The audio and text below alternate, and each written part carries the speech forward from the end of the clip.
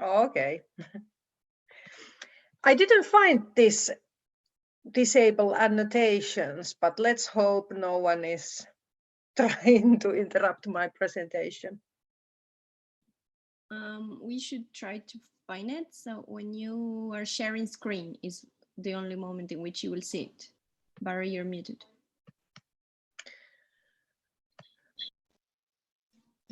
And at the top, you should have some options and Yes. a more, a button that says more. Yes. And then one of the options should be disable attendee annotations. I don't have that. That is weird. Like I have chat, record, show video panel, hide floating meeting controls, copy streaming link, share computer sound, optimize share for full screen, and leave meeting. I think that's on the bottom, no? No, it's only leave That's meeting. at the top. No, there is chat. Because I cannot show you mine because I cannot see it because it's only the person who is sharing right now, but I will try to find the screenshot for you. I actually have the link to the website. Antti sent me the link yesterday. So in the more button, do you see chat, invite, record on this computer, record to the cloud? Do you see all those? let me go back there. So what were the options you mentioned? In a button that says more. Yes. And it says chat, invite, record on this computer, record to the cloud, disable attendee annotation. I have less options. Like after chat, I only have record. You had something between those. No, it's not me. I'm watching it online. I will. Okay. Can you try stop sharing? I will try sharing mine and see if I can find it.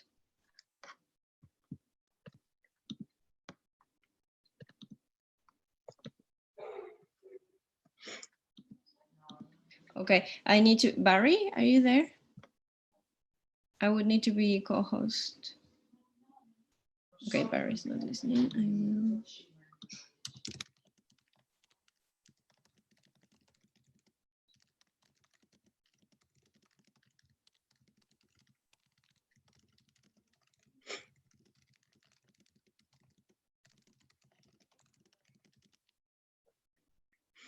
I still have time because I'm not presenting in the next session, but in the session after that. No, so I can also Google this thing, but I just don't see all these options. So I'm not sure whether I have some cheap version of Zoom and you have, or others have something better. I don't know.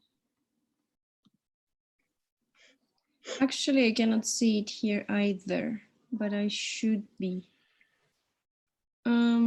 Could it be? It could be that we already disabled this in a global way. Basically, that it's already disabled for everybody.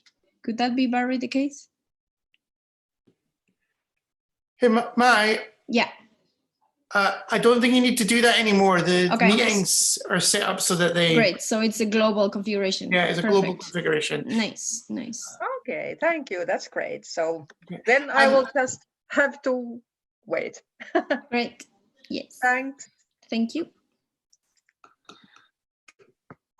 Is it still track 1 Nordic? No. Go to the document. Which document? I didn't get any documents, sorry. So you have to go to the program, darling. You have to go to the program. Okay, the program. Yeah. Okay, we've got a big problem. Okay. I will mute all of us. Aren't working for people outside Stockholm.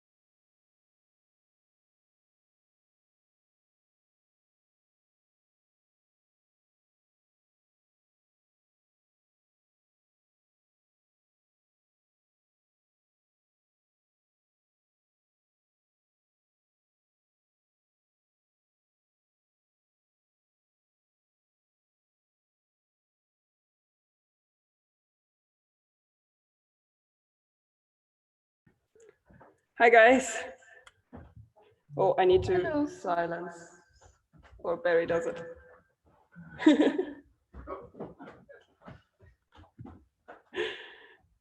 Good morning, everyone.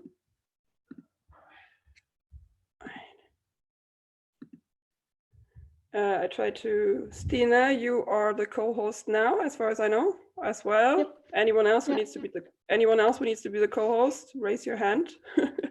But I think so far we don't have any of the other presenters here yet. Just as an explanation, Barry and me are sitting in the same room, so we were just running between computers, and there was some technical problem this morning. But good to see you all here. Stine, do you want to test real quick to if everything works? Yes, please.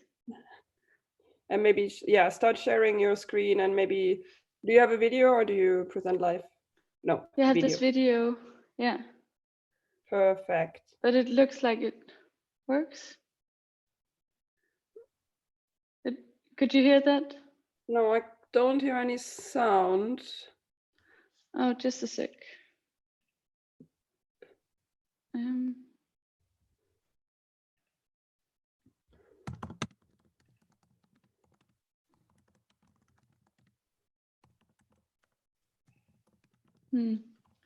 I also can't do that annotation thing. Do you need to make the annotation thing? That was just in the instructions. Oh yeah, I think it's better to not activate it just because we had these trolls yesterday. Yeah, but I can't deactivate it. The thing is that now they are globally configured so that nobody can do it. It's a property of the meeting. It's not for each talk. That's why we cannot activate it. It's more about the sound that should probably be fixed. Yeah. Okay, just a sec. Interaction on behalf of my co-authors, Jesper, Kjeldskov, and Mikael, Skov, and myself. Great. Do we have any other hosts? And do we have any other presenters now here? Yes, Yngve. Perfect. Good morning, Yngve. Do you want to test your presentation? Yeah, I guess so. Let's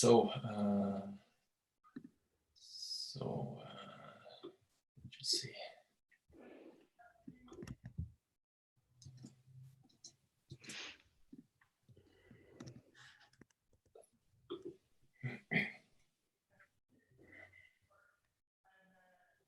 It says that the host disabled attendee screen sharing. Right, I think someone needs to make your host, and I think that is Barry. Let me just go over to Barry's computer, which is in the room.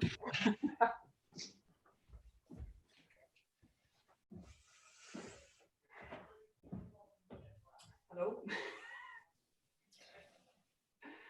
Let me see if I can do this here.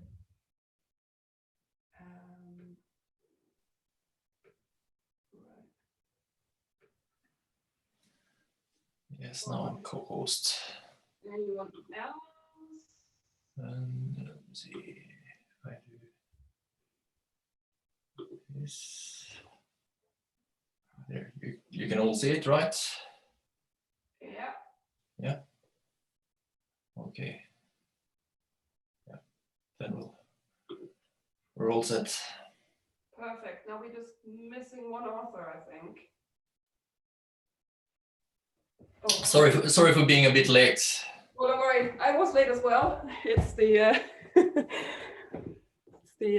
it's the time. Yeah, I had to drop kids off to kindergarten, so. Same here. Exactly the same here.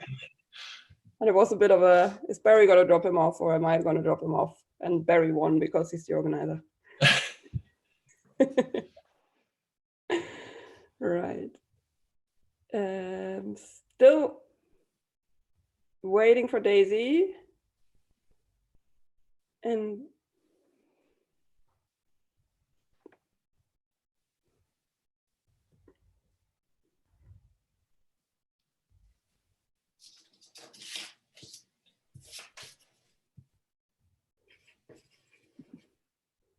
Otherwise, Yngve, if Daisy doesn't show up, we will have to start with you. Okay. Surprise. Or I don't know. It doesn't matter. I recorded the whole thing because I haven't used Zoom before, so I didn't want to risk anything. Yeah, no, that's actually a really good point. That is a really good point, and that takes maybe a little bit the pressure out of it for the presentation itself. Yeah, as long as I am able to share my screen, I should be fine. Even though I do have to say that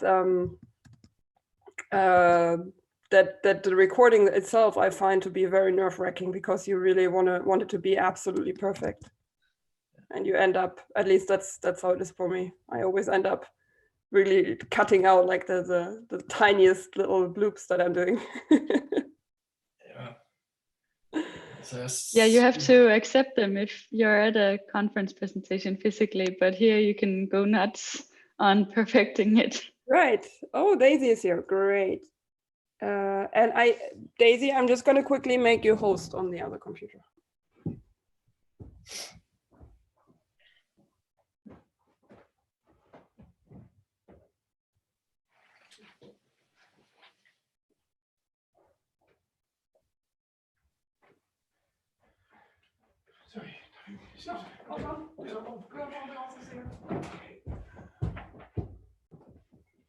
All right, perfect.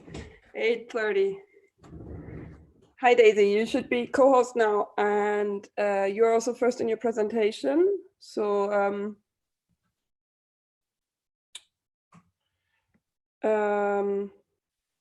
maybe I'm just wondering if we should just start, since it's exactly 8:30. Can't you wait a little bit? But we can wait a little bit. Daisy, do you want to just quickly test if it works, and you know, share the presentation on your screen?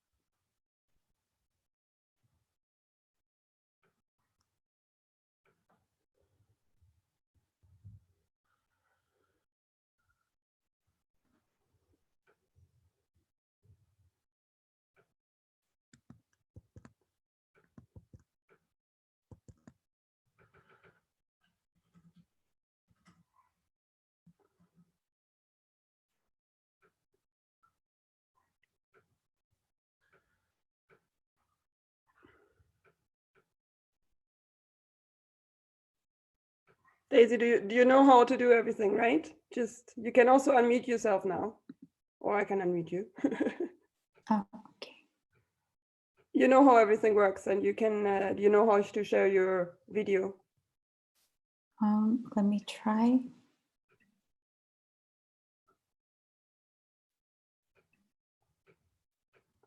Is it showing?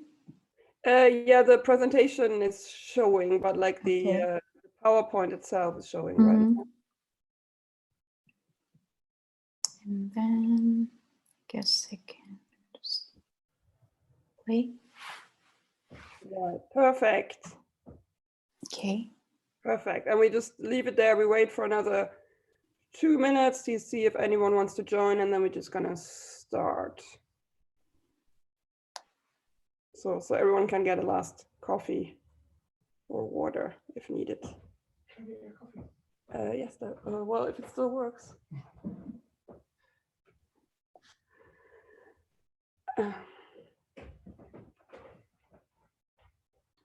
And I'm getting a coffee as well. That's the good thing about being the chair.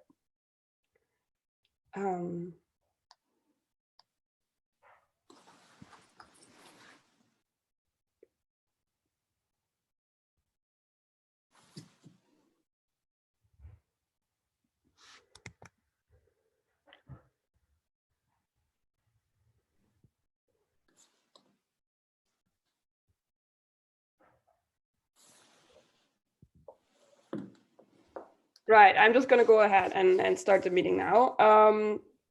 Good morning, everyone. Thank you for joining us so early in the morning. For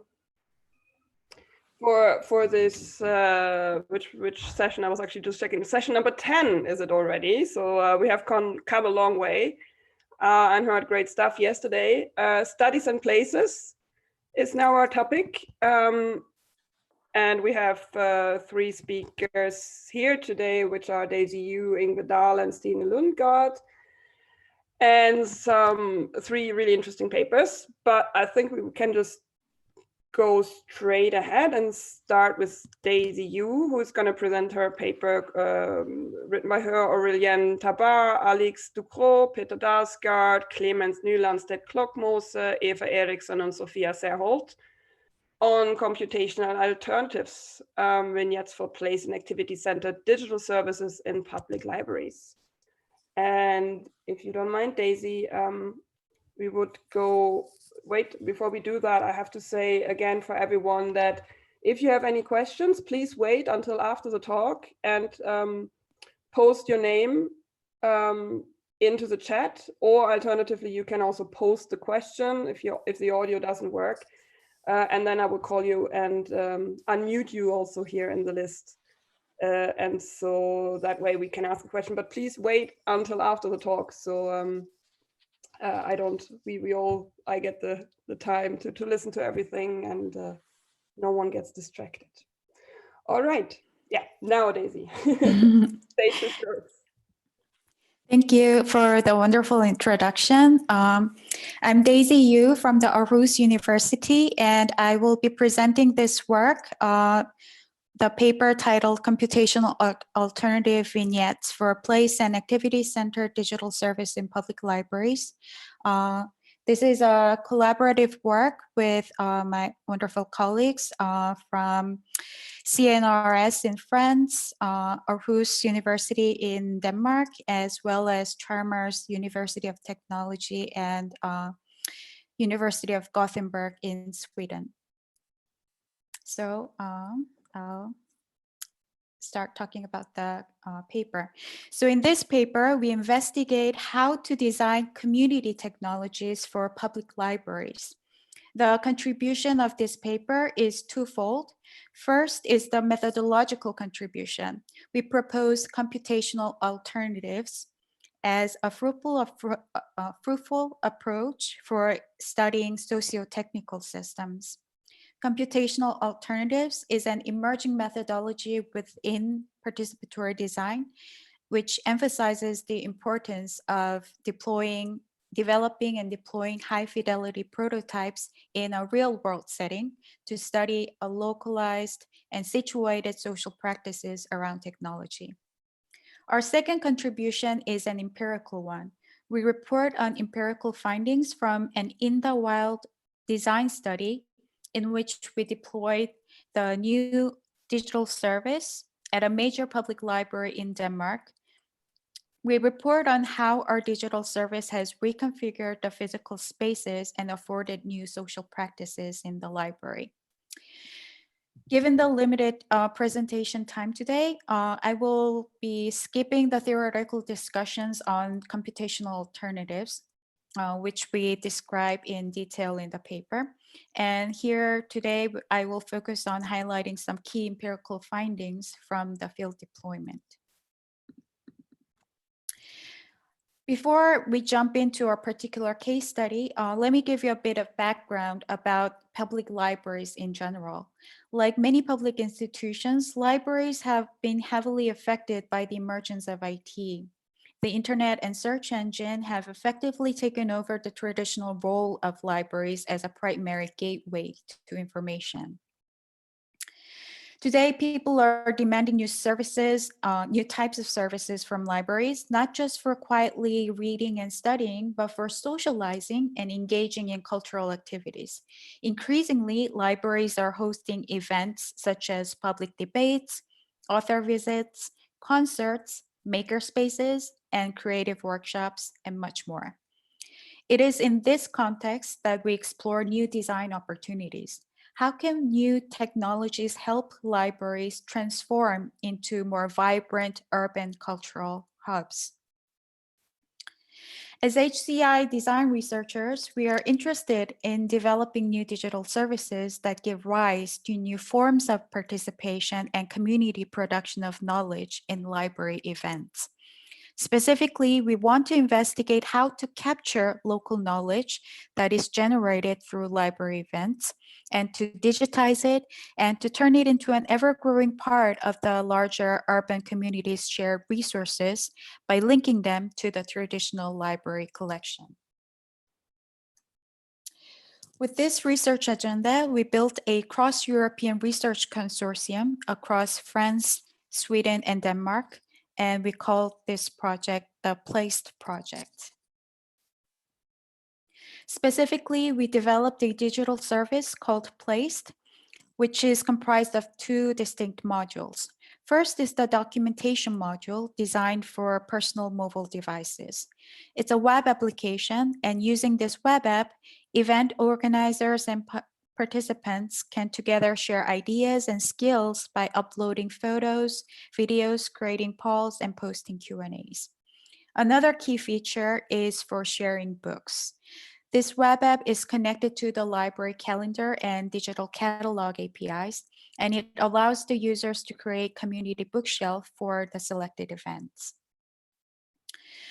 The documentation module is linked to the visualization module, which is designed for large interactive public displays.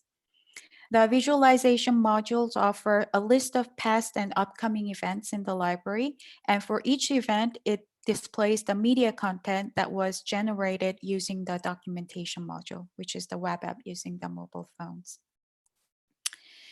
To gain deep and situated insight into designing digital services for library events, we worked in close collaboration with the organizer of the creative workshops at a major public library in Denmark. The goal of this library event is to introduce participants to different creative practices so that people can learn new skills, get inspired, and connect with their neighbors through making. The creative workshop is offered twice every week. The event organizer chooses a different theme each week, and sometimes taking inspiration from an ongoing local event, such as makerspace event or music festivals. Typically, participants join the event as a family with young children. People can drop in anytime during the workshop session, which is 3 hours each day, and people can just drop in and out without registration. While many library events are one-off events, this creative workshop series happen all year long. So it gave us time to kind of engage with the system and to observe the deployment for a prolonged period of time.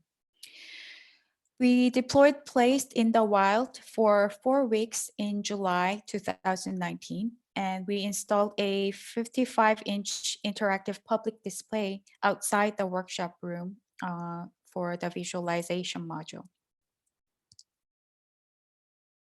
Although this visualization module was placed outside the workshop room, it was still visible from the inside of the workshop room by the participants through the glass walls. So we conducted an extensive field observation during the deployment period, and then we analyzed and synthesized the empirical findings and presented them in forms of vignettes, what we call computational alternative vignettes in the paper. Today, I will briefly give you a summary of the 3 important vignettes. First vignette is about making a third place. The visualization module, as I said before, was set outside the workshop area in an open sitting area where library users may sit and watch animation films. This area is very close to the workshop space, but still it was separated and had distinct functions. However, once we deployed and installed the visualization module in this space, the sitting area, it established certain relationship between the two spaces. During the event, the sitting area was transformed into a reception area for the library event, where the event participants spent time before and after the creative workshop.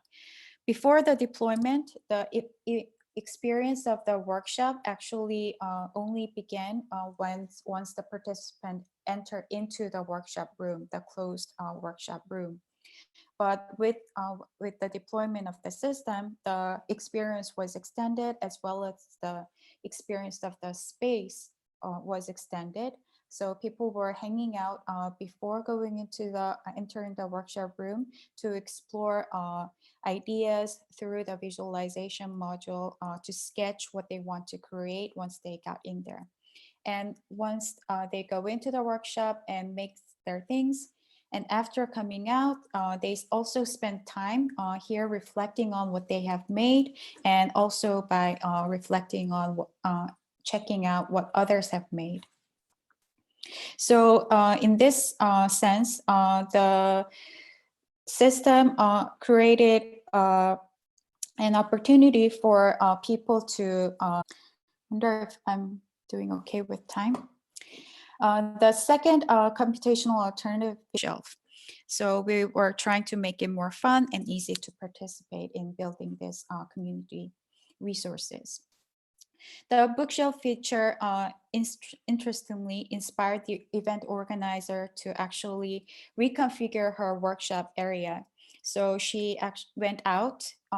First, she created the digital bookshelf, and then she went out to the library bookshelf to actually fetch the books, and then physically displayed them in the workshop room, kind of mimicking the digital virtual community bookshelf that she first created on the system. And so the participants could actually read and use the library resources, the books, and it inspired to create more creative things in the library. The final vignette that I want to share is about the community gallery. So over time, we were able to observe like how the documentation became the norm. So before the system was deployed, there was no sense of the need to document things after you do things. So people came in and then they just left with the things they made, and so there was nothing really documented and left after the workshop is finished. But with the system, people gradually kind of learned that documentation is part of their workshop activity. And so you can see on the graph that people started to kind of adapt, and it became really a norm. And by the week 4, everyone was documenting their craft and then contributing their photos to the system.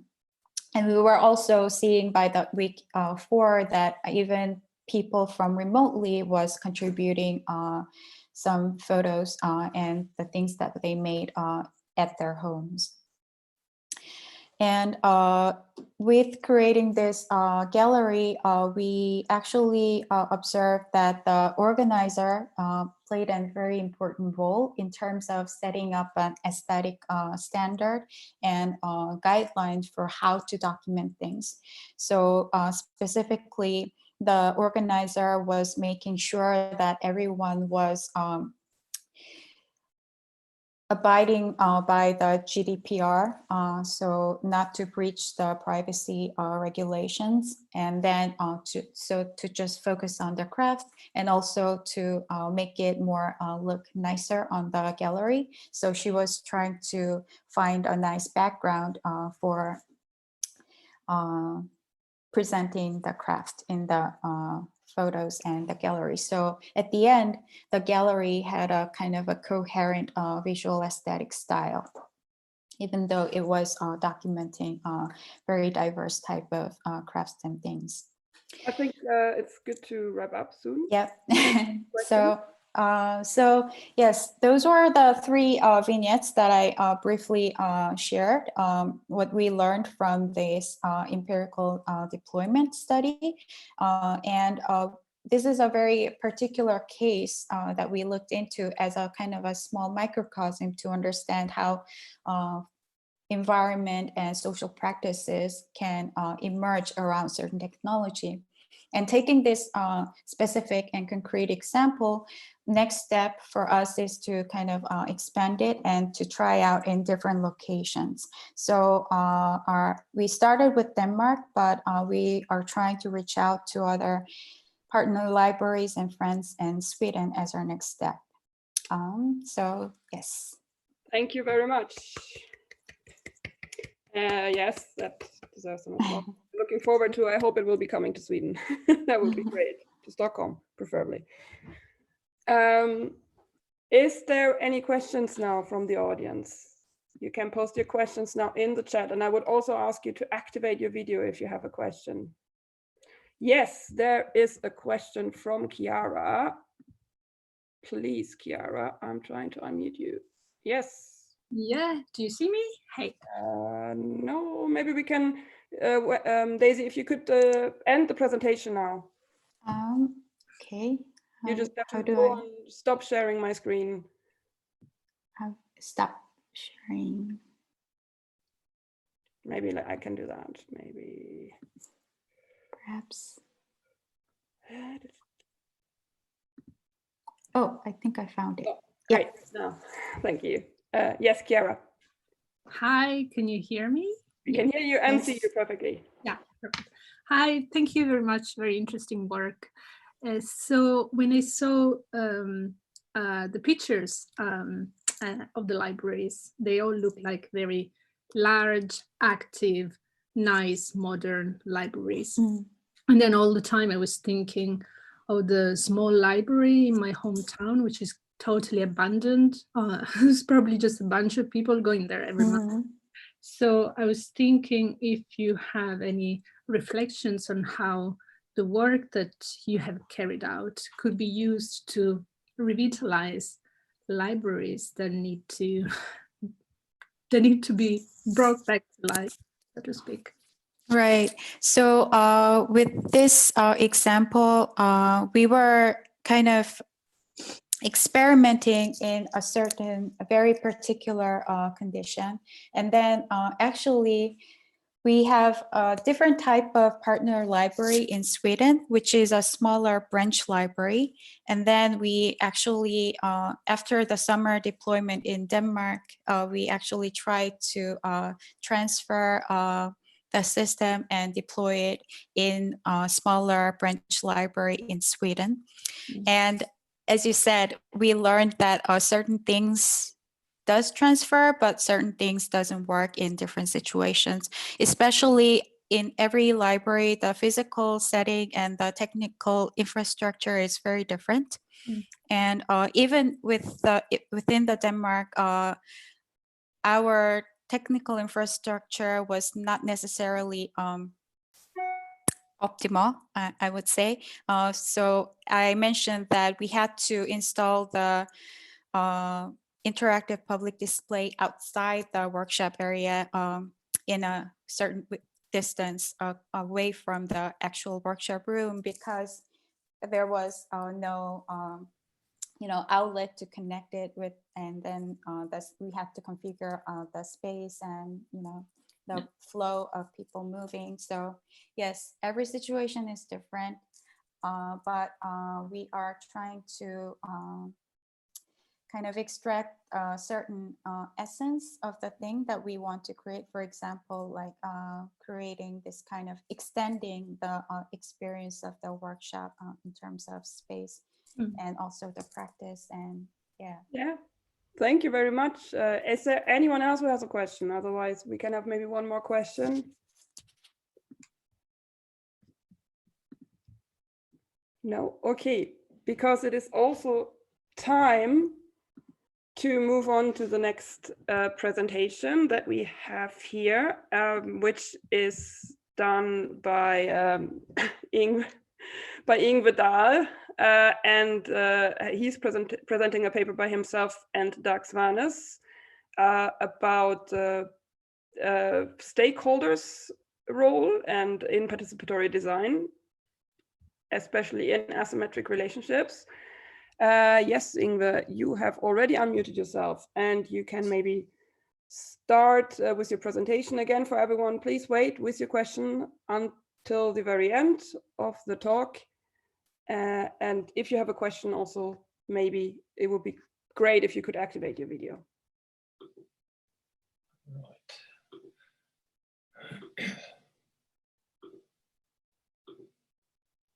Yes, perfect.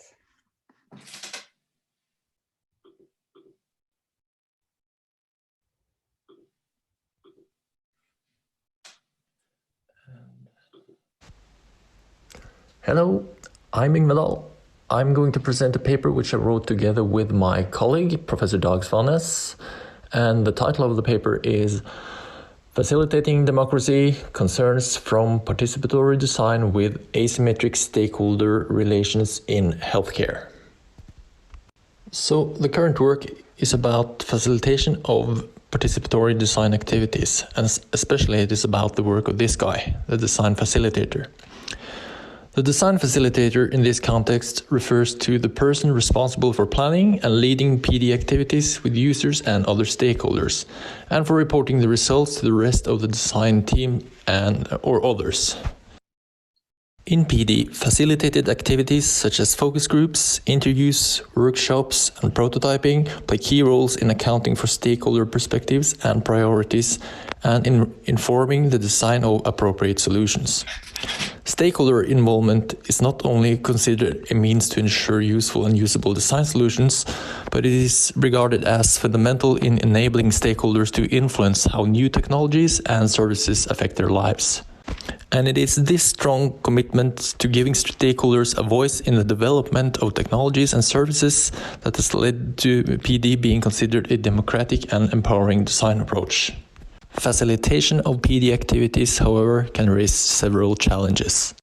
While there might be harmony between participants, this is not always the case.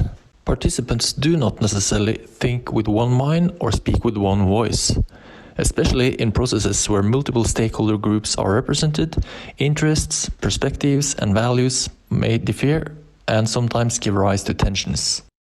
While tensions can be seen as an integral and vital part of any negotiation, participants do not always engage on equal terms. Asymmetries between partakers, that is, differences in professional background, knowledge type, social standings, experience spaces, eloquence, etc., risk biasing the design outcome. An asymmetry in this context refers to an inequality between participants in communicative encounters that can impinge an individual's communicative conduct or otherwise reduce possibilities for genuine influence. In PD activities, then, there may be a considerable difference between being given a voice, as in being invited to participate, and actually having a say, as in genuinely influencing the outcome.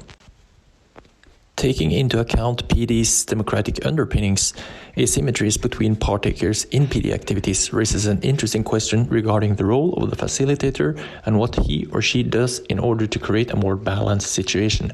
For example, how he or she interacts with participants. This brings us over to the research question of our paper, which is as follows. How does facilitation of PD activities affect what, whose, and how perspectives and values become embedded in design solutions? An implicit notion in our work, then, is that democracy, empowerment, and equality are not inherent properties of PD. Rather, these values are viewed as potential outcomes, which, in addition to the constraints set by the broader participatory context, are closely dependent on the skills of the facilitator and his or her mindfulness of the influential power associated with the role. Our work takes much of its inspiration from Dahl Schoen's reflective practice theories, and especially what Schoen calls reflection on action. Reflection on action refers to the consideration on how practice can be developed, changed, or improved after an event has occurred.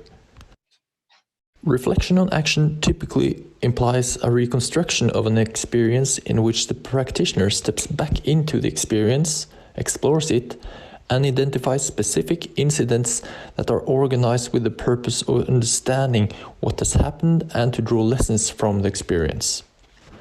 We found the reflection on action concept particularly intriguing as it premises that in order to improve practice, one first needs to question one's actions. We applied a two-step methodology where we first sought to identify cases to be subject for reflective analysis, and then we performed the analysis itself. To identify relevant cases, we analyzed transcripts and debriefing notes from our earlier PD projects in healthcare in search of critical moments. That is, events that trigger our attention toward an aspect of our facilitation practice and how it inadvertently may have affected the influence of the weaker stakeholder group vis-a-vis the stronger group. The candidate moments were then graded, and eventually we selected 3 of them for further reflective analysis. To perform the reflective analysis, we used a framework called the reflective practice cycle, which contains 3 steps, each guided by a simple question: what, so what, and now what? The what step involved investigating the action taken and not taken by the facilitator, either as part of the planning of the PD activity or during the specific critical moment. By carefully reviewing the transcripts from the activities, we hope to identify effects of our facilitation that slipped under our radar when the critical moments played out. The so what step involved identifying and discussing potential and plausible consequences of our actions as facilitators with respect to unintentionally affecting the output of the activity. Lastly, as part of the know what step, we sought to concretize important lessons to be learned from our missteps. This involved addressing aspects related to both the planning and the implementation of future PD activities. Based on our approach, we identified 3 cases in which different asymmetries play out. Given the limited time of this presentation, I will only focus on one of the cases, and that is case 3, the medical worker hierarchy.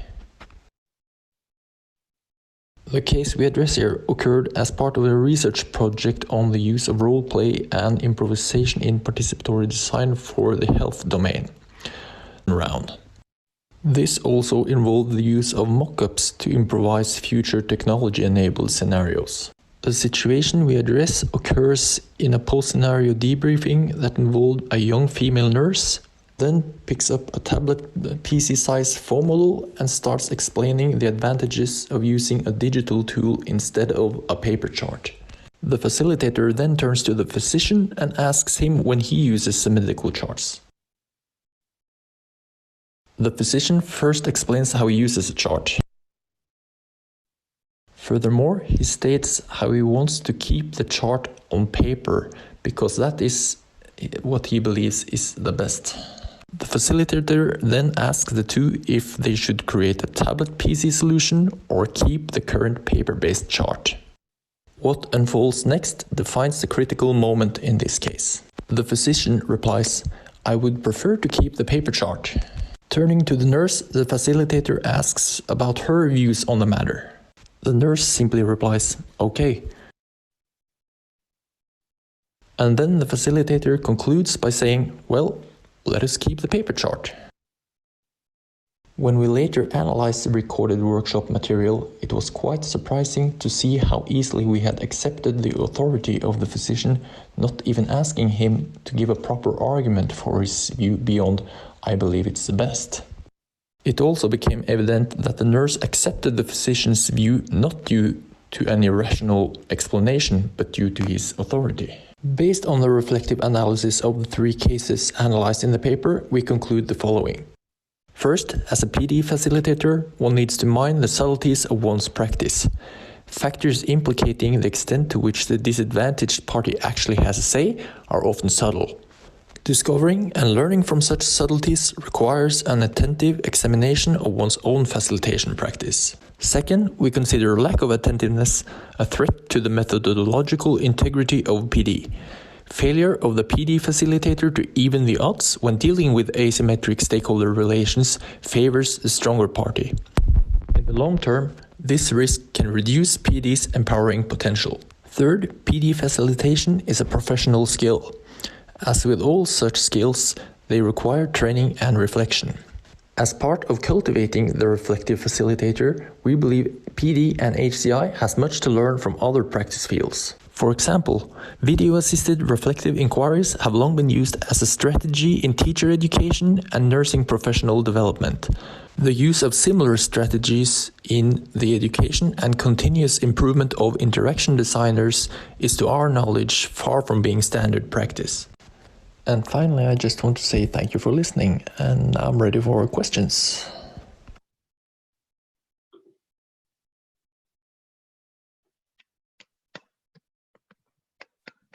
Thank you very much for this very interesting presentation. Yes, and as Yngve said, please, if you have any questions, post them in the chat. Just give everyone a second to gather themselves.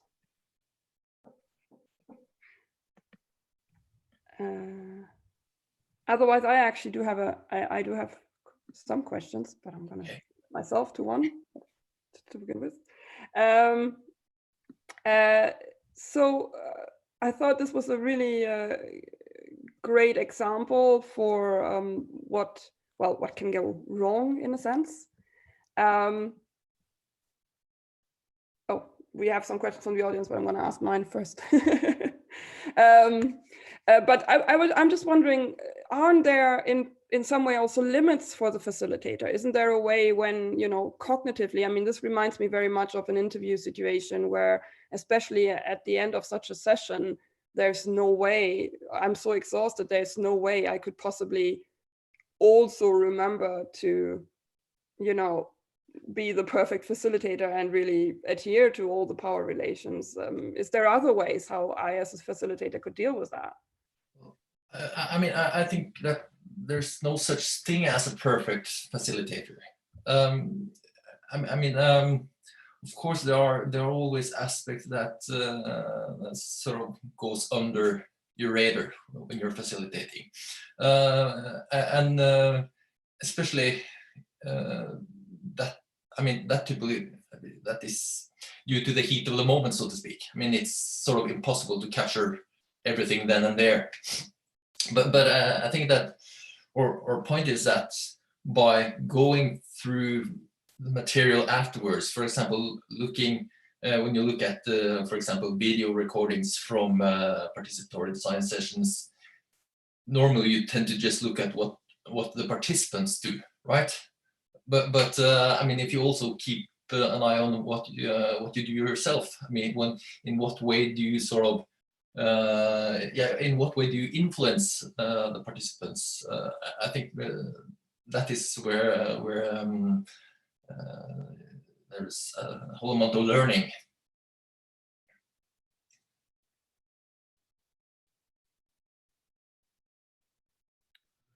Hi, this is Nitin. I wanted to, let me see if I can unmute my video as well.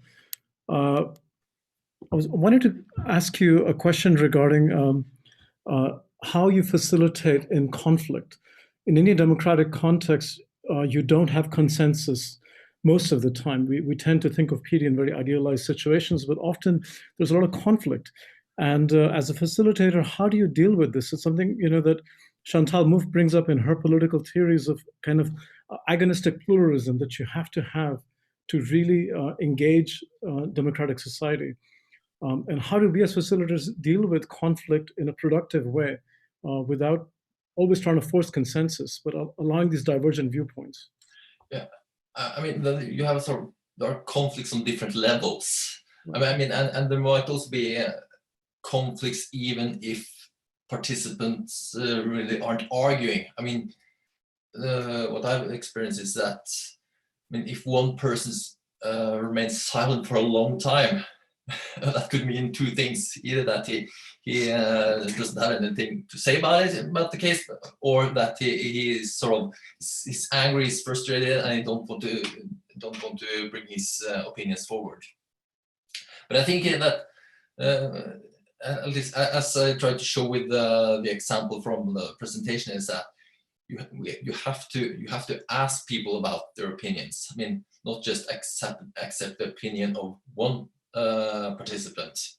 Of course, there are always people who are more talkative in such a session than others. But I mean, you have to be the person who directs or controls who's talking. So whenever each time everyone or if a person is very talkative, then you have to check with the others all the time. Do they feel the same way? And that was sort of what was the mistake in the example. Actually, we never really confronted the nurse or asked her to really elaborate on her opinion. She just accepted the views of the doctor. So I guess we can learn anything from the. I'll continue later. Thank you. Okay, this is Netta from Oulu. I must say that this was very fascinating presentation. I must read your paper. We have been doing a little bit similar type of analysis on our projects with children and participatory design. And one of our papers is even labeled with best intentions, like you try to do your best, but it doesn't really succeed in all respects. But I would really like to read the stuff that you have been doing, and it's fascinating to see these troubles being reported in the literature.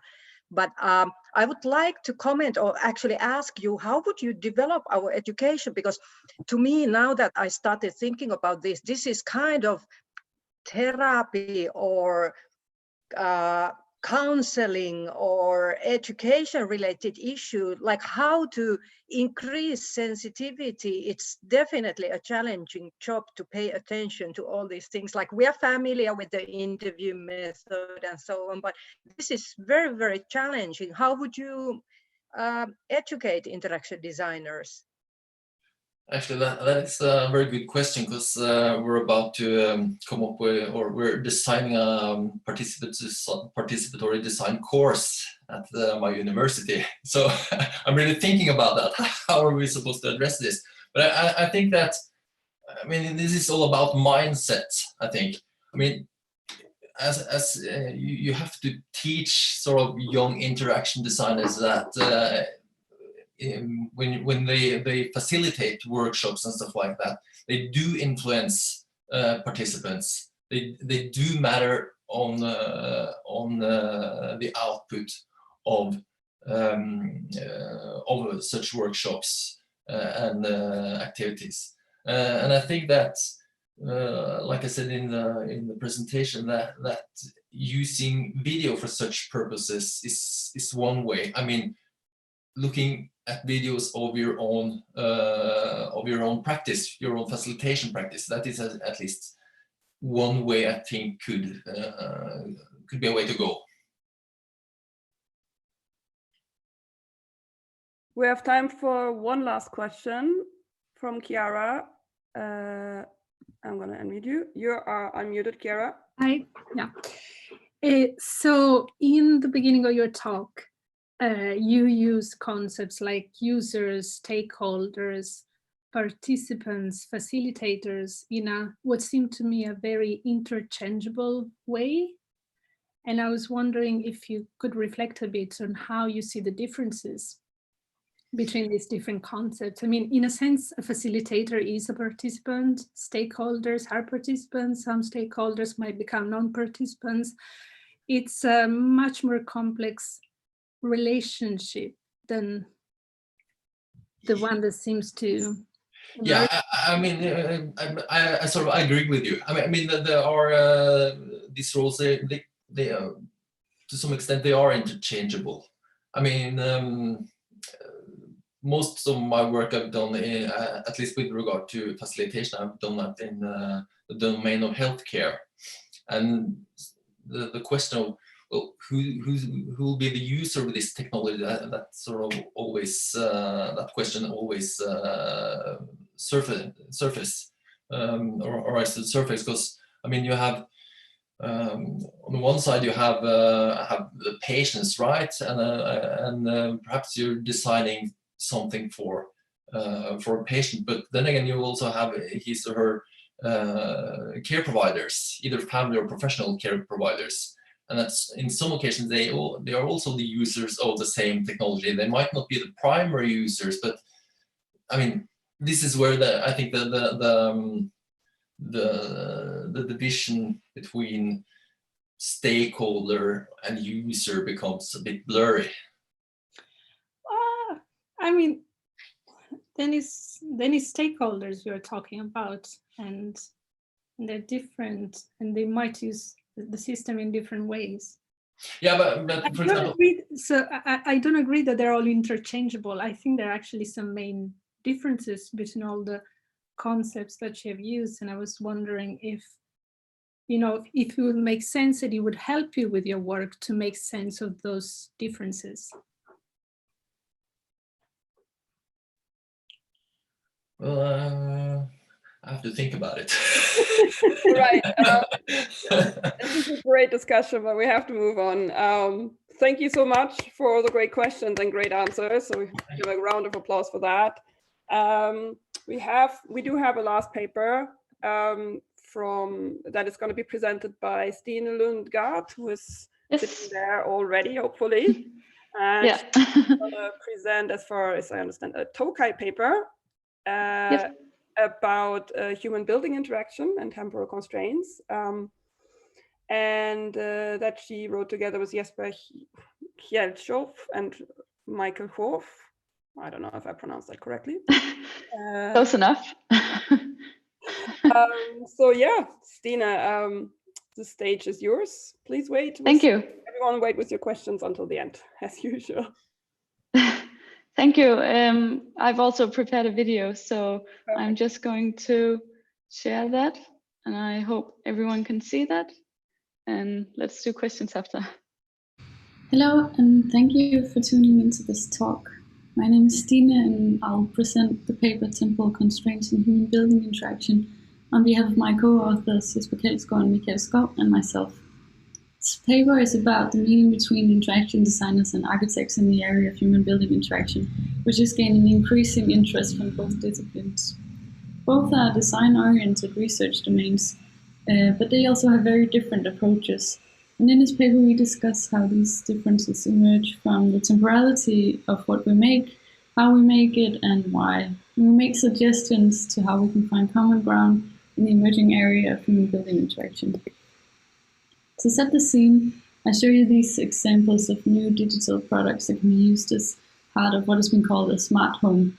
With these interaction designs, we can control parts of the buildings we live in, for example, the temperature, media devices, and lighting. There are many other examples such as curtains, digital locks, and so on. In other words, as interaction designers, we enable interventions on new levels of the buildings of our users. And I'll return to what I mean by that. So this is a definition of human building interaction from the special issue of this paper. Alavi et al. State that human building interaction research primarily deals with questions that embody and reflect the complexity of human interaction and social experiences with and within built environments. So this complexity calls for different disciplines to work together towards solutions that are useful and sustainable. Before moving on, I should underline that this definition does not necessitate any kind of digital technology to be embedded into the built environment. But as we saw with the examples I showed on the first slide, digital technology can support a number of interactions between buildings and their inhabitants. And they can also help inhabitants access information that would otherwise be difficult to uncover. So Nembrini and Land have mapped out main disciplines contributing to human building interaction in this figure. And as you can see, these include the building industry and economy, architecture and urban design, ubiquitous computing, and interaction design. And the map also shows that these disciplines meet in various organizations. And the one we're interested in here is between interaction design and architecture. And in the following slides, I'll talk about how each discipline is constrained in time and how that affects the way the disciplines meet. I'd like to start off by presenting an example of temporality in interaction design. So these are iPhone models from the first that was introduced in 2007 to the iPhone 10 released in 2017. I could show you one of these and say it's an iPhone or a smartphone, because it's a more abstract product category, it makes sense. And each product instance is different, but remains within that category. This isn't new to interaction designers, because we're used to products having short lifetime expectancies. And the expected lifespan of typical brick buildings is several decades, provided that it's properly maintained. And in comparison, in the span of just 1 decade, the iPhone went through a number of cycles, with new models being released continuously. So this was one example of how interaction designers typically maintain focus on the short term, because products typically have short lifetime expectancy. That doesn't necessarily mean that long-term solutions are abandoned, but those are typically more abstract conceptions such as a smartphone. And furthermore, while specific products can be finished and released, the solutions evolves. And this leads us to iteration, which is a central part of the process for most work in interaction design, through conceptualization through to implementation. So Roger et al.'s life cycle model, Haber et al.'s design cycle, these are prominent examples of methodological models. And while they're similar to methods in related design disciplines, they also typically involve user input from start to end. And this requires flexibility and openness to change that can't be supported in a linear process. Stakeholder and user participation has become central to much work in HCI. So temporality is not only a constraint to interaction design products, but it's essential to the design process itself. And the process doesn't stop once a product has been released. Often it will be updated and customized by a user. And therefore, interaction designers consider the adaptability of their design. This is also helpful because the materials used for the products typically don't last long and will need to be repaired, or parts will have to be replaced. So this was a very brief overview of the points about interaction design we cover in the paper. Talking about temporality in architecture, this is an example from my own home country, Denmark. This is Copenhagen City Hall, which was designed by Martin Nyrop in 1905. The design is in the National Romantic style, which has been considered a form of Art Nouveau. Many historic buildings in Scandinavia was designed in this style in the beginning of the previous century.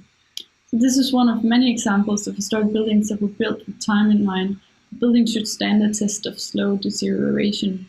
So following that, temporality in architecture has to do with both the inception, construction, and inhabitation of a building. Architects design outcomes that are built to last decades or centuries, and this leads to a need for adaptability. The history of adaptability within architecture is long, and one of the more recent ways of working with adaptability is considering the building as consisting of layers. And these include the structure, the services such as electricity, and the furniture. This strain of thought emerged in the 1970s, and in the paper we discussed the compatibility of adaptability in architecture with interaction design. If a problem occurs with the building, we have 3 options. We can put up with the problem, we can tear the building down, or we can try and fix what's wrong. And fixing the problem necessitates a potential for adaptation. And this stands in some contrast to particular ideals in architecture. For example, stated by Le Corbusier, who stated that ideally inhabitants adapt their lives to his buildings rather than the other way around. So the long lifetime expectancies of buildings also makes any risk-taking unwanted. And therefore, architects utilize a so-called architectural program. This is described by Benjamin Bratton as a framing script for how inhabitants will use the building. And that leads to a set of requirements for an infrastructure that propositions inhabitants to act in certain ways. So looking at those headings of temporality and interaction design and architecture, we saw that we can structure the discussion into rationale, method, and outcome. For rationale, in much work within software development and information systems, it's recognized that the quality of any solution is influenced by the underlying thinking and the development process. And for the method and outcome, in Ducros' book, Where the Action Is, he similarly states that the stance of a designer is reflected in the tools that they use and the artifacts they produce. And while architects and interaction designers share similarities in their need for specifications and focus on users, their roles as designers are different throughout the design process, and they have different levels of flexibility, and they face different rigidities.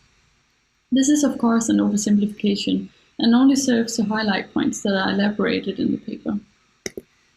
We've structured this table to sum up our points about temporality in architecture and interaction design. This also allows us to discuss how the disciplines can meet for human-building interaction. Human-building interaction is still an emerging field of research, and there are still many questions and goals that are only just beginning to materialize. For that reason, it's important that we develop conceptual perspectives now the researchers can then ground their work against. And one of our aims is to advance a view on human-building interaction that buildings and digital technology should be regarded on the same level, rather than digital technology simply supporting an architectural vision or imposing negatively on architectural aims that have already been defined. On some levels, all buildings change long after they've been built, but with interactive buildings, we see a unique product life cycle, and we wonder how can designers support that. Interaction design and architecture have close ties with each other historically, but even though there are many similar patterns within these two disciplines, the temporal constraints typically imposed on their projects also make them fundamentally different from each other. We're seeing trends now that this is changing within HCI, for example, with increasing focus on sustainable materials. And in this endeavor, our framework structures this discussion in order to see that material lifetime is one aspect fitting into a more complex reality of how our discipline is temporally constrained. And we make suggestions on how to proceed within human-building interaction in a way that takes into account the complexities of two meeting disciplines. On behalf of my co-authors and myself, thank you for listening, and please don't hesitate to reach out. Yes, thank you very much, Stine. Thank and you. a round of applause, virtual applause. So, do we have questions? Oh yes, we already have a question from Mika, and I'm just looking that I find you, and you are unmuted. Hi, Mika. Hello. Thank you for a very nice nice presentation, and I have a disruptive question. Perfect. Architecture and design increasingly goes into virtual realities where the time span and the temporality is completely reversed. We are not talking about decades, we are talking about hours or minutes. So does your framework adapt to design and building environment design in virtual realities when everything can be changed in a blink of an eye? Well, I think there are two answers to your question. As a general framework, I mean, with the headers, I think it is adapted because it's very, it's on very abstract levels. So, I mean, I think going into virtual reality, I think these are the same types of considerations that are valuable. I mean, it will still be, it will definitely be valuable to consider how the new type of outcome, I mean, is a sort of an evanescent non-physical medium that you're producing, how that affects the methods that you use to develop them. And are there any types of new rationales that would sort of color that development? But in terms of how we filled out the framework for human building interaction, I think that's a different story because we're talking about physical outcomes. So I think as a general framework, it would also fit that type of development, yes. But it would need a different, I mean, it would need a new analysis with that specific focus. So using that, you could use the framework to sort of structure and analysis on that type of work. I hope that answers your question. I agree. Thank you. Thank you. Do we have any other questions from the audience? I do actually have another question, if there's no one else, just because we have 1 minute left, and I was really curious about it. Because yeah, I thought it was a great paper, and I actually did read the paper already. Thank you. But what I was always just thinking is, if because I mean within HCI there is also a certain debate about the gap between practitioners and academics, and so I was wondering if that is in some way also reflected over at the architecture side, where I could imagine that maybe, and this is something I really don't know, but I was wondering if there's maybe some more tendency towards, you know, more user-centeredness of buildings, or, you know, something in the academic debate that kind of fit better with the HCI understanding. Yes, I think for both disciplines, the work that is being done around human building interaction is much further along than in practice.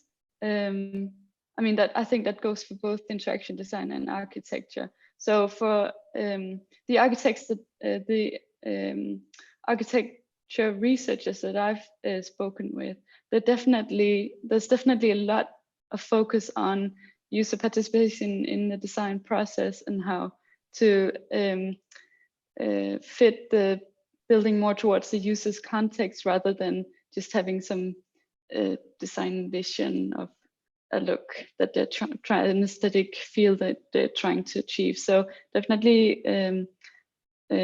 the research is a lot more focused on user-centeredness than is the current practice, I think. So it's two levels basically to reach out to. Or yes, it would be very interesting to do some more case studies of actual projects, ongoing projects where you could use this framework. On actual practice. Yeah. Looking forward to that. Thank you everyone for great questions and great answers. And also a big round of applause to everyone in the session. I think we had some good questions. We had some great papers. I think we have 15 minutes left to the next session at 9:45 here. So this was the session. Again, I thank all the authors. I thank everyone who has asked a question. No trolls today, so I'm happy. All right, have a good day. Thank you, Mareike, so much.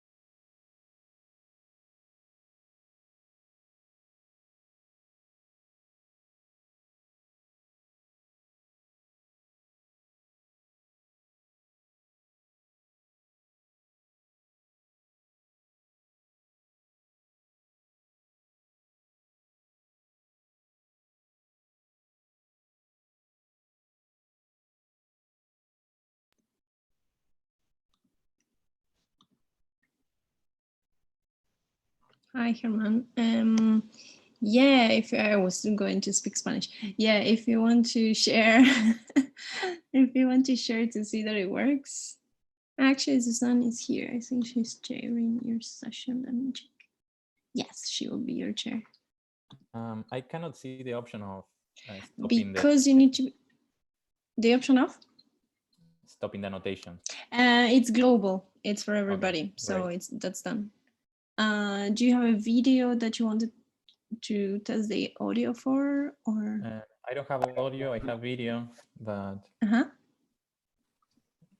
someone took over. Okay, I just tried out. Sorry. And Herman, do you have the option of optimize for video? Great. And then, well, you don't have audio, so you don't need the audio from the computer.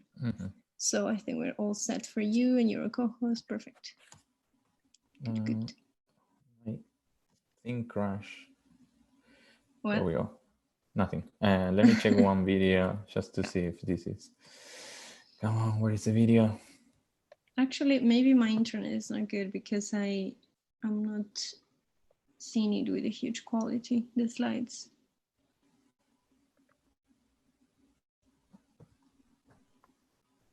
Can you try sharing only the app and not the whole desktop? Only the app and not the desktop. Is it just me that gets a super low resolution? No, me as well. Okay. No, this video is low resolution because it was a huge. No, but I mean your whole interface. Like for example, the buttons in your keynote look like 3 pixels. Okay, let me stop this and try to only share the application. Did you see Susanne's message? She can't unmute herself. Yes. No, everybody's muted, Susanne, sorry, but you should be a co-host. Barry, can you make Susanne a co-host? How does it look now? Same? No, better. No, perfect. Okay. Yeah, I think it's that. Muted, so I can participate in the answer. Yes, sorry, everybody was muted except co-hosts. Okay, so I consider this tested. Yeah. Perfect. Okay. Okay, I will come back in 5, guys. Okay.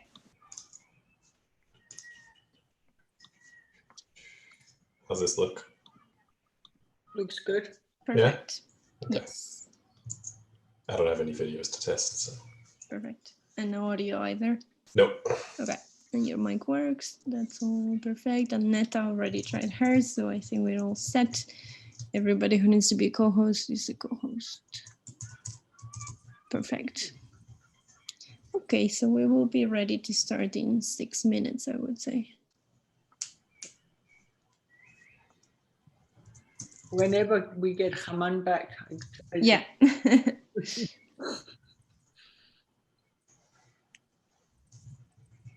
I mean, it's kind of pretty to watch his, I don't know what it is, fake beach and mountains, but still. I tried to do it as well, but just it turns me into some kind of monster. Yeah, mine does that as well. But don't tell it that you have a green screen. If you don't check that box, it should work better, no? Oh, really? Yeah, try. I don't have these options. I don't know how to get them, but it doesn't really matter right now. It's in the Zoom settings on the website. I think you have to. Where do you check that you have a green screen? In the same place where you tells me. I can tell you, go to the start. You see where the video symbol is, right? Next to the video symbol, there's a little arrow. If you click on that one, you see this choose virtual background. Yes, I'm looking at my settings. And there. So that's where I am. Underneath this, where you choose the background, it should say, I have a green screen. And there's like, you can check this one or not. No, I think I just have an older version. Or maybe, I don't know, I have the Mac version. It might be different there. Yeah. No, it just says you need to have a solid green background. Oh. It tells me that I should have it. Oh, that but it's fine. Like you see my dirty laundry in the back. It's okay. Mm-hmm. I was asked yesterday if I was in the bathroom, so. which I was not. Yeah. But I don't have these options. Like maybe they appear at some point of time. Yeah, a general recommendation is to keep the app updated, because I mean, depending on how much you use it, it's really good if it is reliable. And so I try to keep it updated, even though after the last update it started crashing all the time. So.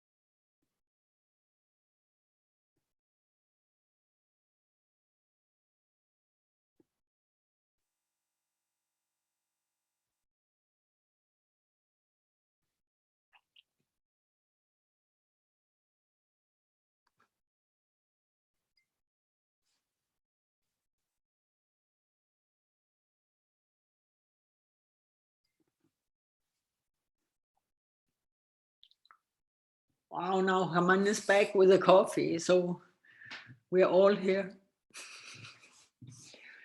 We'll leave another couple of minutes before we start.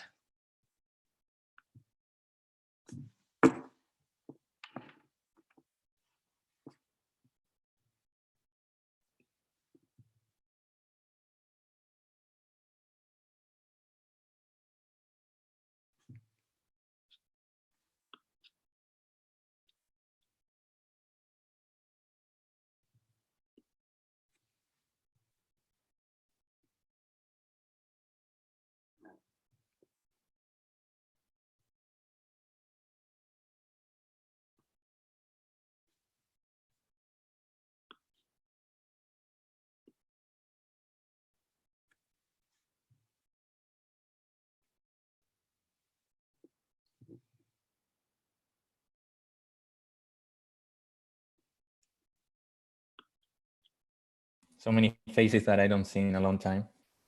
Yeah, it's interesting, isn't it? Hi all. Yeah. See where we're all hiding in our various little corners. Not physically seeing anybody, even though they might be quite close in some ways. I like Daniel's is in some kind of lake there. Mm. Yeah. All right, maybe we should get going. It's 9:45, and this is the Design 2 session, and I'm Susanne. And I think I would like to ask Herman to start sharing his screen, because he will present the first paper by him and Nolwenn Maudet, Wendy Mackay, and Michel Beaudouin-Lafon. So Herman, take it from here, and I'd just like to remind everybody to mute yourself and to write when Herman is done. Write your questions in the chat, and I will call everybody. Thanks. Thank you, Susanne. So hello everyone, my name is Herman, and I will be presenting an act. So let me put this here. So designers and developers collaborate to create multiple interactive systems, such as websites, mobile applications, interactive installations. However, they have different backgrounds and tools. So how do professional designers and developers transition from these two activities? To better understand their practices, we conducted 3 studies that we presented at CSCW and reported in much more detail in the journal publication. But here I will just highlight the main problems during the designer-developer collaboration. So we found that the most common issues can be categorized in these 3 groups. First is reworking and redundancy, meaning the use of multiple unconnected representations of the same artifact, such as using multiple applications and file formats that cannot keep consistency between them. Also, work that was done in one representation, for example, in the storyboard by the designer, needs to be replicated in another, for example, in code by the developer, even if it is the same object we are talking about. Another category of problems are design breakdowns. We define breakdowns as impediments that needs to be solved before the design can be implemented. From top to bottom, we have a designer sending an artifact to a developer.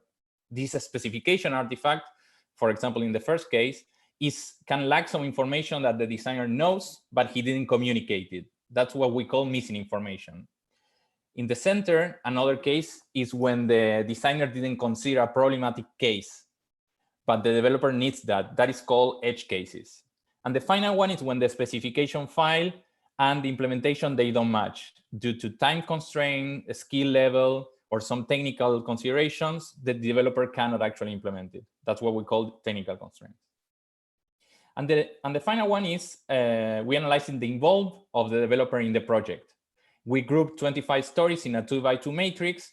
The rows group the stories in standard and custom interactions, and the columns if the developer was involved early or late in the design phase.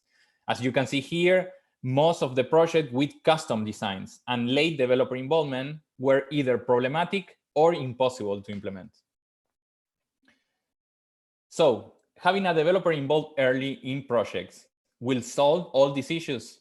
That was the reason of our second study. And what we found is while it helps, was not enough.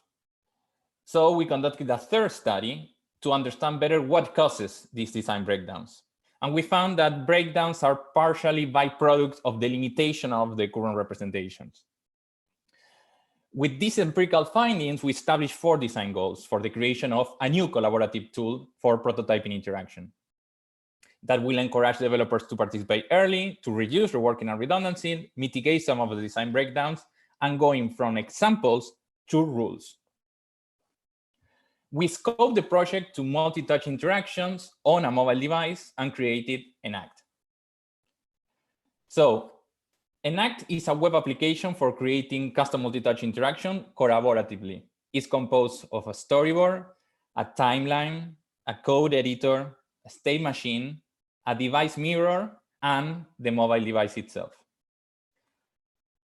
Let's explain the tool with a scenario. Ana, a designer, is collaborating with Pedro, a developer, and they will have many iterations over a particular design. Ana has an idea for a pan and tap interaction. She wants to drag existing objects with a finger and create new ones with a tap. So first, Ana uses the storyboard to draw the user interface. In a traditional storyboard, the designer needs to copy and paste if there are replication between the screens. But in Enact, changes in past screens are replicated automatically in future screens. So in here, you can see that when she draws an object in the first screen, it will appear in the second screen and also in the device mirror. Now she needs to specify the user input. For that, she will use the recording feature in the timeline to record a demonstration of this pan and tap interaction. Now she can associate each screen with a particular user input. So the first screen, we will relate it with the touch input that is represented with a gray circle. And she can use these inputs to accommodate her design. And in the second screen, she's showing that she dragged the greenish object and she's creating a new one with the second tap. Finally, with this information, she has 2 visual states. She has some time information with the user inputs, so the system can create an automatic keyframe animation based on this information. So she pressed the play button and she can see the final interaction, how it will look like. But still, this is not interactive. She needs to collaborate with a developer to create the actual implementation. So she will send this project, because it's a website, to Pedro. And now Pedro needs to implement this design. The first thing that Pedro does is checking the video specification. And next, when Pedro interacts with the phone, he can see the state machine reacting live. Now, to create this tap interaction, he needs to add a new state. He double clicks, change the name of the states, and create the corresponding transitions. And now he can check if this is working with the mobile device. Now he needs to connect inputs, in this case, the touch events, with outputs, the storyboard that Anna created. For doing that, Enact has a map function that connects input with outputs. So he writes map, and the template already fills input and output, and he will drag this object from the storyboard. In this case, he's dragging the first touch and asking for the position property, and dragging the shape object and asking for the position property. And with this mapping between position, he has a drag interaction. Notice that there is no reworking needed here, because Pedro was using the objects from the storyboard. He's not recreating this in his own tool. Let's move on. So now Anna can test the interaction. She can test it directly in the device and see if everything is working properly. Next, Anna wants to modify the design, of course. She wants to have a pinch interaction to scale the objects in the same, and at the same time move them. First, she records a new gesture, and the new gesture is shown in the storyboard, and she adjusts the design, in this case, making that bigger and adjusting the position. Now she sends the new design to Pedro. To create this pinch to scale, traditionally, Pedro will need to create an equation relating distances of fingers with the scale property of the object. But in Enact, measures are ray-fi objects visible in the storyboard. Pedro can use the measuring tool to create an object between the touch events and see it live in the device mirror for debugging purposes. Now he can use that to map the distance property of this measure with the scale property of the green object, greenish. And the scale is working directly in the device. Now, Anna would like to test this interaction, but instead of doing it live on the device, she wants to reuse the same demonstration that was initially used in the storyboard. So Enact has an assisted testing feature just for that. So by pressing the yellow button, the system will run the demonstration recorded with the current implementation. And now we can see the difference between the storyboard and the current implementation highlighted with a yellow dotted line. Now, Anna has two options. She either needs to fix the design or the implementation needs to be fixed. In this case, the design is incorrect and she wants to use the version proposed by the timeline. She can navigate all the potential solutions. But in the second case, she wants the implementation to be fixed. So for this, she will send the design to Pedro, and Pedro needs to add a threshold. In this case, the greenish object cannot go larger than a certain number. Instead of using trial and error, Pedro can drag this value by pressing Shift instead of Control from the storyboard itself. But this is not a dummy value, it's a live value. So now if Anna changes the design in the storyboard, she can actually change the implementation without the need of touching the code. Oof. Okay, so let's go quickly through the design goals and the different principles that we use on Enact. The first one is providing multiple viewpoints. So we have different ways of seeing the same interaction. So we have more friendly views like the storyboard, designer-friendly views, and more developer-friendly views. But we also have intermediate views like the state machines. We have a single source of truth, changes in one viewpoint change the others. We're rebuilding visible, for example, with the measuring tool. And we support design by enaction, meaning the use of embodied demonstration with the recording feature on the input timeline. We compare Enact with traditional tools with a comparative study where we use 2 interactions, an initial version and a final version. And we found that we quantify how many times designers and developers actually use the device. Both designers and developers use more interaction with Enact than with traditional tools. So to conclude, all the pairs finished the initial task and the second task. Designers participated more when they use Enact. They found more edge cases, and they have more opportunities for co-creation. So we identified current challenges, we introduced the principles, we implemented a tool, and we showed that increased participation facilitates discovery of edge cases and encourage co-creation. Thank you. Thank you, Herman. Let's give Herman a hand for this. Please remember to write questions in the chat and I will call you.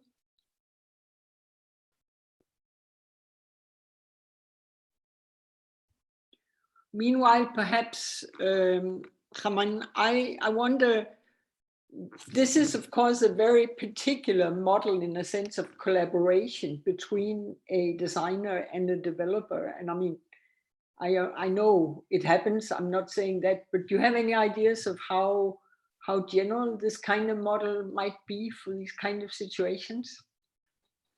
Do I have an extra slide?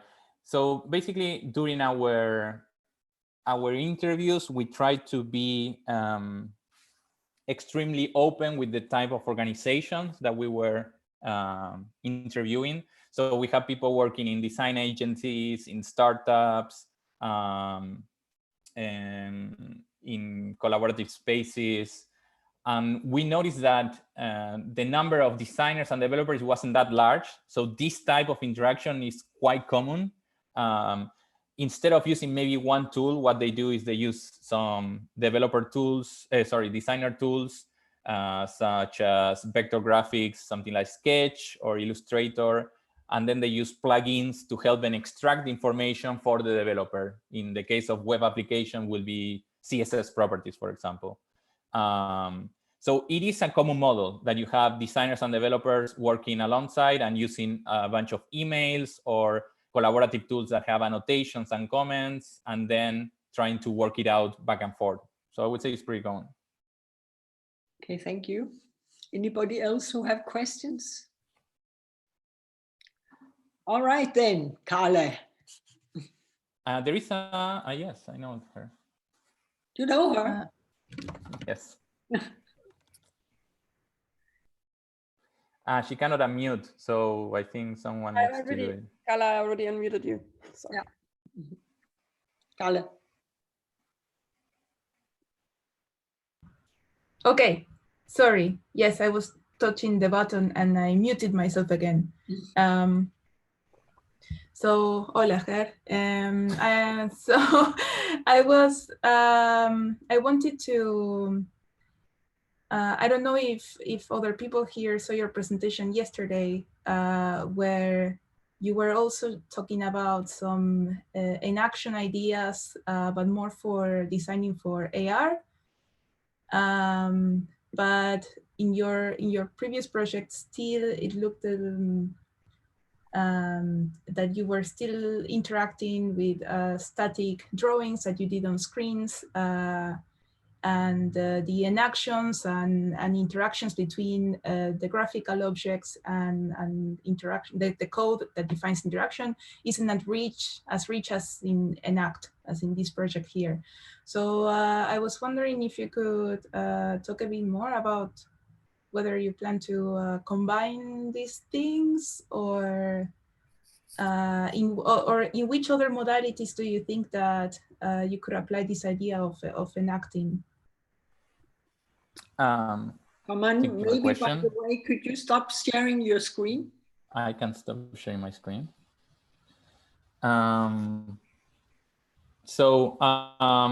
think the idea of using demonstration to create interaction, it was pervasive in how designers communicate. So when we were talking with them and they were explaining some project, they were using their hands to say, yes, so I have this pin gesture, I have this sliding. Even when they were talking about voice interaction, they were also using saying, and then I say, and they say the command. And with AR, I think it's the same. They will, for example, if they want to say, yes, I have this interaction over a plane, and they do with their hands like this, or I have this vertical plane. So I think using demonstrations and action, basically designed by an action, it can work for as many modalities as they have physical representations. So I think for creating rules for AR, for example, it will be really interesting if they could use their hands to say, okay, I'm detecting this plane, or I put in this anchor on this corner.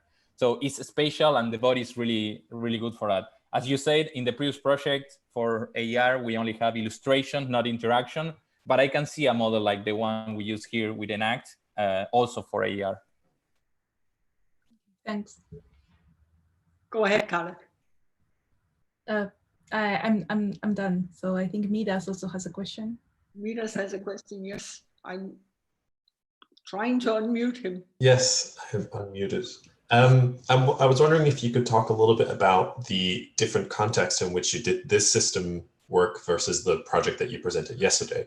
One of which was together with a company, and this one is very much by yourself. Like, where does this go next? How do you, because there's a lot of work that goes into a system design like this. Like, how does this then become realized in some way? Do you have some kind of like path that you imagine for that? And would you argue for one approach over the other? Thank you for the question. It was a completely different process, I would say. So the NAC project started in 2016. And the first paper from this project was in 2017. And then we tried to submit it to different conference, and well, it was a journal publication. So I would say it was a much larger project. It took 2.5 years, and recruiting designers, doing the experiment, figuring out, we have a lot of ambitions in the terms of goals. And in that time, we will see in a lot of commercial tools bringing some of these ideas. So I think they were catching up, let's say, in that time frame. If I compare that with the model that we have when we, in the other project that we collaborated with Adobe Research, I think the time frame was shorter and was much more focused. It was about AR. So I think both models are interesting. I think a project like this will require much more collaboration at large in order to make it become an actual tool that is ready to use, because designers and developers need something that is extremely robust to be used in their daily practices. And this one is an illustration in a sense, it's a research prototype. We can show several objects, we can show how this interaction goes, but if someone needs to do a mobile application from zero to publication in an app store, they cannot do it with this tool. So that's really sad in terms of studying that behavior, how this actually affects real practices. I'm not sure if I'm answering the question at large, but those will be my hints in this. Doing it open source is something that we want to do. We need to figure out some stuff with the French research institution. I really want to put this project as open source. We are not there yet, but as soon as it is, I will publicly put it on Twitter, the link, or somewhere else. All right, thank you, Herman. Time flies, so I guess this was the final question. So thanks again to you and your collaborators, and then we will move on to Midas, who I hope will then share his screen, and you can, I guess you can unmute yourself, but now I think I've unmuted you. So this paper, I just want to say, has already drawn a lot of attention in the press. So we're just to raise everybody's expectations. This is presenting the paper that's written when he was basically on his day abroad at MIT with Ilaria Liccardi, Michael Weil, David Karger, and Lalana Kagel, whatever. You got it. You can tell us the name. Yes. Yeah, so this is a paper I did with these people called Dark Patterns After the GDPR. I am trying to for this track, put a little bit more design stuff in there, but it is a mix of both design and regulation. So bear with me if that is a new topic for you. But basically, in 2018, a new privacy regulation came into effect in the European Union, and this was kind of the first major effort of institutional governments to try and push back against the way that technology industry is, basically using a lot of our data as a profit model. And one of the things that is written in the regulation is that for the processing of your personal data, they need to acquire consent. And I think most of us, for the people who are not that much into this particular topic, you became aware of this change when you got a lot of emails about 2 years ago in your inbox saying, oh, we need your permission to keep sending you newsletters and other stuff, right? What actually counts as consent, however, isn't necessarily an unproblematic definition. It's really something that is at this moment divided over a bunch of different documents. So you have some of the articles in the GDPR that say this is what is consent. You have some stuff in previous regulation from the early 2000s. And then you also have case laws coming out where judges are interpreting the law and saying, oh, this is what counts as consent. But for the sake of this presentation and for most situations, consent is any kind of type of response that a data subject, so you as an individual, gives that is freely given, specific, informed, and unambiguous. So this is what you give to this particular company. I'll briefly touch on those, but I don't want to spend too much time on it because then we'll get lost in all the legalese. But freely given basically just means that you can say yes or no without getting any kind of or experiencing any kind of detriment, and that you should be able to withdraw your consent as easily as you give it. And that it also means that you can't, for example, give your consent if it's something that you need for a contract. So in an employment contract, that would never count as consent because there's a power relationship there. Then you have specific and informed, which means that when you give your consent, it needs to be for a specific purpose rather than saying, oh, I give consent for you to collect any kind of data that you want for eternity. It needs to be for specific purposes, and you need to be informed about who it is that you're giving it to. Then unambiguous means that it needs to be a really, really clear act on your part. So basically somebody saying, oh, if you don't tell me you don't want it, that counts as consent, wouldn't actually be legally valid. And all of these things together basically mean that design of interfaces matter for legal compliance, because when you design an interface, it needs to actually allow a user to give consent in this way. This has become kind of a challenge for a lot of internet companies who collect a lot of your data when you browse websites. And so a new type of interface has popped up, which are kind of like a reinvention of the pop-up, which are called consent management interfaces. Now, what these look like, there's usually 3 screens to them. First, you have kind of like a bulk screen, which is like, oh, this is what we do. Do you accept this? Do you not accept it? So you give bulk consent to basically everything. And then there's a second level, which has more individual purposes, like, oh, would you want to turn on personalization, data collection, or information storage, or other things? And then lastly, there's usually some kind of vendor level, which is individual companies, and you can say yes or no to these. And these type of consent management platforms have become more and more popular. So here, the top graph is a trend line from 2018, showing how around 20% of publishing websites, or sorry, 35% of publishing websites, 20% of like most websites use these type of interfaces. And then the top graph is kind of the distribution of which companies are providing these, because usually these are third-party services on websites. These are not designed by the website themselves, but it's another commercial product. And what's interesting is that you now, at least in the UK, have about 5 different companies that service about 50% of the market, right? So there's a huge concentration in terms of who is supplying these interfaces and designing them. So which are these? So some of these might look familiar to you. Cookiebot is actually a Danish company and is one of the most popular ones. So this study that we did kind of asked 2 questions, which is first, okay, what are companies currently doing? What are these interface designs? And do they or do they not follow the legal requirements for consent? And then how does that design actually affect the choice of the users, right? And this is to dig more deeply into this question of freely given. And there's 3 research questions that we looked at for the design, which is Does the notification style of the pop-up change what you say? Do the options of the button? So if you have a reject button and an accept button, but they might be on different levels of these like three, bulk, vendor, or purposes. Does that do anything? And the level of granularity when you first go to a website. So for the first question about what are companies currently doing, we built a web scraper, and we found that 88% of websites are basically in violation of the law. Anecdotally, I think for most of us, this is not necessarily surprising because those pop-ups are very annoying and you never really feel like you have a free choice. But we kind of tried to put some numbers to this, right? So the things that they don't have is, for example, that they have boxes already pre-checked, which is not allowed because that's not freely given, that rejecting isn't as easy as accepting, or that, when they, you go to a website and you start scrolling and they count that as consent as well. There's a further breakdown of exactly how many, what the distribution of these things are for the different consent management platforms in the paper as well.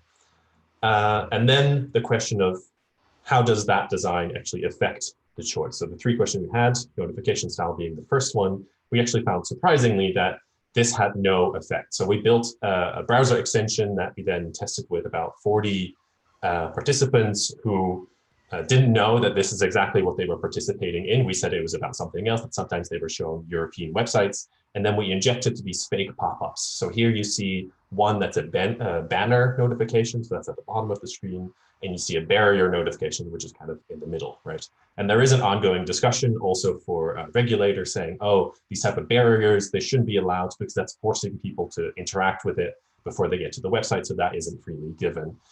Except that our data actually shows that it doesn't have an effect on the consent answer. It does have an effect on whether or not people answer. So if there's a banner notification, usually it means that you can keep scrolling on the site, and we found that about they're like 3 times more likely to be ignored than the barrier. Then the other interface, which is about when you remove the reject button from the first page and put it on the second page. And so this had a massive effect. So the consent rate went up by about 22 to 23 percentage points. And we also found that I think at 97% of the time, people don't even bother going to the second page ever. So moving that to a second level actually has a huge impact. And then lastly, we had this question on, okay, what if you then change the level of granularity you see on the first page, right? Most of the times now you get just that yes or no option, or mostly just a yes option. But what if instead you showed, the companies as the first level when you go to a website?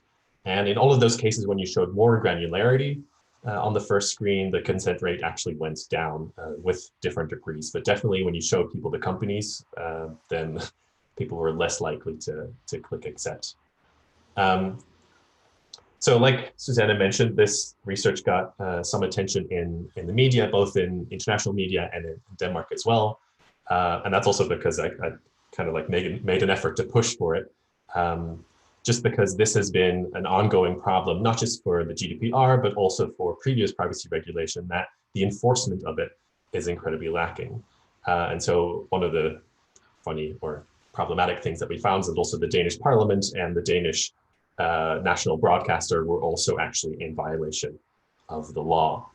And so what came after this, and this is not in the paper, but just to give you an update on the status, is that about a month after the media attention, the Danish Data Protection Authority, which is like the data police in different European member states, came out actually with new guidance for these type of pop-ups, which would then reported on as saying like, oh, a bomb on the internet, this is a groundbreaking new regulation. And we used the tool that we initially used to look at all of these designs to kind of measure the impact of this.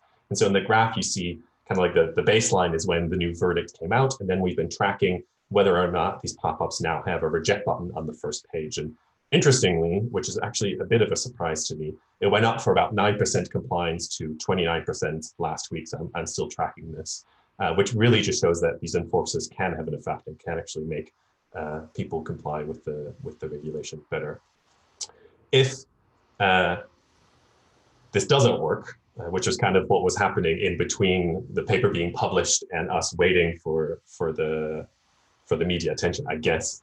We weren't really convinced that anything would happen. We also built a browser extension that automatically answers these pop-ups for you. So you can install it, you can set your preferences, and rather than having to do it on every single website, it interacts with those pop-ups for you, and then tries to kind of prevent you from being misled. So this is called Consent-O-Matic, and it's freely available on Firefox and Chrome, and is also open source.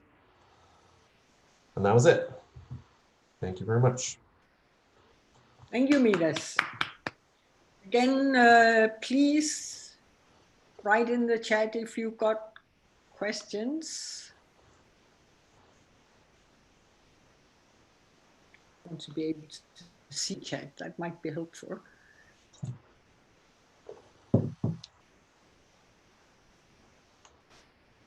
Yep. Let's see.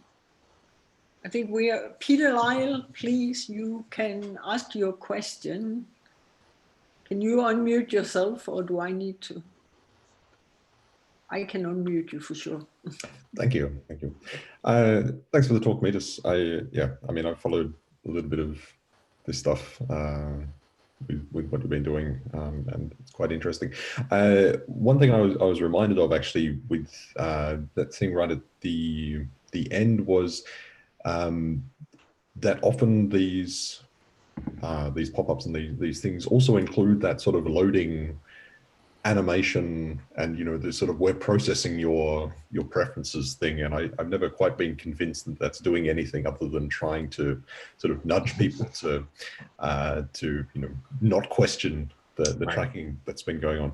I was just wondering if that was actually something that you had looked at or had thought about looking at. Yes, so I actually did, just out of personal curiosity, because it looked incredibly fake, because it kept being, I timed it basically. I was like, okay, it looks kind of the same. Then I looked into the code to try and figure out if anything was actually happening. I couldn't really see any network requests being made. So as far as I can tell, it's fake, but there might be something that I'm missing. However, even if it wasn't fake, it is still problematic because one of the kind of fundamental principles of this privacy regulation is called privacy by default and privacy by design, which means that the default setting should always be the most private setting. So the fact that when you want to opt out of something, they then have to do processing means that they have to change something. Whereas if they've done privacy by default, then it should be the other way around. So it's absolutely shit. It's also become kind of an issue with the extension that we built, because basically it means that we can only automatically process these pop-ups as fast as the pop-up allows us. And so that means that, some people were complaining, oh, I have to wait for a minute before it's fully processed. And that's something that we can't really do much about, except we're trying to hide it. But then because they sometimes count clicking on the page or clicking on the link as consent, that basically would then override our automator again. But yeah, no, it's shit. Like, it's terrible. It's very annoying. Thank you. So I think next up is Clemens. Yep, I'll unmute you. Yes, so thanks, Midas. That's great. Let's say that compliance goes up and people start using your extension. So this battle has been won. And what's the next battle? So it's not just about pop-ups necessarily. The thing that I'm interested in is the overall, I guess, power struggle between these large companies and civil society or governments. And there's actually a great report that came out yesterday by Brave, which is a privacy browser, looking at the overall enforcement of the GDPR and how that's incredibly lacking as well. One of the things that was mentioned in this report is that I think in all of the data protection authorities across the EU member states, they only have about 1% to 2% of people with an actual technology background who are helping with these type of questions, right? And so the next stage, or the next thing that I would be interested in with these things, is try and help these type of regulatory authorities with data-centric approaches, so that they can, like we did with this data, we can give some evidence to these authorities and be like, okay, here's the thing that we see is happening, and here's what we say would probably have the most impact if you pushed on this particular issue, right? because I think that the kind of the impact that we had, at least in Denmark, with the DPA making that new guidance, was influenced by the fact that we had very specific information. And having talked to some of these people since then, they're often kind of flying blind, and most of them don't even know what are the most, what are the different third-party services that are in our national country, basically. So it's not just about pop-ups necessarily, but it's about using computational tools for regulatory enforcement in general. And I think this particular case is a much easier one because it's the web, which is an open platform, and you can kind of, as a third party, you can kind of see what's going on because you can look at the code. Whereas if you're then moving into, for example, how mobile applications are violating the regulation, it's much more difficult to do that type of inspection of that. Right, thank you. I think we got like the time for a short question here at the end. So Ida is next on the list. So please, Ida.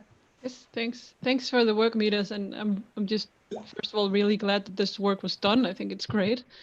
So I was just wondering, because you mostly addressed sort of the regulatory side of it, and the fact that even the National Broadcasting Service was not compliant clearly shows there are issues there. But I was wondering, there's also this very sort of low practical level where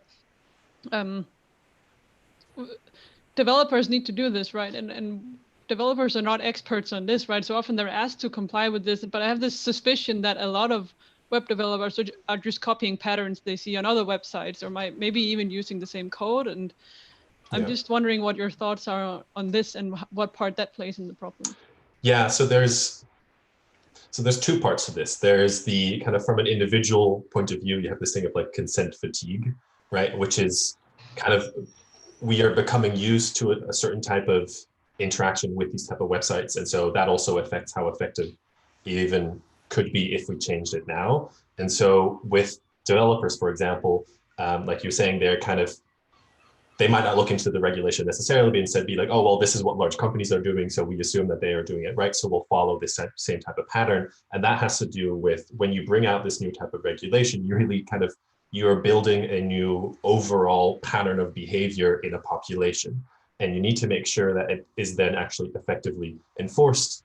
Otherwise, you get this pattern that contradicts the aim of the regulation itself, right? And so this is really, at the moment, kind of the big struggle, which is effective enforcement of the GDPR. So that's one side of it, which is just more like, diffuse, how do people deal with this? But then you also have the very practical side of, it is actually very rarely individual web developers who build this stuff. And instead it's third-party services who you hire. And they obviously are expert in this because it's their product. And actually, having talked to some of them, especially the Danish ones, they're saying, oh yes, we are allowing these illegal designs as part of our product offering because it is the companies that ask for this, and it is not our responsibility. We inform them about what's legal and what isn't illegal, but this is similar to how a car is allowed to drive over the speed limit. It is the responsibility of the individual driver, which I have some ethical issues with. And so that's also one of the kind of the advices that we gave in the paper for regulators is, again, rather than going after individual websites, you should go after these very centralized players saying, okay, well, you guys need to all be compliant, because then that'll trickle down much faster to the rest of the web ecosystem. So I think, this question of, oh, the developers might not know is less important than, here are some people who definitely do know, but say for their business model, this isn't something that we care about. Thank you. Well, thank you, Midas.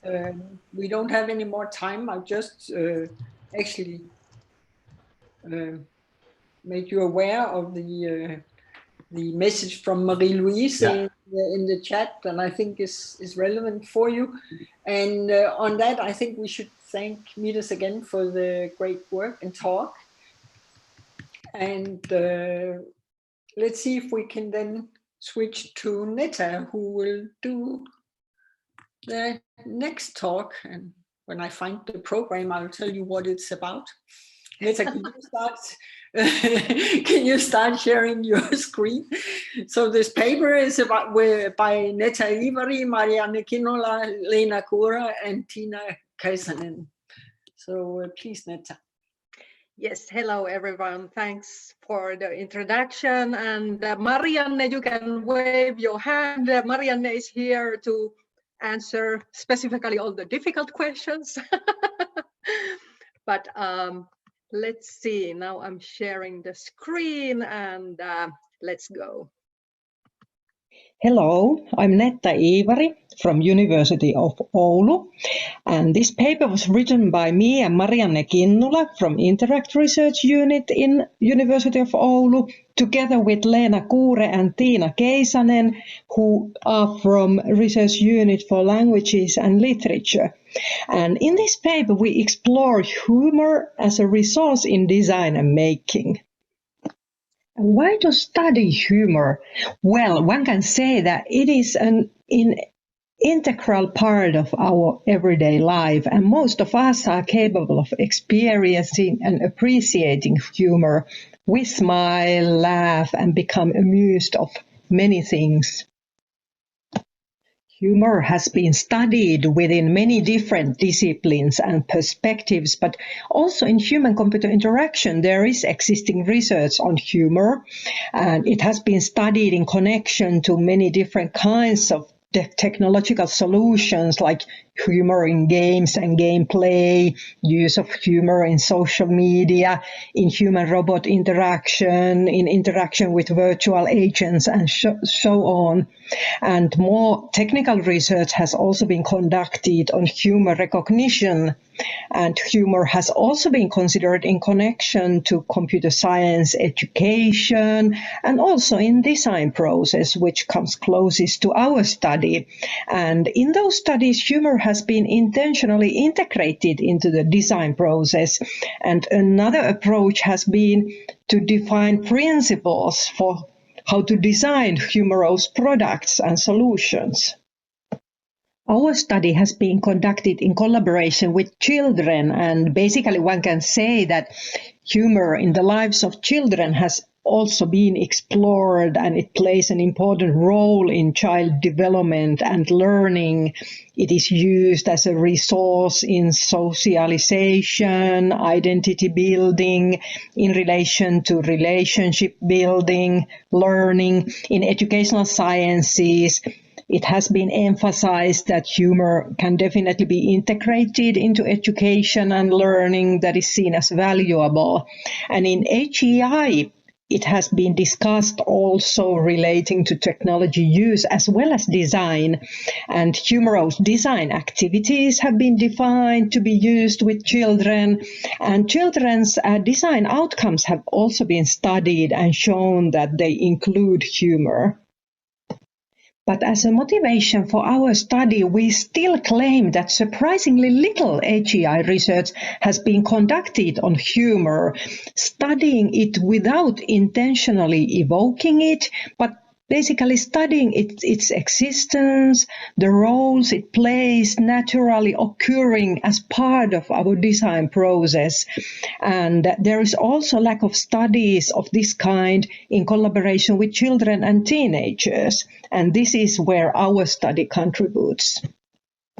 And for this study, we have been doing a lot of reading on humor, and of course a lot can be found within different disciplines, most notably psychology. And you can find different kinds of theories on humor, categorizations, functions of humor.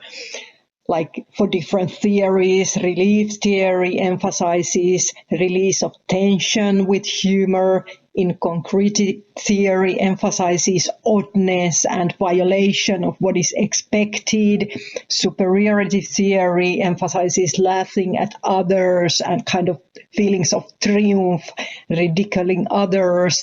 And humor has also been categorized to be directed at the self or the others and being benign or detrimental. And based on this, you can identify self-enhancing, affiliative, aggressive, self-defeating types. And humor can be used for identification, clarification, enforcement, differentiation, different types and functions. But we advocate situated perspective on humor, and then you are studying it in situ situ from people's perspective, how it emerges and is used as a resource in interaction. And our background and inspiration comes from discourse and interaction studies. Particularly, we are fascinated by Nexus analytic research strategy and theoretical framework. And that emphasizes that when you're studying people's interaction in situ, you should be looking at participants' historical backgrounds, experiences, what kind of relationships and interaction orders are emerging among them, how the space affects, what kind of discourses are kind of intermingled with the space and circulating around at the societal discourses, in situ discourses emerging in this situation. And from this perspective, we have been studying humor in this case. This study has been conducted in collaboration with a comprehensive school in Finland, in Oulu, and particularly in collaboration with a class of 9th graders and their teachers. And this was part of their multidisciplinary learning module, which included entrepreneurship education, English, and so on, different types of subjects.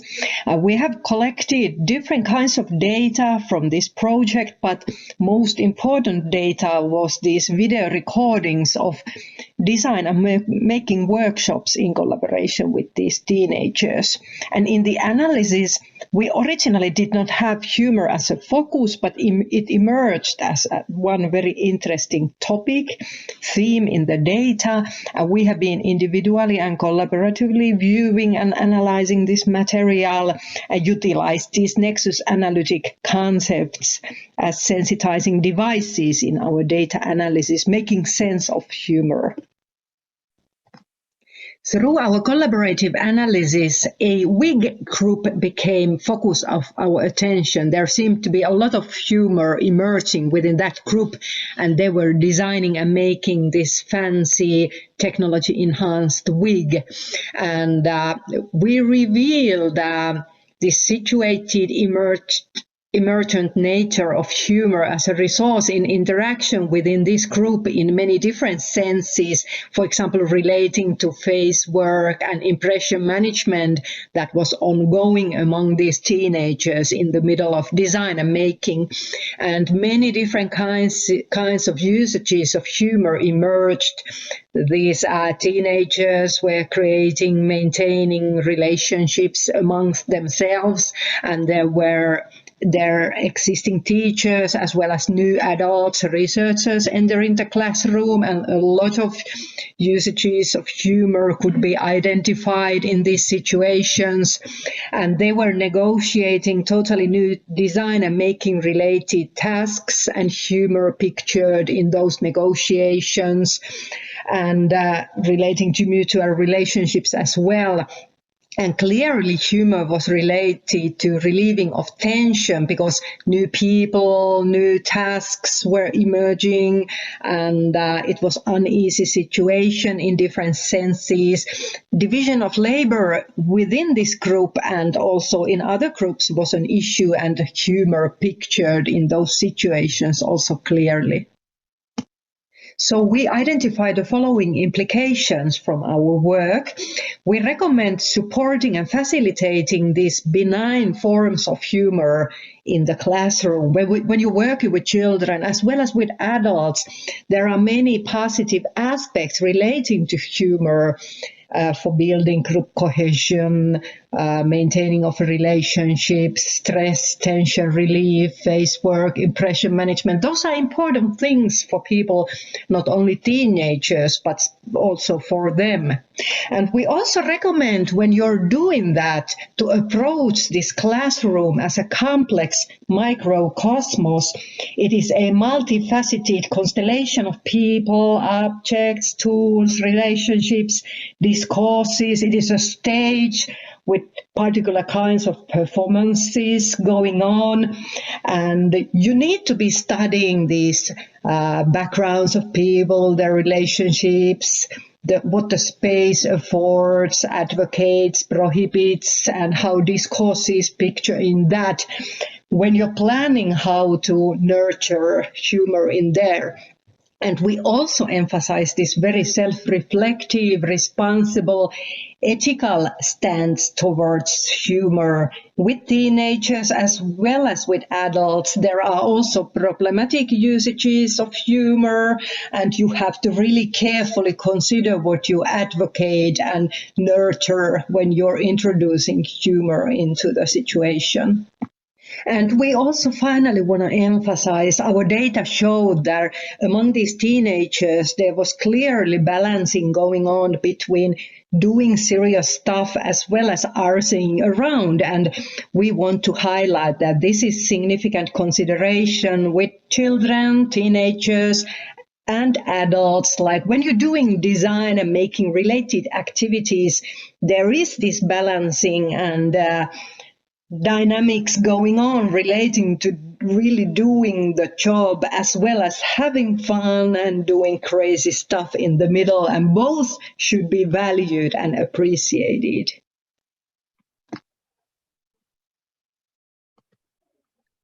Thank you, Netta.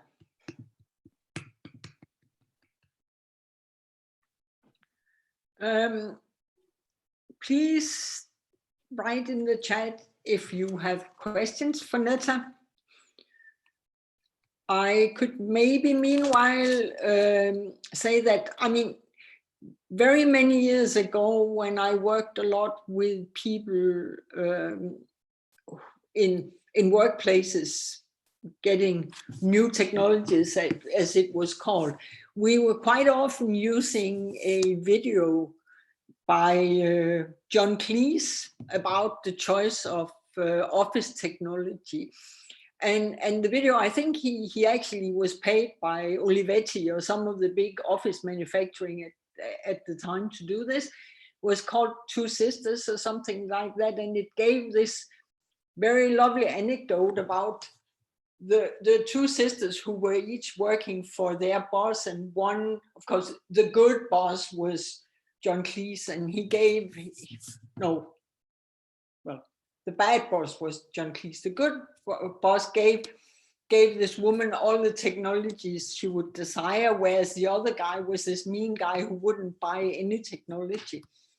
And anyway, it seemed to me that this very ironic way of presenting the positives and the negatives of actually having technology in the workplace worked quite well for people. And so I was just thinking, other than the fact that this is actually something that was probably produced in the around 1980, I was just thinking,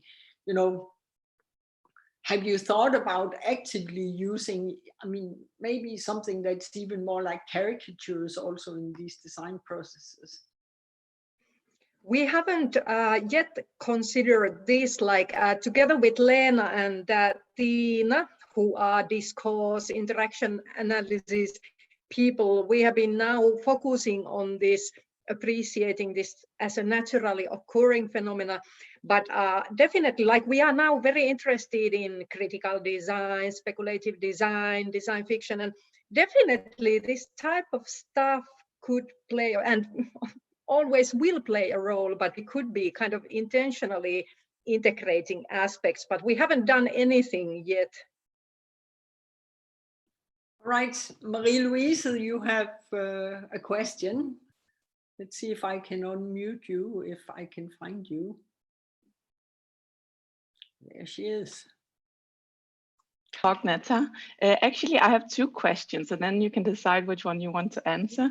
So I've done research in speculative design, especially in topics such as reproductive and sexual health.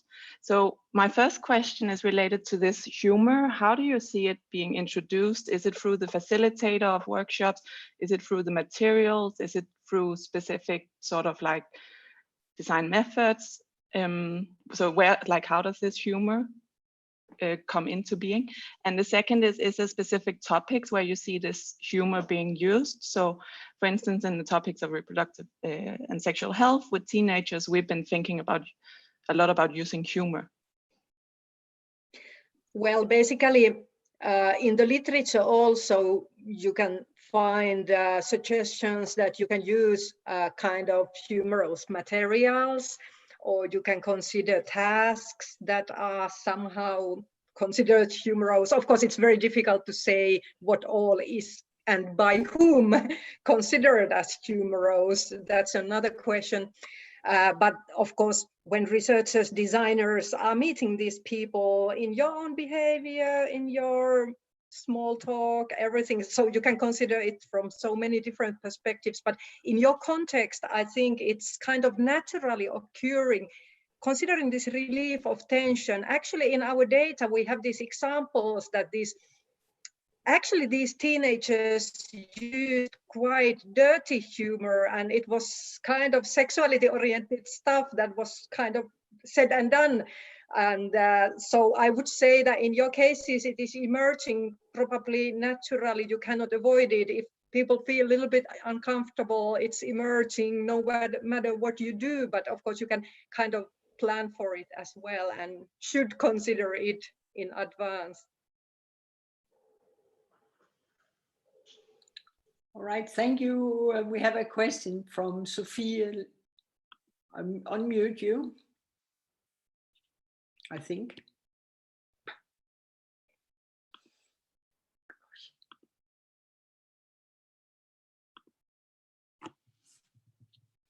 Test. There's something with the unmuting, I think. Wait. Now I think you're yes, on. Now you can hear me. Sorry. It's a really it's a real back and forth. Sorry for that. Thank you for your talk, Netta. I was thinking about maybe the obvious issue or the obvious question here. Humor, of course, always has cultural implications, right? And so maybe that's a bit of a follow-up question to Marie-Louise, who was talking about like teenagers as maybe a target group. It felt like you opening up for like quite general entrance here, like both aiming for children, youth, adults. But I think, of course, they're all humor is very different to both age groups, but also culturally has a lot of differences. How were you reflecting on that? Actually, in the Kai paper, the review team also forced us to write probably even several paragraphs on this aspect. So definitely it is significant, and we have been contemplating on it. Like, in a sense, humor is universal, but then again, it's very specific to people, situations, age groups. You can identify like numerous distinctions. And we also considered this aspect of us kind of old people trying to interpret young people's humor. There are so many challenges, but generally you can recognize it from certain kind of science and certain kinds of evidence. But then again, you should be talking to people as well. And definitely you need to know with whom you are working and what kind of is considered humorous from their perspective. So it doesn't really same things don't work everywhere all the time. But these different humor theories, even like, we didn't have too much time to make this slideshow, but we tried to include like a little bit different types of humor into those pictures even. So it's such a complex concept, and yeah, you need to carefully consider what is humorous for whom. All right. I would like to yet again thank Netta and everybody in this session for some really interesting presentations and some good questions. This session is coming to an end, and there will be more. Unfortunately, some of us have to go and teach, but I guess the rest of you get to hang out and hear more nice presentations later today. Thank you for joining this session, and I guess the next will start in 15 minutes. Right, bye now, everybody. And thank you, Susanne. Thank you.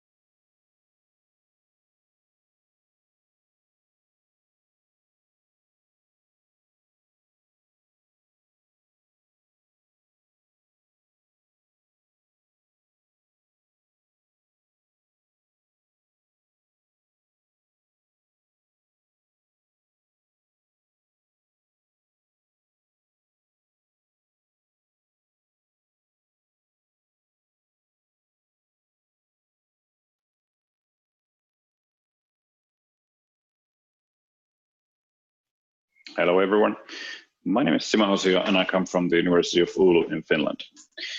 Our work is on creativity.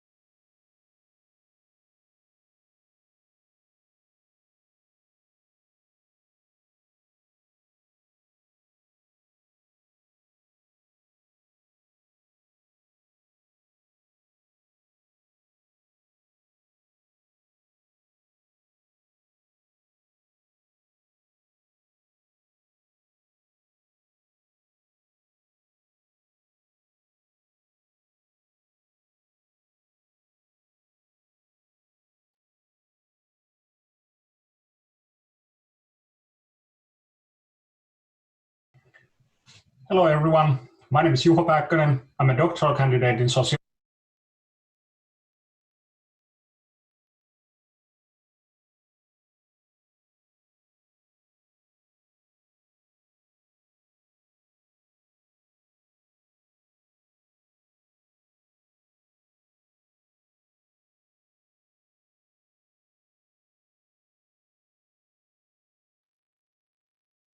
At the University of Helsinki.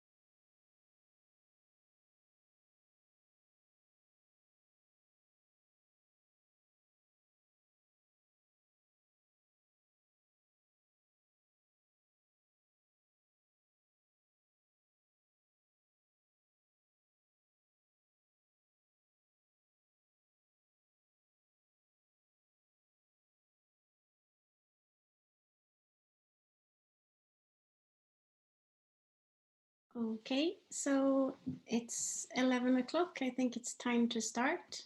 I'm Alexander Weilenmann. I'm the chair of this session. Trying to see how many people we have in here. Can you hear me? Can someone? Kia is, yeah, good. It's like no feedback coming here. So, okay, great. Hi, everyone. Great to be here. at home taking part of this event. I actually didn't plan on going to Hawaii, so for me this is a great bonus to be able to attend the conference this way. Thank you very much for organizing this, Barry and colleagues. So we have 3 interesting papers on the topic of surveillance, crowdsourcing, and bureaucracy, and we'll have only 1 hour to deal with those topics. So I hope we can keep the time together. And some rules for how this works. If you're only joining just now, please unmute your microphone. You're all unmuted now. And if you want, please share the video because that makes it a bit more fun for us. If you, if you want to ask a question, then after the presentation, you can type the question, or you can just type your name in the chat, and then I will divide the word between you. And don't forget, of course, to unmute your microphone as you're asking the question. And then, of course, we need to clap after each session, and that has to be done, like, I guess, visually. So we all need to make sure that the presenter gets some feedback, because it's really a bit strange to just talk out like this. Okay, so I will give the word to our first speaker. So that's Pedro Sanchez at KTH. Let's see if this works now. Pedro, go ahead. Thank you. I'm going to share my screen. Yes, can you see it? Okay, so this paper is called Under Surveillance, Technology Practices of Those Monitored by the State. It was written with Vasiliki from KTH and Asrin and Barry from Stockholm University. And so I start by saying that, well, the state has been treated as a relatively benign actor in HCI research. For example, in the field of digital civics, researchers work with states to produce different ways for citizens to access state services through the use of these digital technologies with the aim of empowering citizens. This is a very important. This is very important research. But in this paper, we start from a different departing point. That nearly all states suffer from overreach, systemic problems, or bad actors that results in oppression of certain groups. We can think of police forces, immigration and border control, and so on. But this paper is mostly about surveillance. Surveillance is the act of collecting information about individuals. And surveillance studies literature has a very broad definition of what surveillance is. So supermarket loyalty cards, website cookies, national IDs, no-fly lists, etc. They all qualify as surveillance. And this literature has been very good at describing surveillance in all its different forms. But in comparison, the amount of literature devoted to understanding how do those who live under surveillance live has been slightly less representative. And so in this paper, we asked the question, how do those who are under state surveillance change their technology practices? How do they relate with others? How do they make connections and so on? And to do that, we've recruited people who have been under state surveillance, who have obtained proof of being under state surveillance by being shown transcripts of conversations, by being arrested in connection with data that has been obtained under surveillance. And we know that state surveillance may come in many different forms. For example, we know that in certain countries, welfare recipients often have to give a lot of personal data about themselves regularly in order to qualify for benefits, affordable housing, and so on.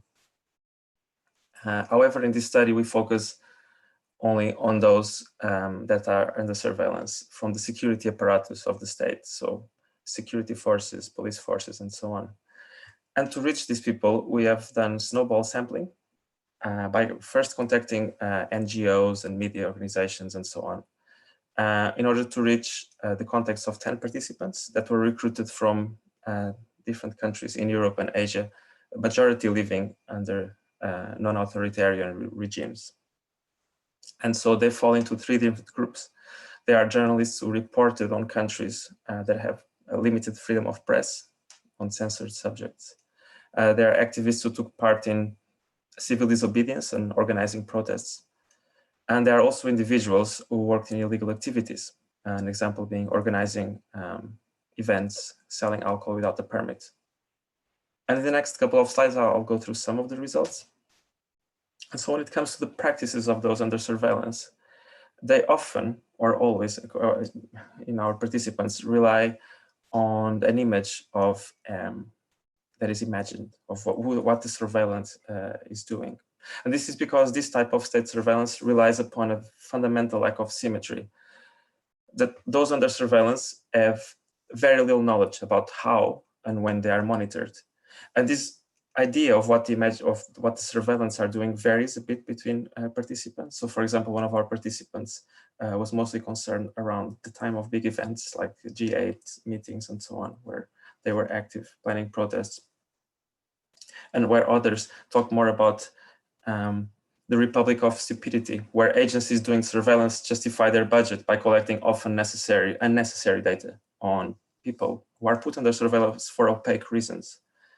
And so most of our participants actually assumed that they were always under surveillance as well. And they reacted to this using different strategies, but related. And one strategy is to enclose different parts of their life. This could be done by activating or deactivating technologies in different points. For example, one of our participants, every time they cross the border, they would turn off social media accounts so that they would be protected from border agents.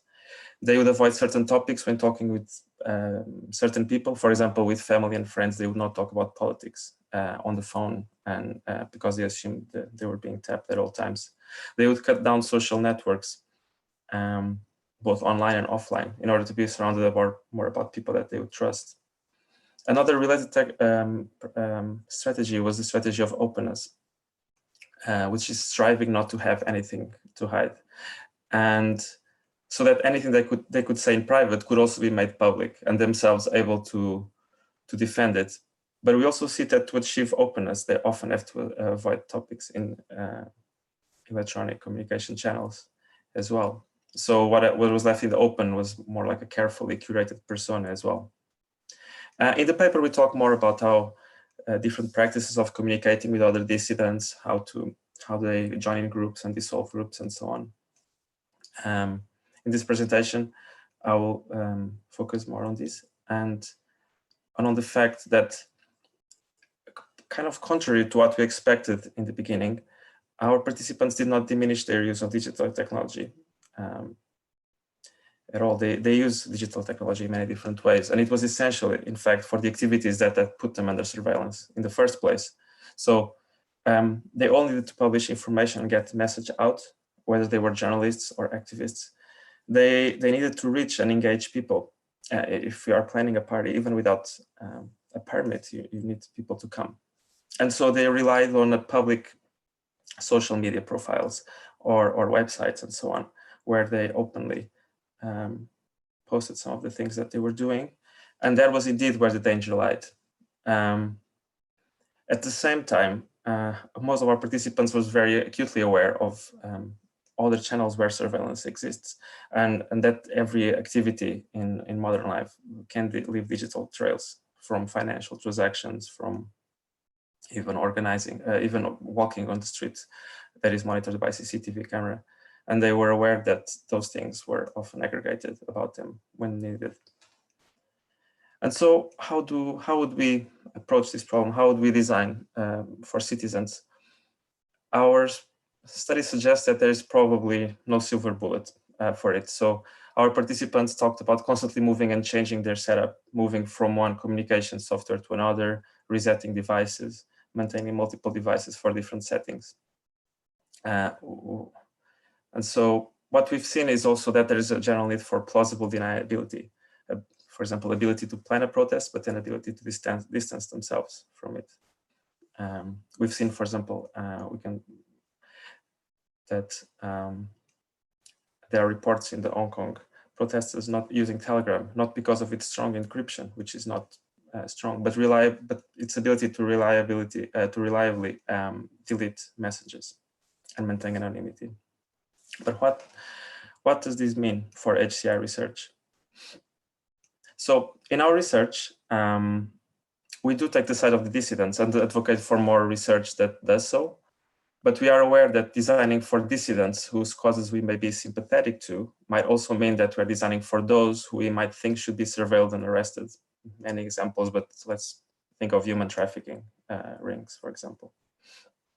However, we still see value, not only with engaging with illegitimate forms of political participation, such as civil disobedience, but also with groups that live under constant threat of the state.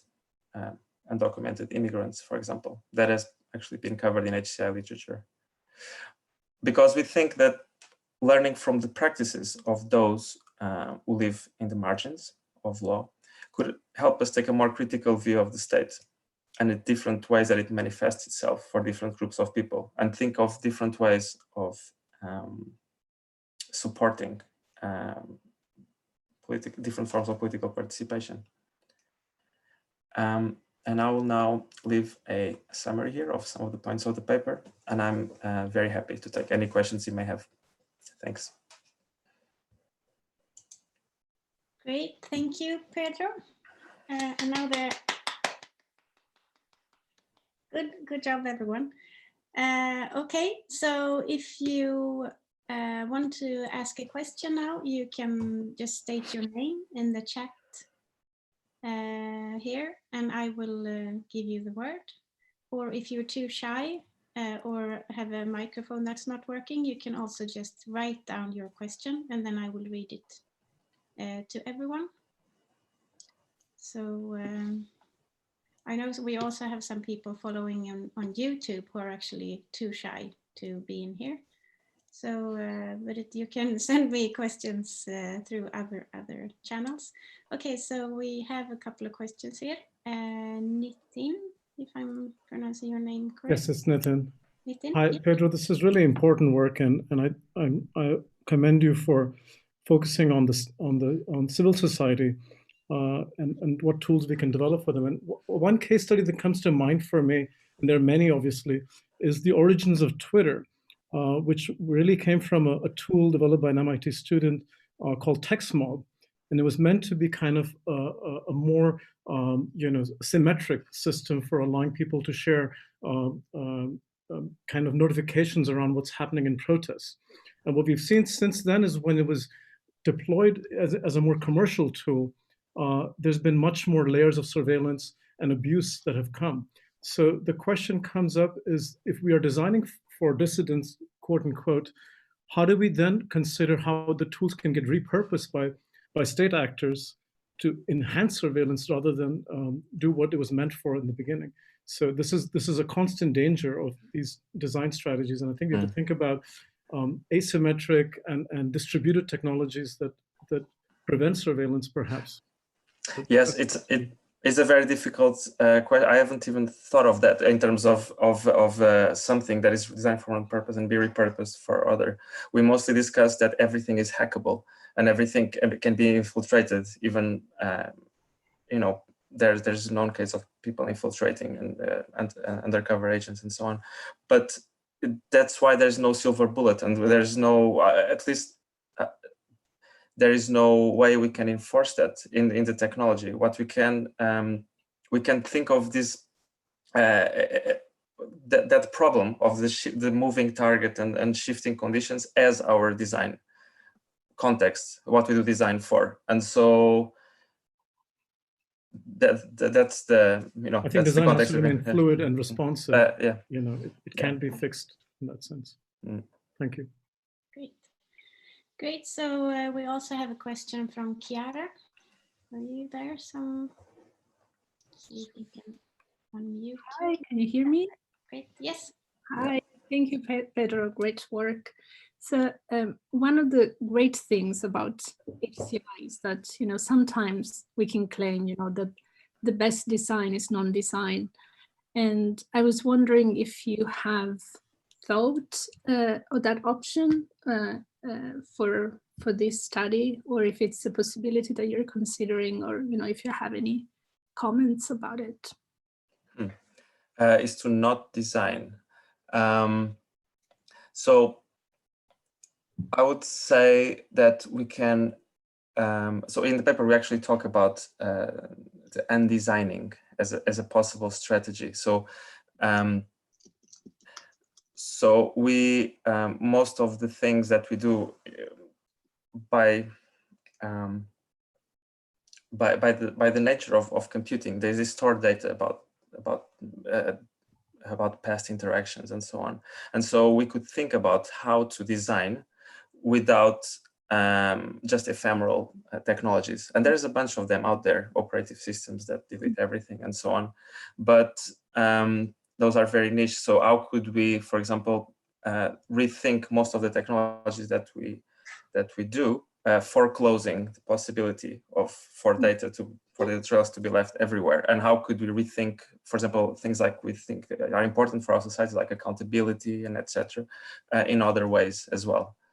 But again, there will always be compromises to be made. Thank you. Thank you for the question. So we have time for at least one more question to Pedro and his co-authors. Anyone? As I said, if you're too shy to say your question, oh, Kia has one. I don't think she's too shy, so we will unmute you. Where are you, Kia? Okay, I think I am unmuted. Yes. Yes.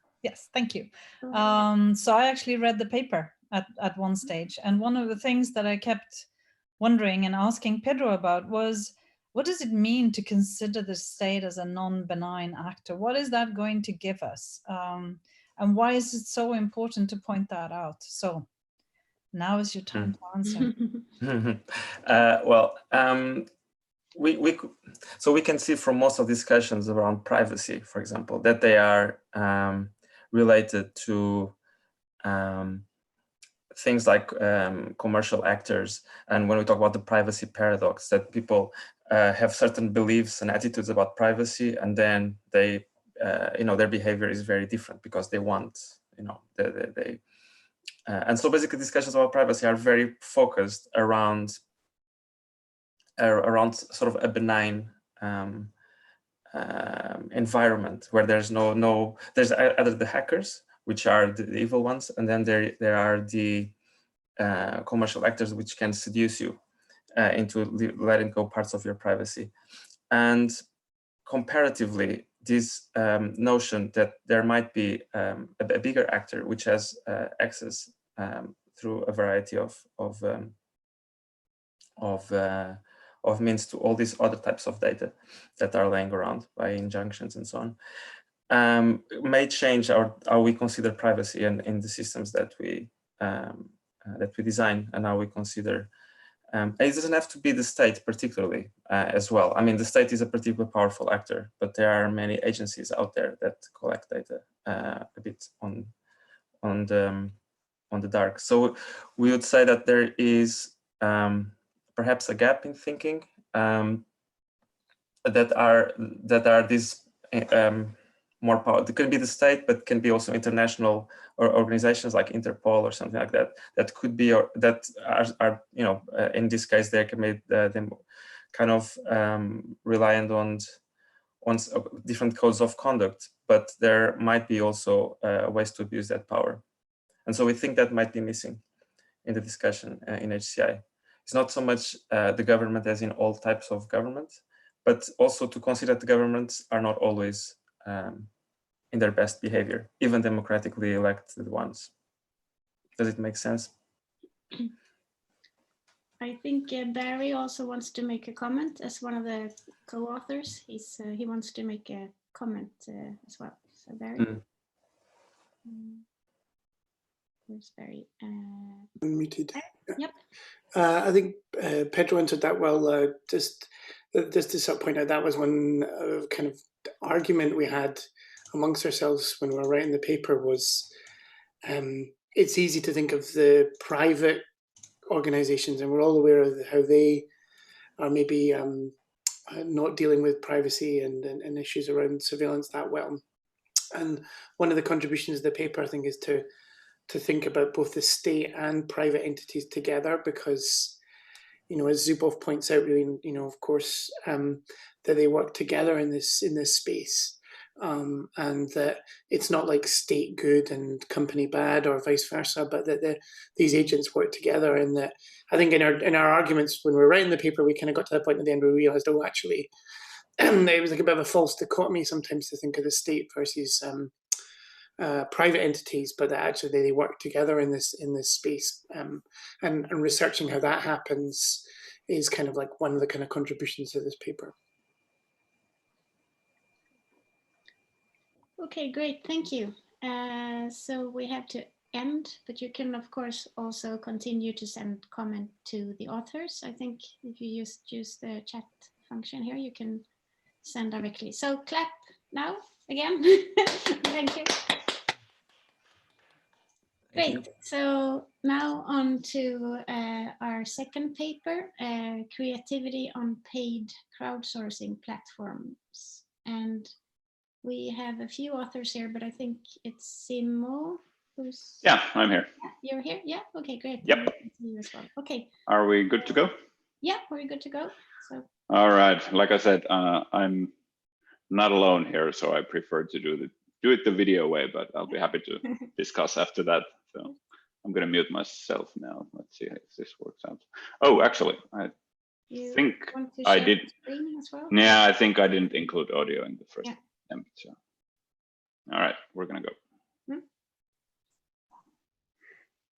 Hello, everyone. My name is Simo, and I come from the University of Oulu in Finland. Our work is on creativity on paid crowdsourcing platforms, and this is joint work by Jonas Oppenlander, Aku Visuri, and me from here, and then Kristi Millan from the University of Toronto, and Pano Siperatis from New York University and the Stern School of Business there.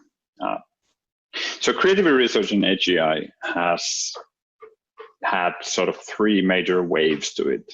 First, decades ago, it was about individuals' intelligence. How do we as solo human beings are creative, and what can we do about that? And then later on, a couple of decades ago, it was more about groups and collaboration, and really like the collaborative branch of this work has been gaining momentum lately in our circles as well. One of the major problems in creativity is, of course, that I mean, what is creativity? It's a very subjective thing, and partially due to this, it's been seen as a sort of a grand challenge in HEI as well. How can we, through means of HEI, try to support creativity and the creative processes of human beings? And in a way, this is one of the final frontiers, or many are seeing this as one of the final frontiers before AI and automation take over of everything. The creative jobs will be the last ones that remain. So it's something that is totally worth supporting at the moment. So our lens is crowdsourcing, and we approach creativity through crowdsourcing, which in our case, in this work, we're talking about online platforms. So Amazon Mechanical Turk or Prolific, platforms where workers work and requesters request work. So typically tasks on these platforms go from objective to very subjective. Image labeling, is that a cat or a dog? And on the other end of the spectrum, we have sort of opinion questions, and then so ideation and even content creation. So these are some examples of actual tasks on those marketplaces or platforms. And if you think of the task like, please design a chair for children, it's very subjective and requires a fair deal of creativity if you want to design anything unique and usable. And anyone with kids knows that this is not an easy task. They might sit on a cat if they want, or they sit on a normal chair. So these are kind of very subjective and interesting tasks to work on from the creative point of view. So our idea was that we want to really dig into the workers' perspective on this matter. What is creativity? How do you feel about creative work on these platforms? Because there's a lot of research happening on this front. Research on creativity support tools that use these marketplaces as their sort of fuel, or fueling those tools, to evaluate those tools as the source of creativity. But surprisingly little work has been actually looking at how do the workers themselves feel, or how do they see creative work. And it's very analogous situation to if you request work from your colleague, and the colleague has a totally different understanding of what that work might be. So you can see easily there is a mismatch there that probably deserves some looking into. And yeah, ultimately our lens is crowd-powered creativity support tools. So what are the implications of looking into this perspective to creativity support tools that are mainly powered by this on-demand labor force on these platforms? So our approach was simply dividing creative work into two categories. So we regard tasks like content creation, ideation, something completely arbitrary tasks that require subjective input as creative tasks. And then the other overarching category of creative work is creativity tests. So of course, since creativity it's not exactly really new research topic, there is a lot of standardized tests for creativity. Like most of you have probably at some point come across or seen a paper where, for instance, people are trying to look for alternative uses for a brick or for a paperclip. So these are creativity tests. So we designed a questionnaire, simply a long format questionnaire around the issues of creativity and creative work, and deployed it to Mechanical Turk and Prolific, both perhaps the most used crowdsourcing platforms in HUA research in general. And just to give a brief overview of the scale of these platforms, they are pretty massive. So Amazon Mechanical Turk has anywhere from 100,000 to 200,000 registered workers, and somewhere between 2,000 to 5,000 online right now as we're speaking. And same with Prolific. So these are actually stats from my own dashboard just 2 days ago, and there's 100,000 people there logging in during a three-month period. So there's a lot of people available on these platforms for crowdsourcing work. We ask questions like basically how and why do you work here? How do you define creativity? How often have you came across different creative work here? Do you complete those creative tasks or not? Why do you complete them or why do you not? Just to get a really good understanding of how do these people perceive creative work on these platforms. And of course, the sort of reason to do this was to try to derive some kind of implications for requesters as well, so that we could understand the actual workforce better that is doing all the hard work for us. Just briefly on some of the findings, there's a plenty of other findings in the paper, so I encourage to read that, but here's a brief take. So this is much in line with earlier findings, but just to provide some updated data. So we can easily observe that in Mechanical Turk, people tend to work longer hours and possibly gaining a bigger percentage of their income from crowdsourcing. So there's a lot of people on Mechanical Turk who are doing that as their main gig, so to say, and they just do that in a really professional sense. And then again, on Prolific, a lot more people are sort of hobbyists. So they do a little bit of work every now and then, a couple of hours a week, don't maybe get their main income there, but already from here, we can start to extrapolate that these two marketplaces are very different when it comes to the available labor force there.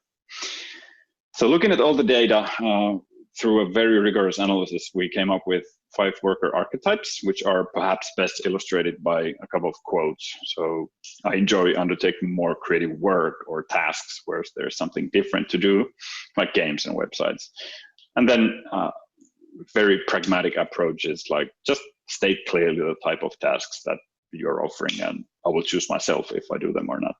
So there are 5 these kind of clearly distinct archetypes that we could see in the data after reading hundreds and hundreds of responses.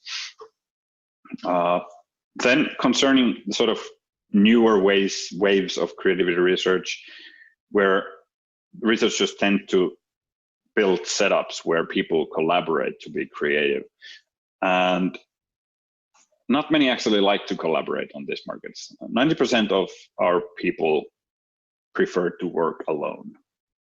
So perhaps this may not be a surprise, but this is still something that we should be keenly aware of, because ideally, of course, you would want to offer work to the correct labor force so that they are not forced to work on things that they don't want to work on. And then this is perhaps, at least for me personally, this was the most interesting part of the findings. So there's a massive amount of pre-exposure to creative work, especially when it comes to creative tests. So if you think about a person taking a creativity test, for instance, the paperclip one, if that person has done it already for about 50 times, as that one participant was actually saying, you're bound to get data that is not perhaps too valid when it comes to like interpreting your results. So maybe we need better ways to screen for participants on what kind of tests they have already been doing and how many times. And then selected issues or sort of implications of this work.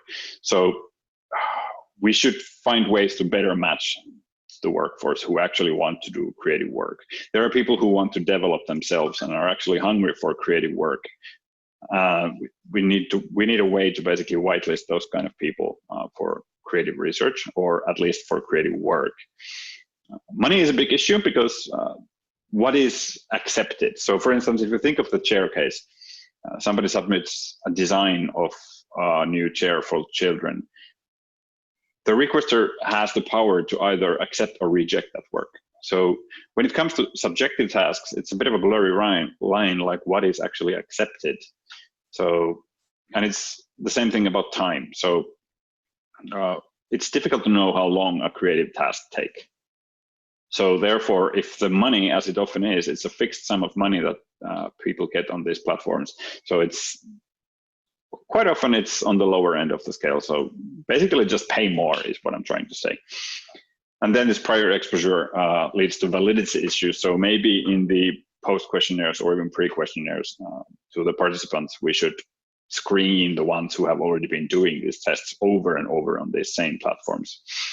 Much of this can be helped with just having clear definition of expectations and then what the task is actually about. Finally, some future work. So perhaps we need new rework models. So especially with creative work, there is a chance, a small chance, but chance nonetheless, that as a result of this kind of crowd ideation process or creative work, somebody creates a killer app or a smash hit. So it could improve data quality and worker motivation in general if we had some kind of a feedback mechanism so that they get bigger rewards if they contribute more useful work, let's put it this way. And then this unified definition of creativity still eludes us. So we're building this kind of a bigger questionnaire where we're trying to do a computational analysis of open-ended text, basically, where people are defining in their own words, like what is actually creativity. And that's basically it. Any questions? Great, thank you. Thank you, Simon. I will unmute you. Yeah, there. Okay, so thank you. We do the. Some people are using great. It's easy to forget. So thank you for your presentation. So if you have a question now, you please write your name in the chat, and I will give you the word. So any questions from the audience? Let's see. Anyone? I'm getting off the hook easily. No. So okay, I will let you think about some question. I had one thing that I thought when I read the paper, and you touched upon this also in the presentation, but since the mechanical Turk workers, there were quite a few people there who actually earned their primary income from using that, whereas not as many on Prolific, where they were on like the fun and enjoyment of it. So and I guess this is something that, is there a connection here between being paid and enjoying what you're doing? I think that's something that was.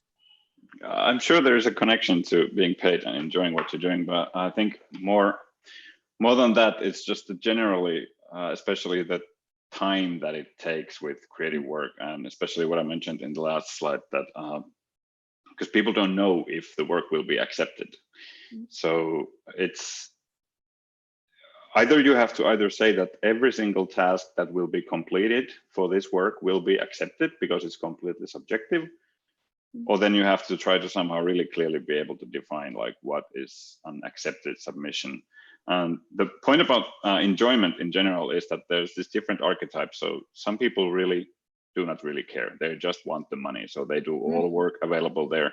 But consequently, that leads to really low quality submissions on these kind of tasks, which are subjective, because you can just write, if I ask them workers to write poems for me, they will just go to Google and write poem and copy paste that there because they will get the money. So it's really difficult to find just the right labor force for creative work from these platforms, which is why we would kind of ideally want to have some kind of a middleware layer that where people can self-select, still maintaining their anonymity or pseudonymity via the middleware for creative work. And some platforms like, or some middlewares like this exist for different type of work already on top of these platforms.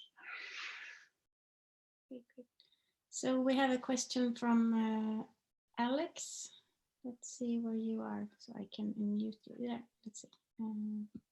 Yes, Alix, please.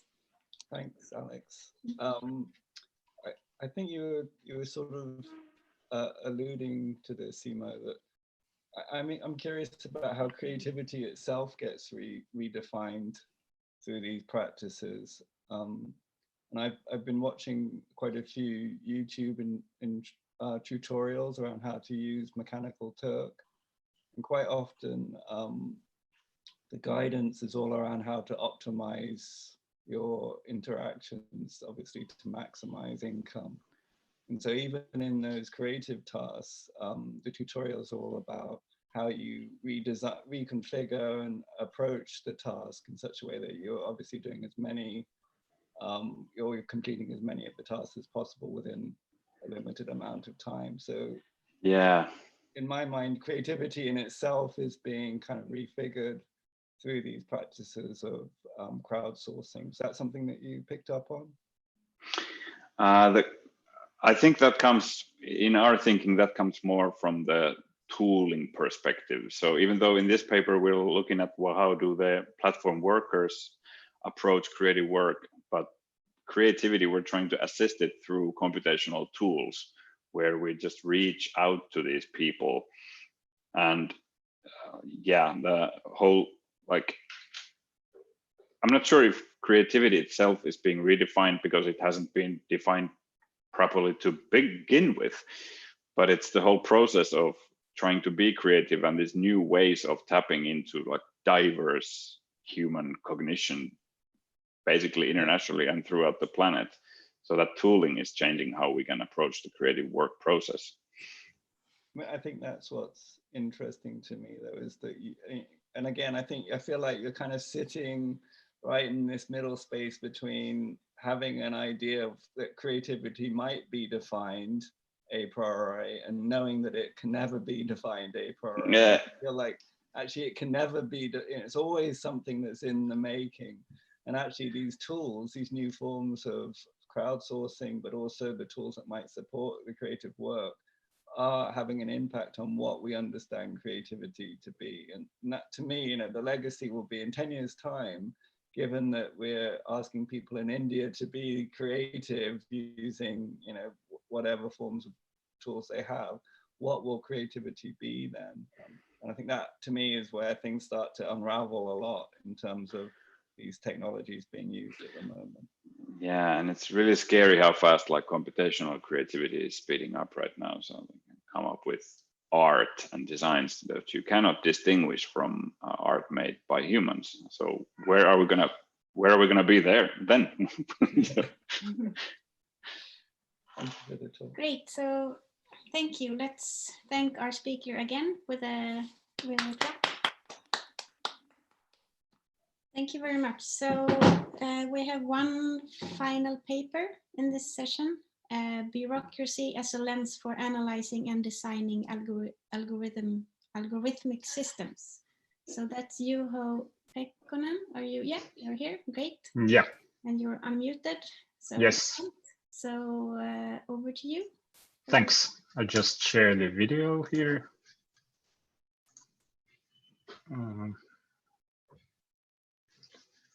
All right. Hello, everyone. My name is Juho Pääkkönen. I'm a doctoral candidate in sociology at the University of Helsinki. And in this paper called Bureaucracy as a Lens for Analyzing and Designing Algorithmic Systems, we explore how theories of bureaucracy could be used to think about decision-making in socio-technical algorithmic systems. The background for this is that there are increasing worries about decision-making being delegated to algorithms in important societal contexts, such as, for instance, child welfare protection, police work, or judicial decision-making. And in such contexts, the worry is that algorithms are somehow more prone to mistakes than humans when making decisions about complex cases.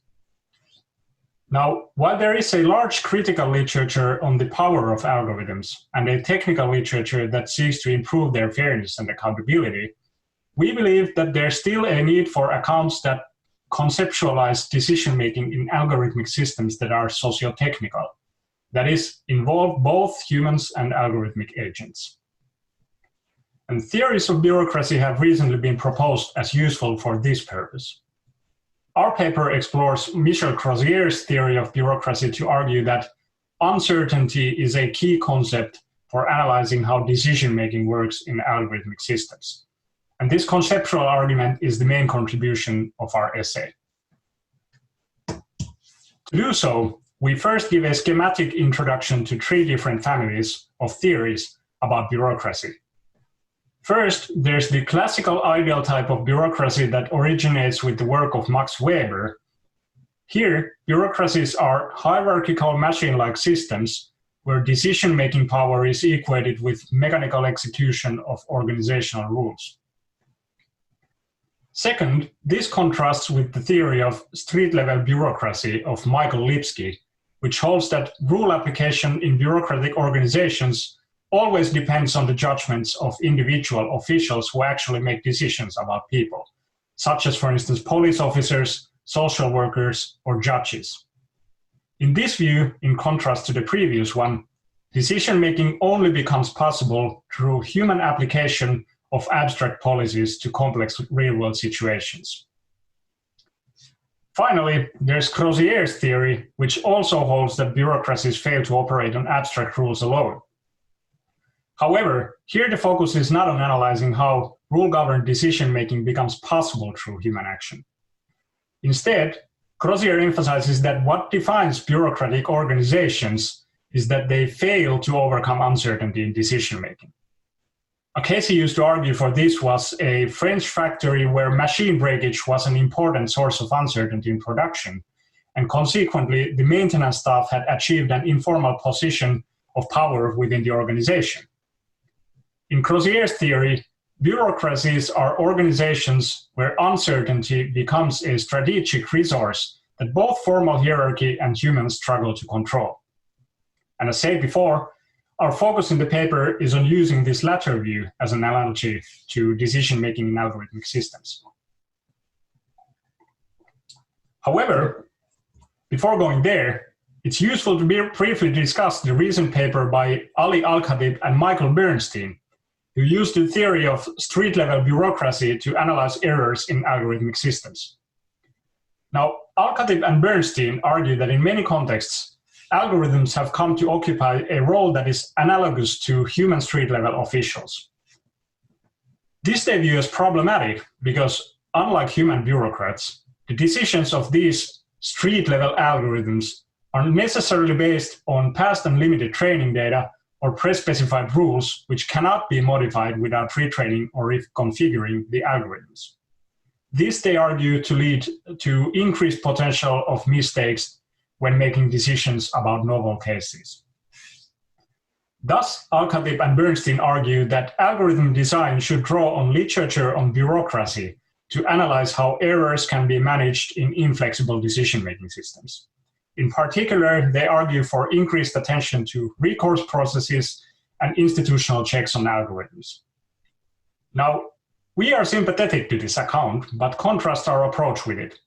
And the reason for this is that, first, the account does not acknowledge that in many cases, algorithms act as support systems, and in fact do not occupy the role of human bureaucrats in making autonomous decisions.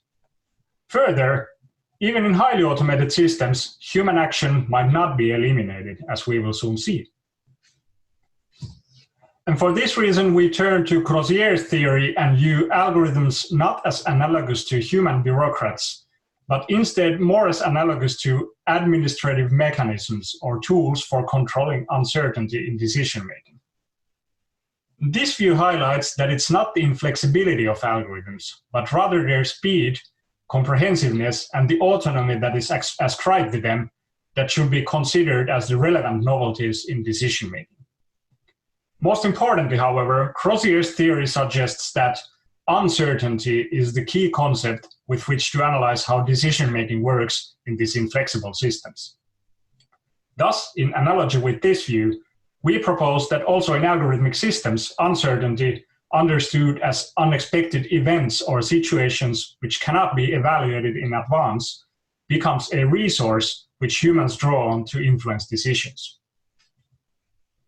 And in the paper, we draw on 3 well-known cases from previous literature to illustrate that this can happen both when algorithms are used for supporting decision-making, as well as in the case of highly automated systems where humans are replaced by algorithms. First, we look at recidivism prediction support systems in court, where judges have been documented to contest the algorithmic predictions. In relation to these support systems, we argue that the interpretation of algorithmic outputs as evidence constitutes a source of uncertainty that the judges can use to control due to their authoritative position in the institution.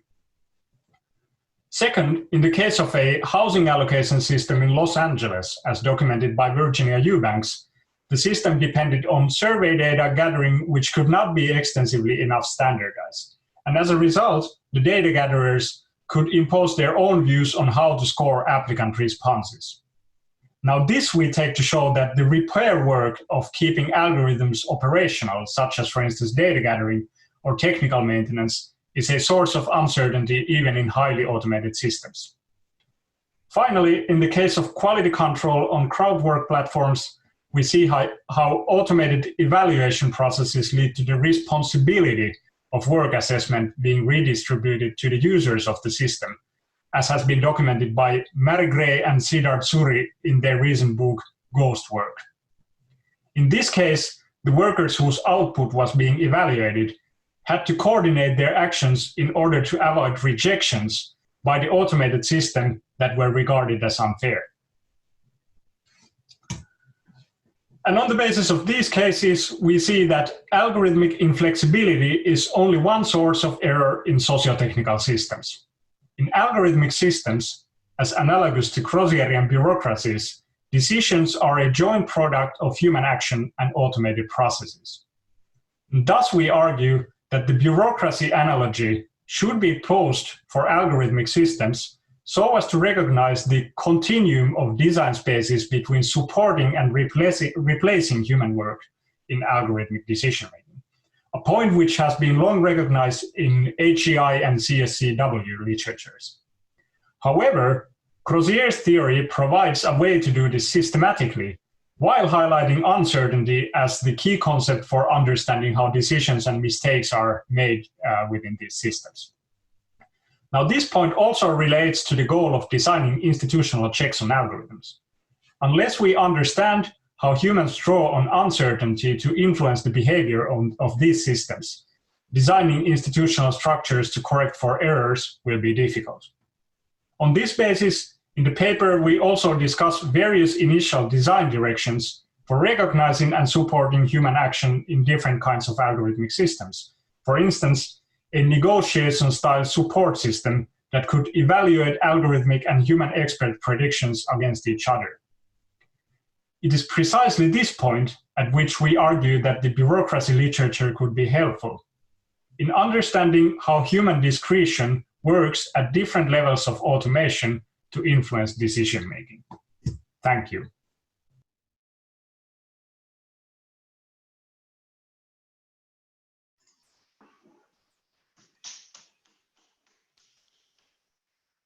So great, thank you for your presentation. So we have 10 minutes for some questions. And if you want to ask a question, you write your name in the chat and I will read your question. So who wants to start? I saw some heads nodding during the talk. So anyone wants to start? No? Pedro, I saw you were nodding a bit. Pedro Sanchez? No? No? Okay. Okay, so we have one question from Irina. Let's see where you are so we can unmute you. Hi, I think I'm unmuted.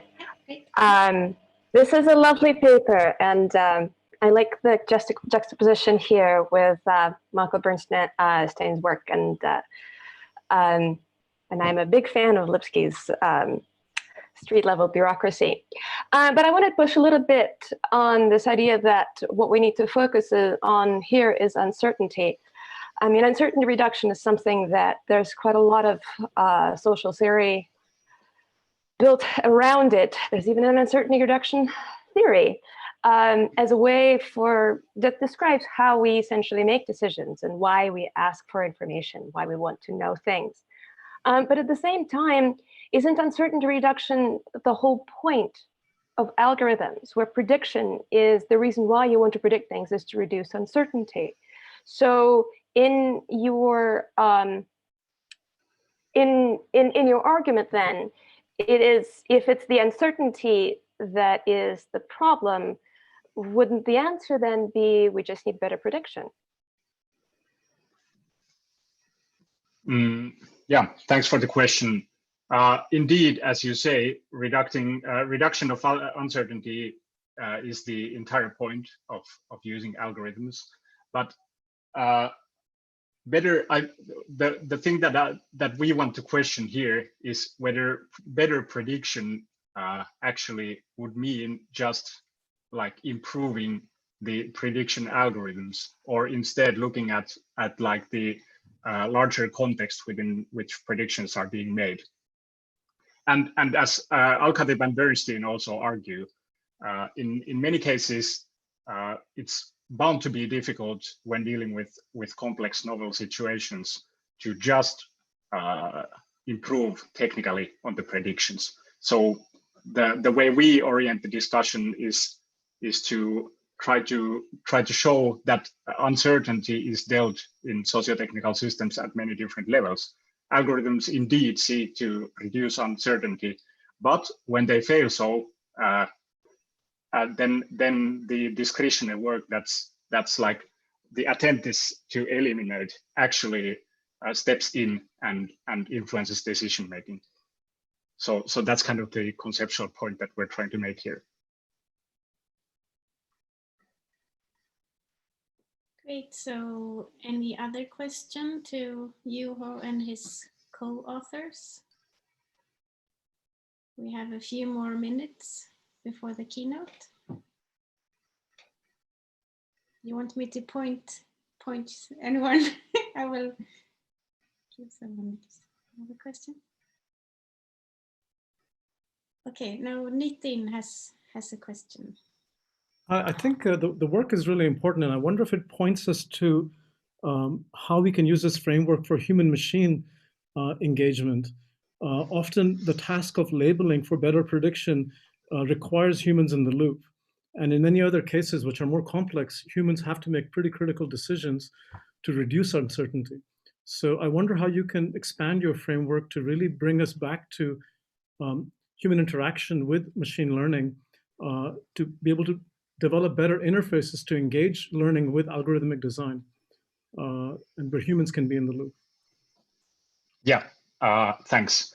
The point exactly is that we should recognize the work that goes into, for instance, classification tasks, and the difficulty is how to bring that work up and support it so as to steer decision making into beneficial directions. I'm not sure whether that answers your question. Like this, I think that this already conceptually deals with the issue or connects with the issue of the human work that goes into, for instance, classifying. Right, and I guess I'm just trying to expand that to say that there may be many conditions where we have to opt humans back into the loop, where we feel that the algorithmic certainty certainly wouldn't be feasible or ethical in very urgent human care contexts.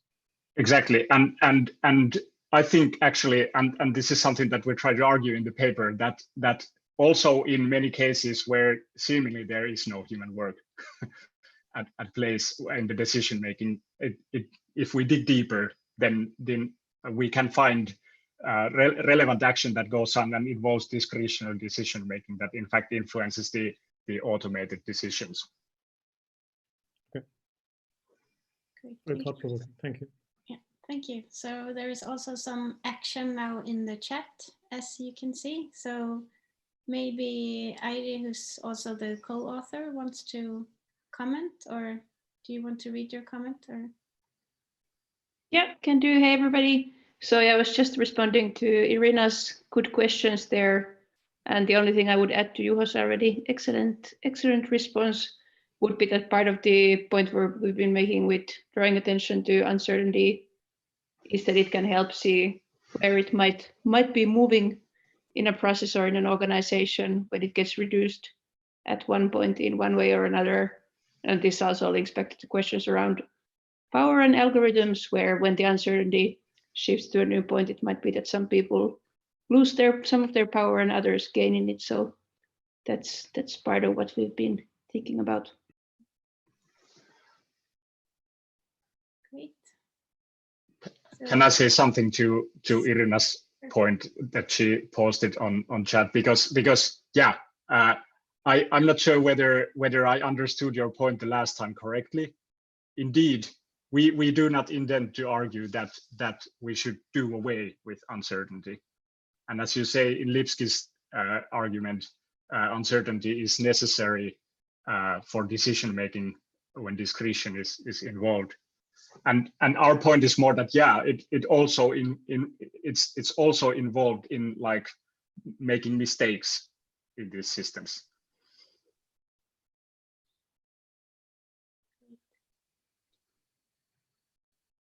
So the chat continues here. There's a lot of action in this final.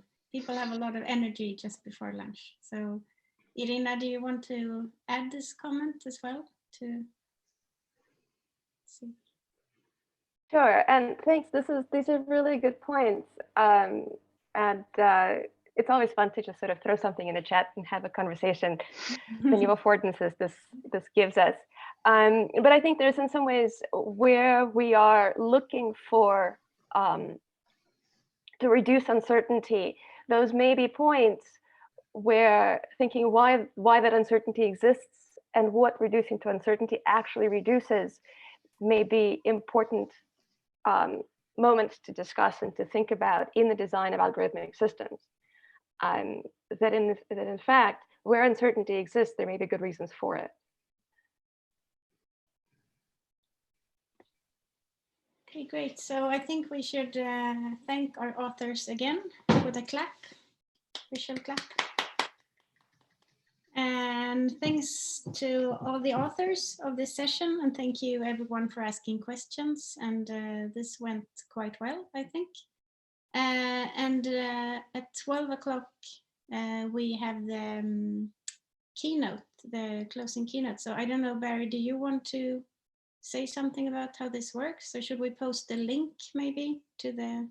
It's in the same room here, so the Okay. keynote will start in just a few minutes. Okay, great. So it's just to hang around. Okay.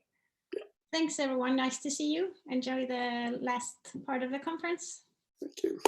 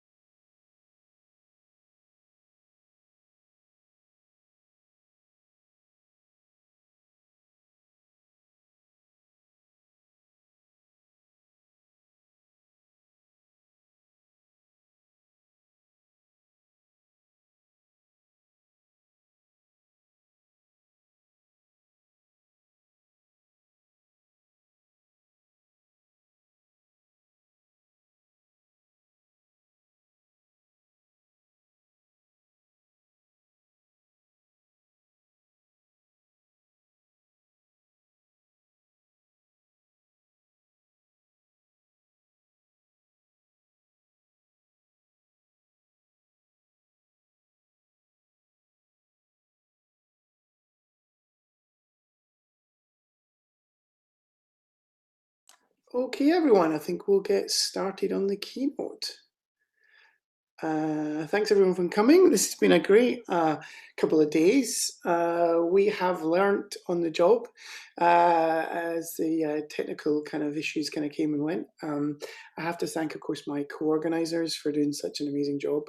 We've had to have 2 people behind the scenes on each stream to deal with unexpected eventualities.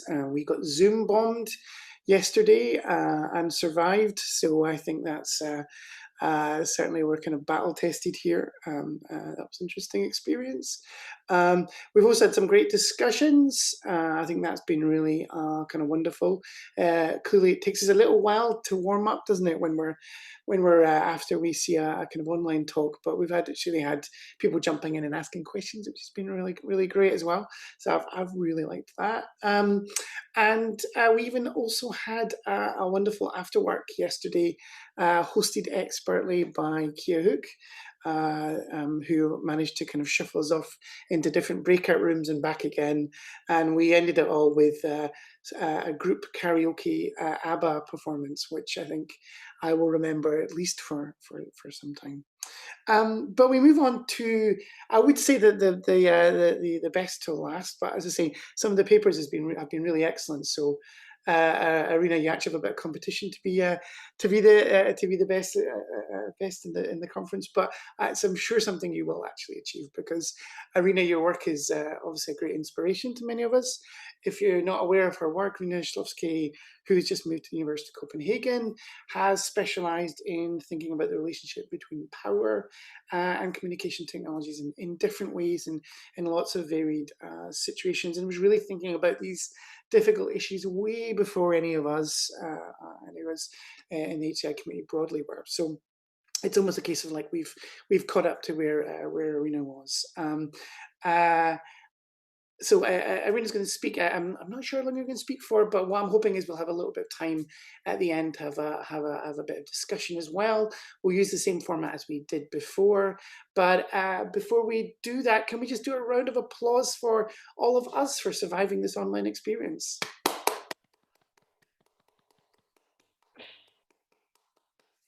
Okay, wonderful. Can I unmute you, Irina? Let's see. Hi, Irina. Hi. Hi, great. Well, I'll hand over to you. Have you got some slides? I do have some slides. I actually pre-recorded the talk, and then yesterday I realized I needed to change a bunch of it because of all the super awesome things that were happening. So I don't have a pre-recorded talk now because there was no time to re-record it. So here I am. I'm going to try to give a keynote without pre-recording, and we'll see how well it goes. So forgive me for sort of suddenly ending up winging it, but yesterday's sort of the Zoom bombing and everything else fit really well with the kinds of things that I wanted to talk about. So let's see how it goes.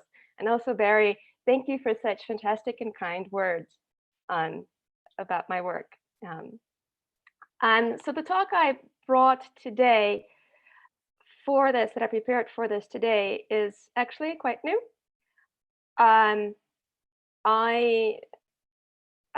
I've been working on this set of ideas for a few years, and now, just now, sort of fairly recently, we're starting to think about, okay, what is all of this? What does all this mean, and how to actually make this work? So the title of my talk is Creepy Technologies: The Perils of Visibility in a Datafied World, and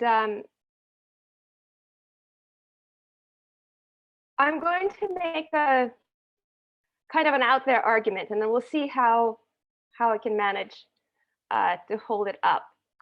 But let me start first by saying that this has been an amazing experience, actually. Amazing talks and conversations and all the various topics across 3 tracks. It's quite incredible. And it really has felt good to spend time with colleagues. And yet there's something about this conference that is unusual and perhaps sometimes a little bit uncomfortable, depending on the person. So for the last 2 days, I've not only listened to people talking about their research, and now, since this is a talk about creepiness, I'm going to do my best to try and creep all of you out a little bit. But for the last 2 days, I also got the glimpse so many people's private homes. Just a sort of a wall hanging here and a bookshelf there, perhaps a bed neatly made in the background. All of this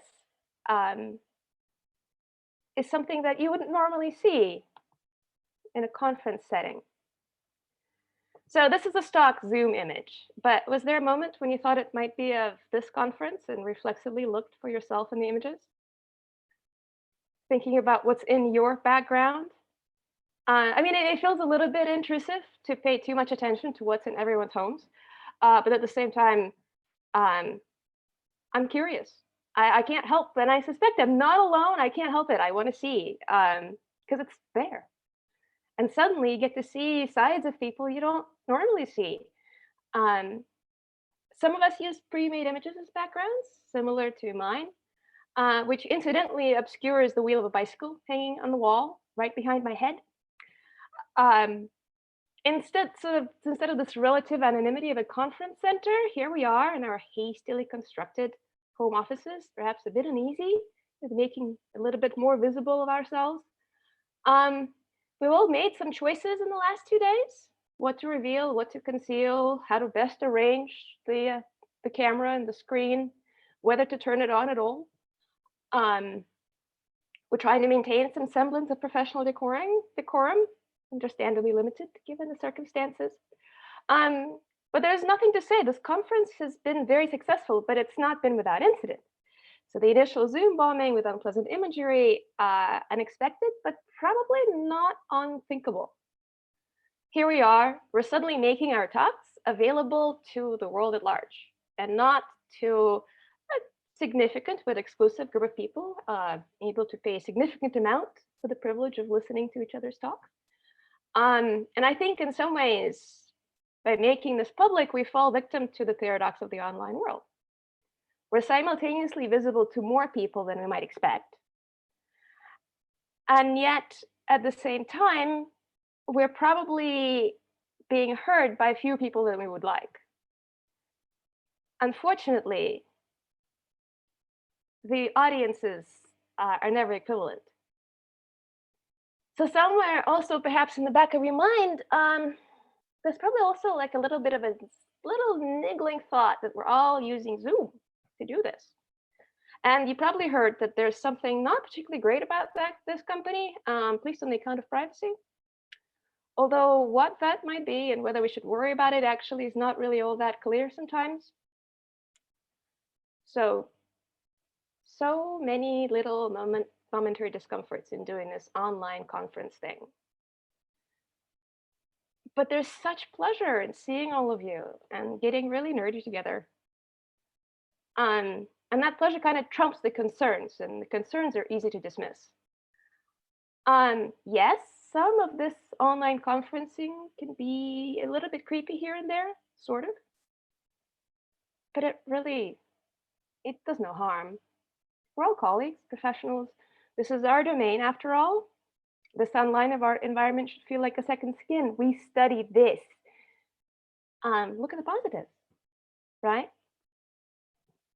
So here I am, and I'm here to talk about this creepy feeling. Some years ago, I wrote a paper about creepiness in technology, and since then I've been trying to work out how to define this creepy feeling, how to operationalize it, how to study it, and what, if anything, might this concept be good for. So today I'm going to make an argument that creepiness, it's an uncomfortable affective state, and that it's unavoidable in a digital society where participation comes with requirements of ever more increasing levels of visibility through data disclosure. That niggling feeling of discomfort we have grown so good at dismissing, that is intrinsic to the construction of our digital societies. Our technology is not creepy by accident. It's creepy by design. Let me explain. So whenever I talk about the fact that all of our technology is increasingly creepy, these days, all I get from audiences is this kind of tired laughter. Yeah, it's creepy. The shoe is following me around the internet. Because sort of between the Nest systems that suddenly advise residents to evacuate due to an impending nuclear strike, or just scaring parents. The misbehaving, whispering, and laughing virtual assistants. Those shoes or whatever else that's following you around the internet or Facebook, recommending that you add as a friend that guy sitting across from you at an awkward dinner party.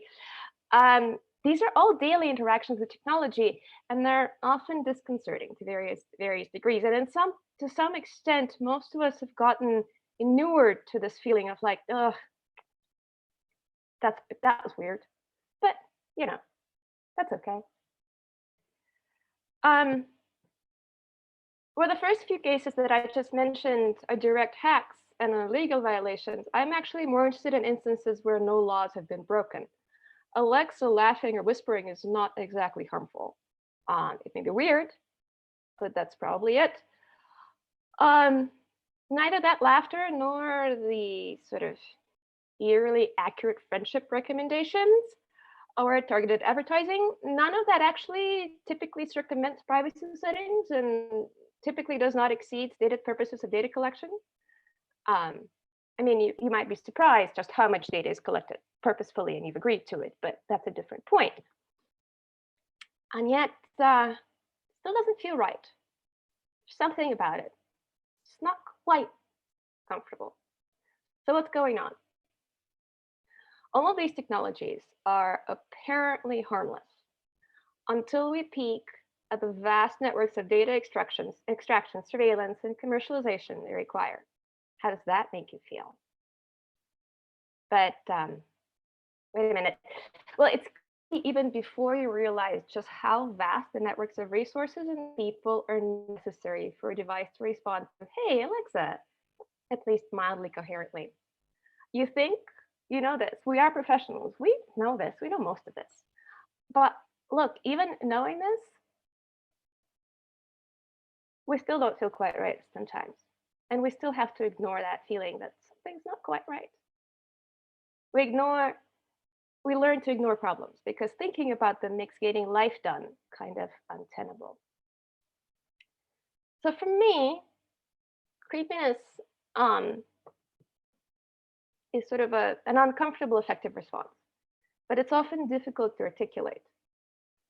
This is often an embodied physical aspect to the feeling. So you describe it as a shiver, a feeling of cold down the spine, a little bit of like, ugh. Unless you've sought it out through horror films or haunted houses, feeling creeped out is not a particularly enjoyable experience. But, you know, on Halloween, it can be fun. Where does it come from?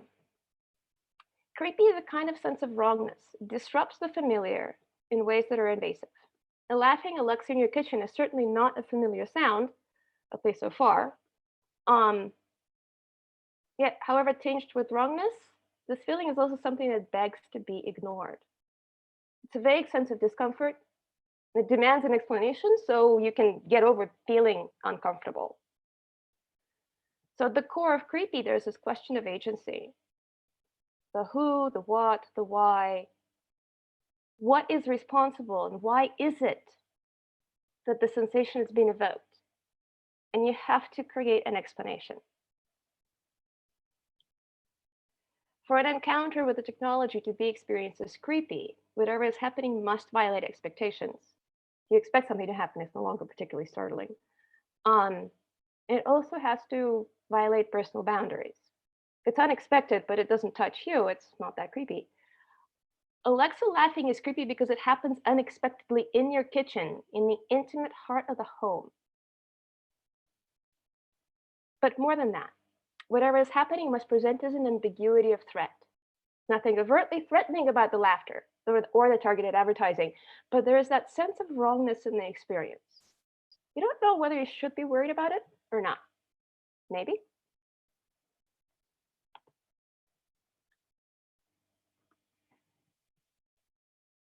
Why are technologies getting increasingly creepy? So I put this little clip in.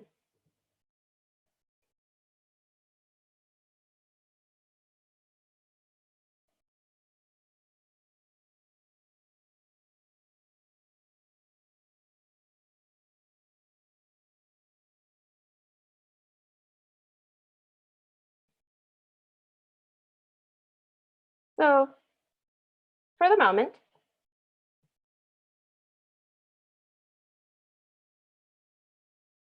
okay, you can't hear the audio. I'm not sure how to make the audio work, but all it is Eric Schmidt saying, hey, at Google, we say there's a creepy line, and our policy is to get just up to the creepy line. And not cross it. And there's laughter, and everybody sort of is, nodding their heads.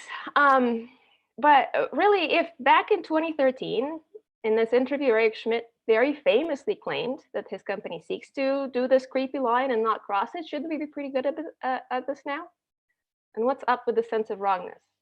Where does this come from? It's still there, it's not going away. So despite Google's efforts, I would argue that in this digital world, creepy is intimately tied to notions of visibility. And all of our technologies are built around assumptions of visibility, about the idea that we need ever more granular data collection, and that's intended to create images of ourselves to be consumed by all these actors, most of whom we don't even know about. And that includes some fairly alien agencies that are coming into play that are machine intelligences, machine learning, AI automated decision making. And in some ways, this is by definition a kind of a creepy setup that we've created. We have a situation where participation in a digital society makes increasing visibility, that is, disclosing ever more fairly personal data, the making of ourselves visible and parsable in specific ways, a requirement. Every so often, I try to install a piece of software and then cringe at all the information it attempts to extract from me. Really, T-Timer app, you want my birth date? Why do you need my birth date? To count time. How often have you asked yourself that? And yet, we give it a birth date and we use it to count time.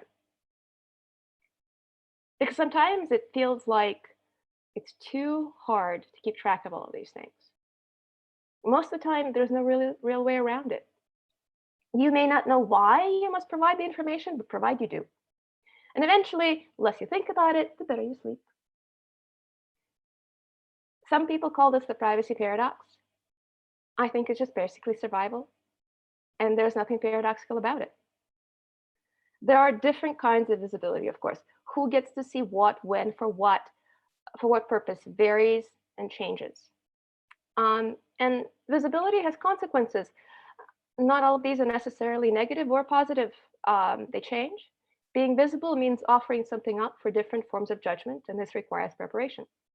Unexpected visibility can be at best mildly disconcerting and at worst devastating. So yesterday, in the Zoom bombing example, that's a different kind of visibility. Suddenly something became visible and available for action to people you did not expect, who reacted and responded in ways that you did not expect.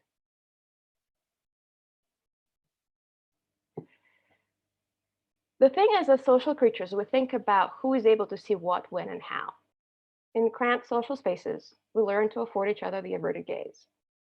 The imagined space of invisibility that allows us moments free of the threat of being judged, for indecision, for missteps and errors, for explorations, for occasionally stepping out of the expectations that predefine us to others, for playing.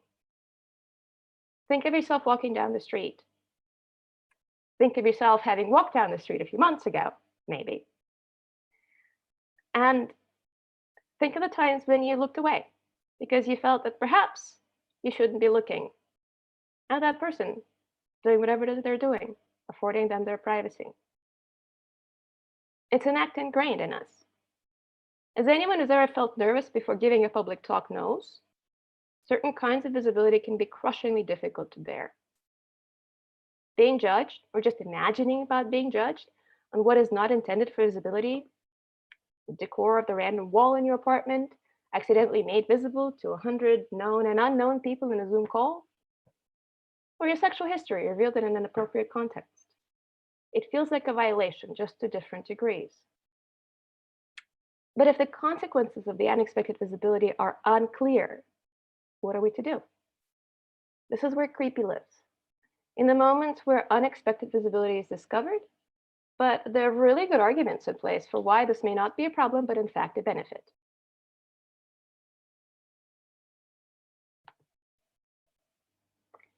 The very discomfort of creepy is an excellent motivation for working out explanations and possible reasons for why resistance to new forms of visibility is unnecessary. Creepy begs for normalization through logical narratives of necessity. You have to explain to yourself why it's okay to reveal things. They're typically held close and private to a largely unknown audience. Of course, Facebook needs to know your birth date. How is it going to remind your friends about it? Fitbit has to upload your sleep and whatever other nocturnal activity in the cloud to offer you better functionality. Yes, Strava published your run and accidentally revealed your secret military base, but it's about community building. Think about it. So with every such normalization, the next and more invasive form of visibility becomes possible to explain away. Look, you've gotten used to wearing a device to bed to monitor your sleep. So, sticking a camera inside a cute Amazon Echo spot onto your bedside table because it's supposed to function as an alarm clock soon becomes okay too. In this way, creepy is intrinsic to the progressive construction of a data-driven society. Little steps forward that then can be explained away as probably okay. Because the fact is, as an effective state, creepy is not sustainable. It's too uncomfortable and too weird. But it is not enough to evoke a strong reaction, precisely because this causal connection, the why of the sensation, it's not obvious. So creepy is that niggling fear of exposure, but without a clear path to knowing who might know and why, that would be a threat. And so it has to be dismissed. Because in order to live in the world, we have to assume that it is possible to organize our behavior in such a way that interactions with the world are kind of benign at worst. No matter who and where, people are generally terrible at dealing with unexpected events. We are. Change is cognitively and physically exhausting, which is why most of us are so much more exhausted in the last couple of months, because the event that we're living through is so weird and unexpected. So if we take for granted that performing mundane, everyday activities is generally safe, then we can gather ourselves to cope successfully with an occasional upheaval. As the mundane and the everyday becomes fully or partially digital, we also create data exhaust, at times simply by breathing or having a heartbeat. In order to continue living in this world, we must assume that the digital terrain we navigate is as benign to us as the physical terrain often appears to be. Things get creepy when interactions with technology result in a violation of this expectation. The expectation that the world is predictable, largely explainable, mostly understandable, and generally a mild environment that we can traverse. So as we become aware of new visibilities, we also need to find ways to adjust how we navigate the world, sometimes in unexpected ways. When talking about surveillance, power, and the panopticon, digital as it may be, Foucault has argued that visibility is a trap. I want to say that visibility actually is a trade-off, because when something becomes visible, something else must fade from you. There is no omniscience. It would be really nice to have it, but it's just not possible. Visibility is relational. When we think what about us may be visible or knowable by known or unknown others, we have expectations about what this knowing will mean for us in the now or in the future. Most of us want some say in that future, and creepy happens when our technologies fail in hiding ways in which our agency is subordinated to data production and then discounted. Sometimes this can be devastating because we're also haunted by data. We are haunted by the data we produce and data about us. And sometimes this haunting can be terrible. Designing data-intensive technologies means managing visibility as a strategic process. making enough visible so that the folk explanations can be quickly assembled to deal with the creepiness of it all. But these folk explanations have to be reasonable.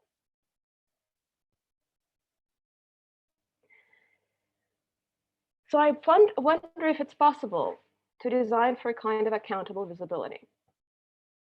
Because when we design possibilities for interaction in technologies, I wonder, what are the relational conditions possible? What are the obligations and responsibilities that are signaled when you create interactions in technology? What is being made visible to whom and under what conditions? These are important questions. They're important questions to be asked in the design process. What obligations and responsibilities are implied in this new data relationship that you've created? Whether it's visible or not, assume it will become visible accidentally, and what will happen then? Can this new visibility you are creating be safely taken for granted as people navigate the digital terrain of life? What can be taken for granted? Because it's not empowering to have to think about more things than we already have to think about.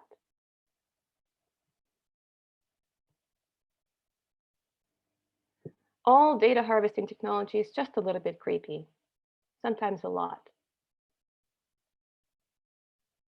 And what I want to say is, if we're going to be haunted by data, let's make those hauntings gentle, and let's find ways to dispel the ghosts. Thank you.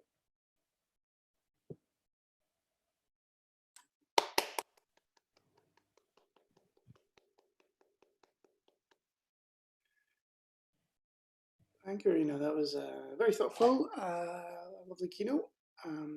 So the way we'll do this is, as we've been doing it, please put your questions and comments into the chat, and then we can demute you, and then you can ask your question there.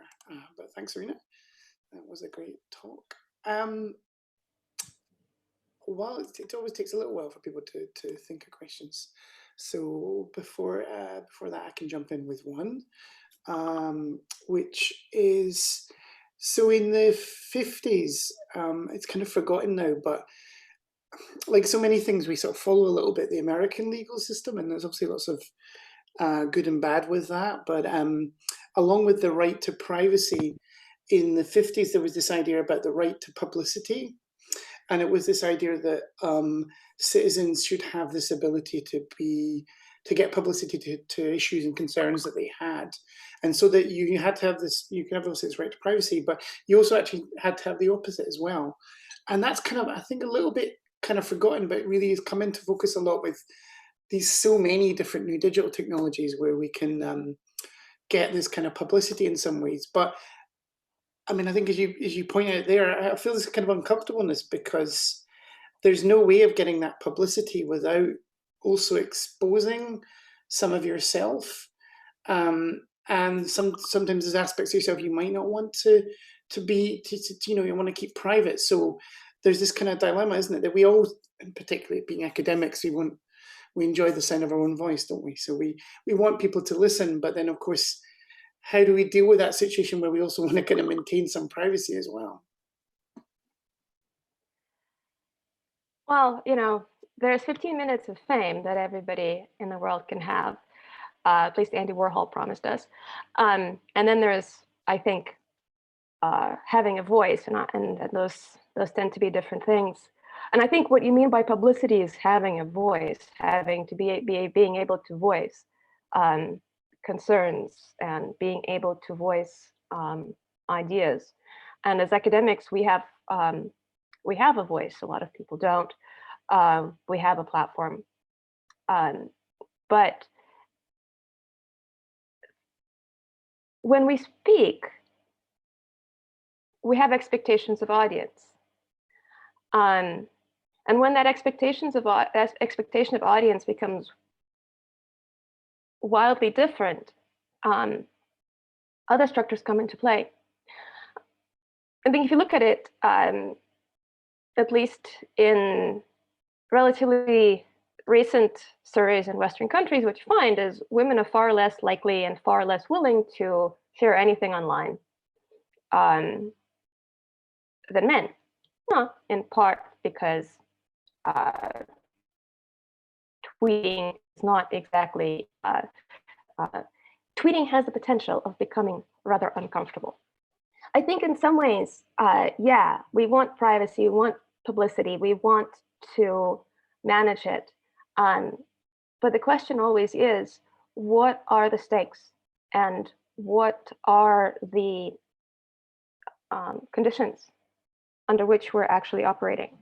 And given the way visibility and data have been washed out, I think it's very hard to figure out what to expect and how to act. And so maybe you have a voice, but what that means is changing. Marianne, you have a question about deliberate invisibility. We should maybe let Doug ask a question first. Oh, Doug, sorry, I missed you. Doug, you talk about business models. Is creepiness the price of free services? I think maybe it's part of the logic of data that we've assumed has to be in place. I don't think it's a requirement. I think it has to be a requirement, but it is right now. So I think perhaps, yeah, it's the price of free services, but actually it's also the price for many not free services as well. Right, but when you pay for something, you can at least, I mean, at least when you have competition or a market, you can at least choose the less creepy products. Where am I? Yeah, not sure what just happened. We have sound at least. That's good. All right. Yeah, because I mean, if I have two products and I pay for both, I can, and if they are sort of fairly equal, I can choose the less creepy one, right? If I choose to pay for this service. But if I assuming you know. Sorry? Assuming you have a good idea of what are the data flows involved. Right. Assuming you actually have that choice. When was the last time you looked at, you know, TVs on sale? I don't think there's any non-smart TVs available anymore. Right. Sometimes at this point, there are certain things for which it doesn't matter how much you want to pay. You may not have a choice. Right, but you should, at least you have more power than potential power as a customer than if you don't.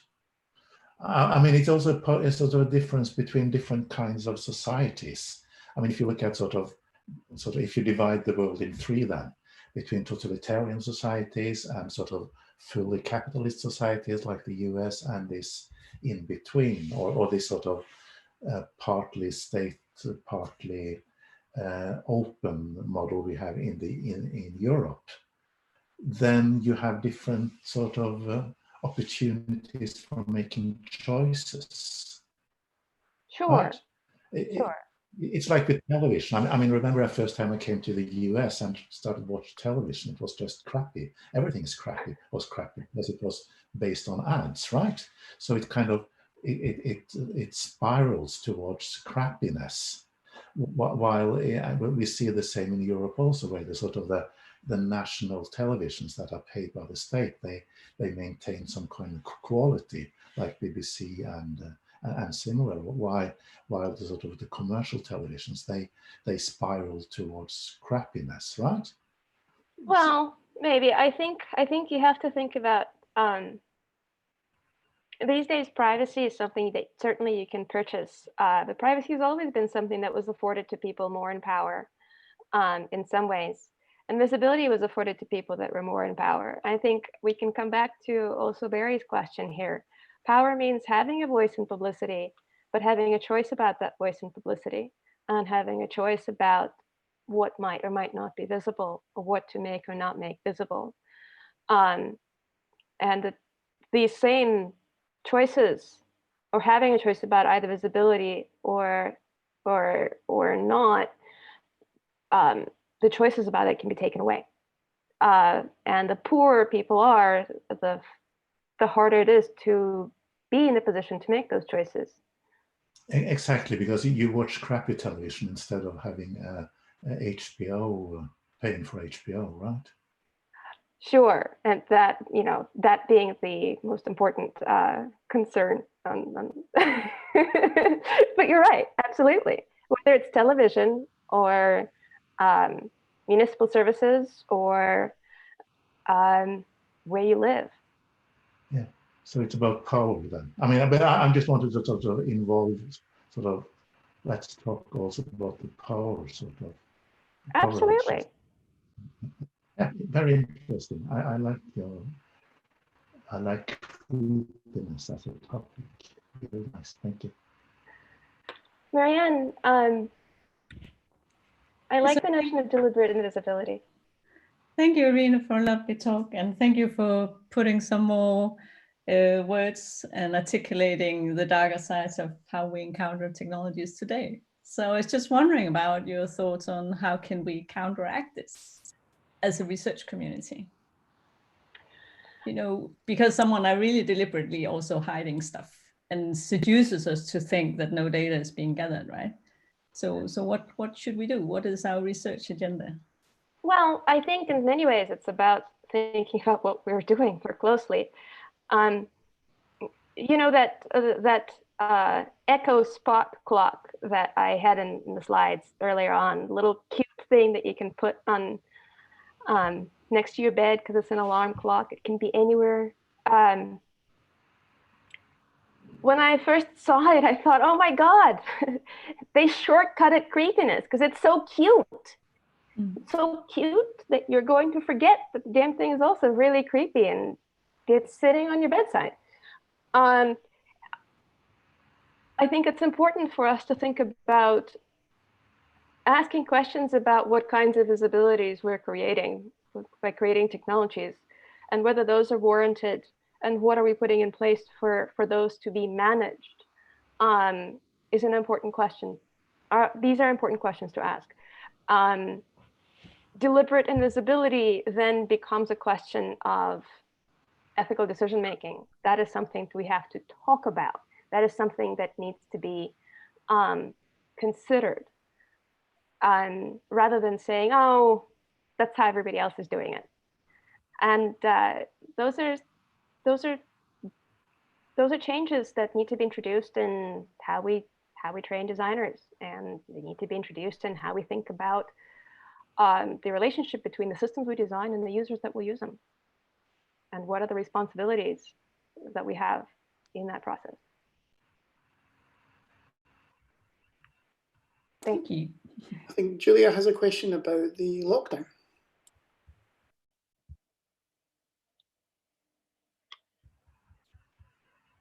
So yeah, well, sorry, it's less question about lockdown. It was just interesting to have your reflection on that, Irina. My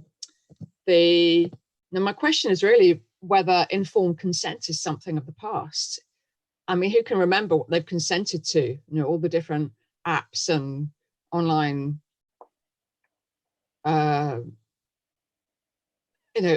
online things that we're a part of. Who can keep track of that? I mean, maybe there's an app to track what you've consented to.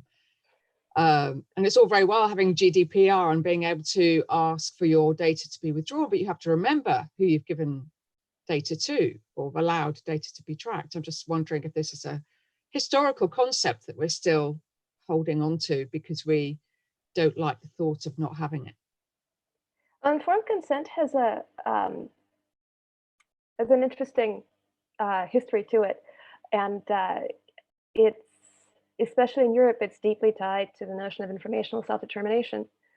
The idea that with given enough information, people should be given the opportunity to make their own decisions.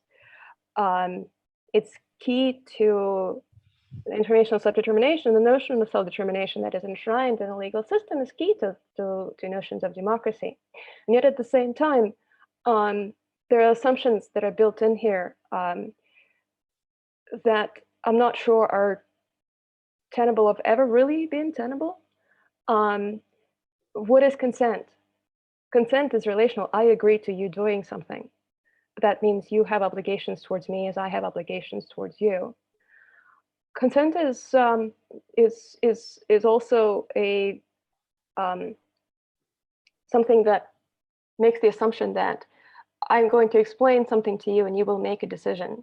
But the way that consent has been used in with technology, it's become an excuse. There is no way that I can consent to giving data to all of these technologies that I use. I have no way to ever really predicting what these data are going to be used for and how that's ever going to affect me in any way, shape, or form. Really, I have no way of knowing what are some of the other things I may need to think about at the same time. Technologies are moving very fast. It's not about my education. It's not about how much I need to know. It's about the fact that consent is an excuse. It allows the companies that create technologies to just basically say, look, we asked, they said yes, we're all good, rather than spending time thinking about what are their obligations given what they're asking for. I'm not sure consent was ever really the right mechanism. Okay. Can we jump over Mary? A very small looking Mary Louise has a question. Yeah, I had two questions. So one of them is about if creepiness is equally just distributed or experienced, and the other question is more of like perhaps a historical context. If creepiness is something new, or if it has just become more visible. So I love that. I love both of them. I love both of these questions because no, of course, creepiness is not equally distributed or experienced. I think all of us have different tolerances. I can't watch horror movies. I can't stand them. I cannot do it. I close my eyes. There are a lot of people that love the creepy feeling that the horror movies give them. I think there's a sense of, there's definitely a kind of physical feeling that's associated with it. It's an effective response. We have different tolerances for things. And these tolerances come from our normative expectations. So tolerances come from different places. That's why you can sort of predict, I think you can sort of say something will be creepier than something else, but only within certain set of experiences. And creepiness isn't a new thing, but the way visibilities through data have become such part and parcel of what we do and how we deal with the world, I think it's become exacerbated. And there are many, many more things that'll just creep you out just a little bit on a daily basis as you go about your life. That I think is something that's become more prevalent. Again, not a new thing, just uncomfortably common. Thank you. Kia had a question next. Sorry.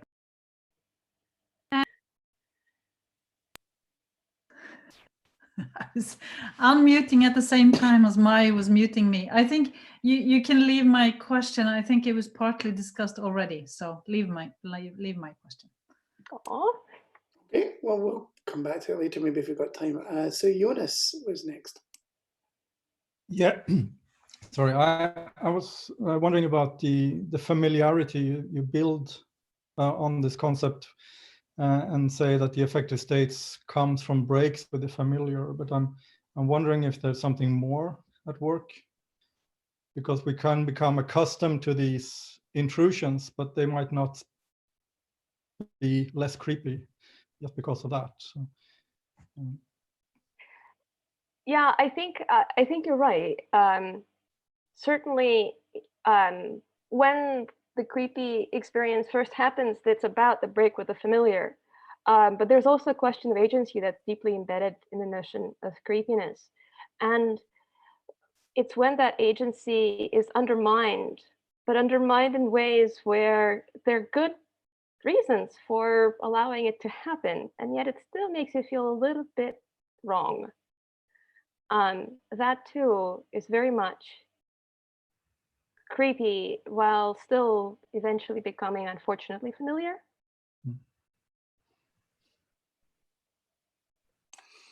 Okay, next is Alix, but he seems to have accidentally posted a paper abstract there in the question into the thread there. So maybe I'll let Alix actually ask the question. Thanks, Barry. Gosh, I think it's so nice to like have this opportunity. You know, we wouldn't have had an opportunity to talk like this with a keynote speaker. So thanks, Irina. And I really liked the pace of your talk. And again, that's not the sort of thing I feel like we'd see in a Kai keynote. So that was nice. So I think kind of really building on that, I wanted to kind of, well, I guess I'm thinking with you rather than asking a kind of direct question. So when I think you just glossed over a term, hauntings, at the end of your talk.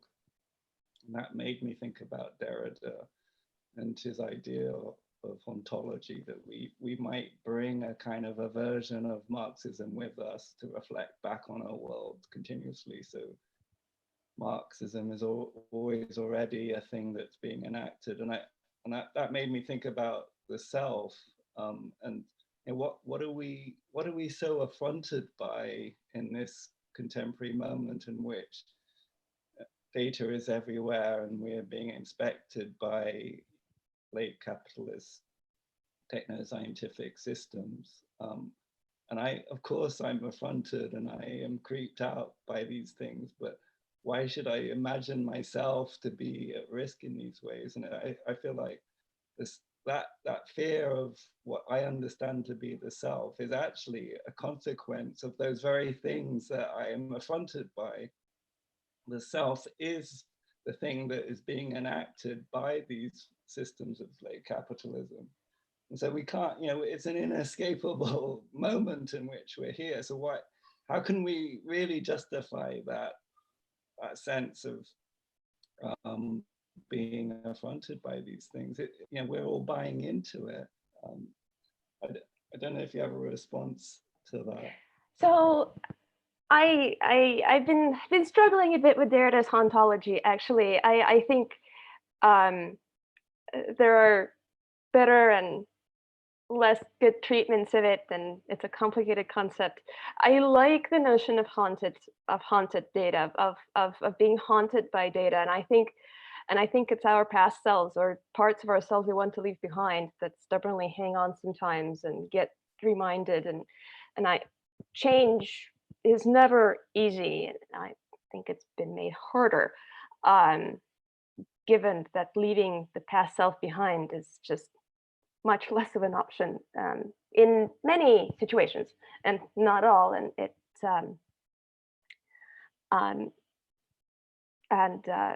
there's a certain privilege to that particular problem. But I like your notion also of what other selves are possible. I sort of think that in many ways, what happens is this constant debate of I am more than my data, but then don't you know about me? And there's some discussion in Ruha Benjamin's Race After Technology. She has a discussion of sort of this notion of skin deep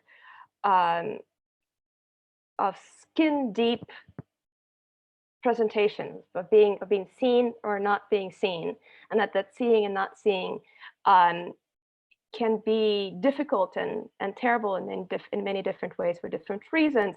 And there's a sense that somehow we want the machine to really know us, but it only sees the skin. But seeing the skin comes with its own problems and its own assumptions.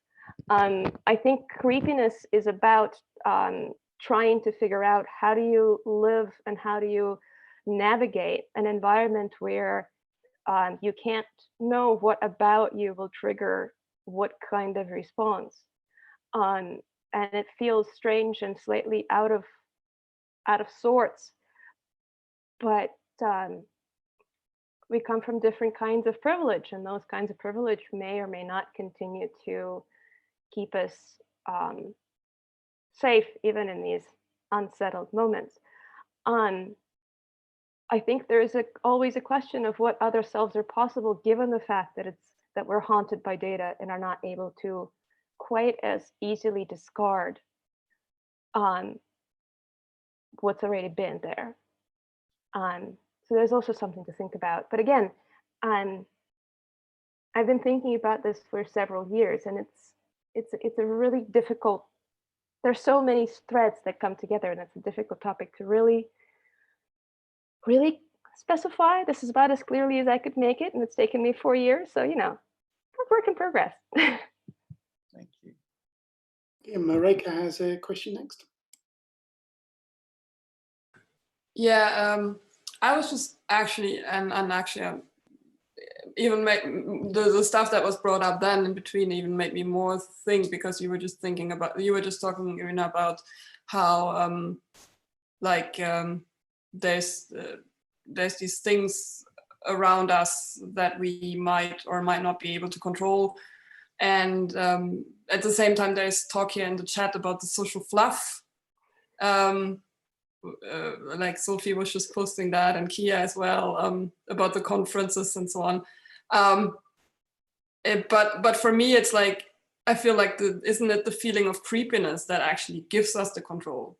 I feel it's the moments when we don't have this sense of creepiness that we are out of control. Like that's the point when, and I'm not saying that even in a negative way, because I think we are surveilled much more than just in those moments that we feel this feeling of creepiness. So I think my question was aiming a bit towards that I was saying that when I'm here at home, I can, make the bed, and I can, really control, and I even can put in a background, and I can, do all these things. And when I get apps, I mean, at least I get the possibility of clicking things away, even though it might feel a bit creepy.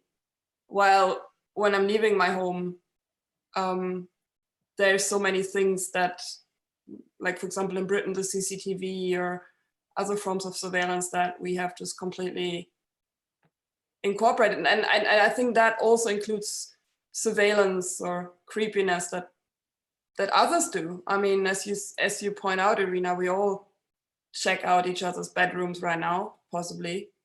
And so, I mean, we're constantly visible, we're constantly surveilled, we're constantly under scrutiny. And I guess to some extent we always have been. So yeah, I'm just wondering how you see that. That is creepiness not a good thing? Well, I think there's a difference between creepiness and the presentation of self that we all work on. I think we certainly, and the uncertainties we deal with all the time. To go back to the final talk from the last session, the world's uncertain, and in order for us to navigate the uncertainties, we have to take a bunch of stuff for granted. So there's certain things that you just don't want to think about, and when you're forced to think about that, then you can't think about something else. I have a small head. There are only so many thoughts that fit into it at one time, and I think, yeah, certainly. I can control myself, my presentation of self. Whatever situation you put me into, I will try and limit and manage things. And whether it's on the street or in a conference center or right now with a background, yes, that's what I'm doing. But creepiness to me is a sense of wrongness in an interaction where there shouldn't be, where suddenly you realize that you've lost that control in ways that are devastating. Let's think about it this way. As all academics, we know that no matter how good we are on stage, getting on that stage takes a bit of courage, and it's a bit of adrenaline. Some people handle it better than others. Some people worry more. You get better at it over time. Thing is, Getting on stage is a choice. And when it's not a choice, when you're suddenly dragged out onto stage without making that choice, that can feel like being flayed alive.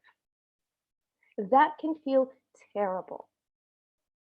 So there's something about agency here that I think is key. That it's realizing that there's a part of you that's visible in ways you didn't know. And that visibility, that is, that makes you vulnerable. And creepy is that moment of suddenly feeling vulnerable and not being able to do anything about it, but not enough to care that much. And you can dismiss it. You can give yourself an explanation, convince yourself that it's okay, and move forward. But then still it is better to have that than being not aware at all. Sure. And then decide Sure. not to care, kind of. Sure. Oh, absolutely. But how useful is it if there's nothing you can do? You just know. So when I first started doing these studies, some of my participants, when we talked about data leakage on mobile phones, they just said, yeah, you know, now that I know about it, I just feel more uncomfortable using my phone. Use it the same way, but I just feel more uncomfortable doing it. Is it useful? I don't know. I mean, I just think it's so interesting also that this creepiness emerges. Like, why is this so much always centered around technology, like digital technologies, while, you know, we make it as a joke, oh, someone could be like peeking through the window, but that's just something that's not talked about, you know. It's not talked, at least not in, well, I mean, clearly because also this is HCI, but apart from that, I mean, I think it's just a bit of the easy way out to just kind of then go back to, oh, it's the companies that are making us click on okay or put in our birth date. But instead, we go out, we write our names on lists, we send our kids to preschool where, you know, they can be followed around or whatnot, you know. I mean, there's only so much that you can control your environment. You rely on the world more or less being, at least in Western countries and in environments that we inhabit, the world more or less being benign by and large. There are people for whom that's not the case, but I think having a sense of at least what you can control and suddenly finding out that is also gone, that can be really a difficult moment. I think that's where things become a little bit creepy. But yeah, you can't control everything. And yeah, of course you take risks. And of course every time I get up to give a talk, I worry. But you do it anyway. So I think we're almost out of time, but we have time for one last question, I think. And there's a kind of Kia Alexandra Sophie question, which is about the relationship between your talk and this kind of online experience we've been having. And I wondered if maybe, Sophie, you were the last person to ask it. Do you want to ask the question?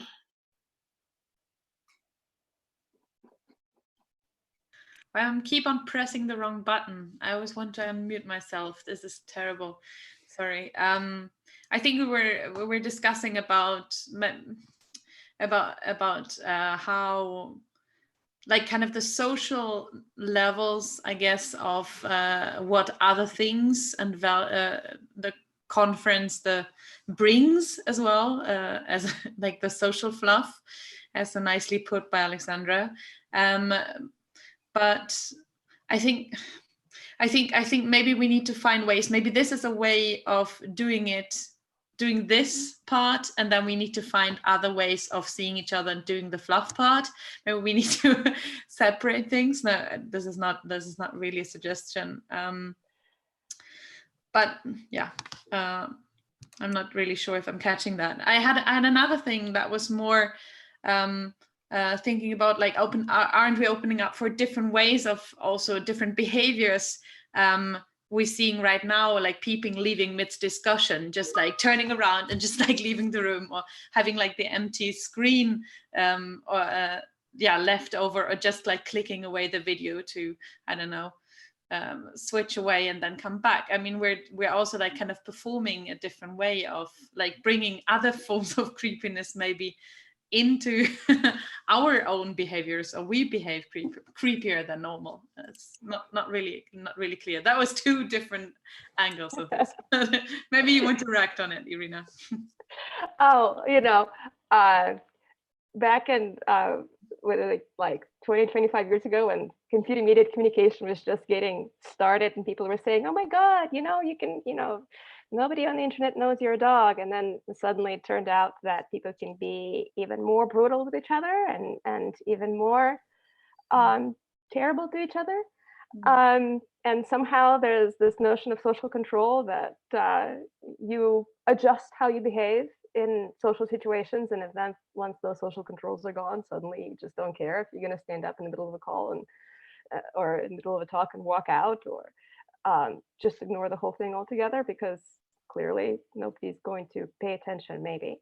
So on the one hand, yeah, what you're describing is a change in norms, and us sort of trying to figure out what are the new norms of being this way, and that's going to take time. I'm not sure if that's creepy in as much as it's just people trying to sort out what it means to be in these new situations, both socially and organizationally.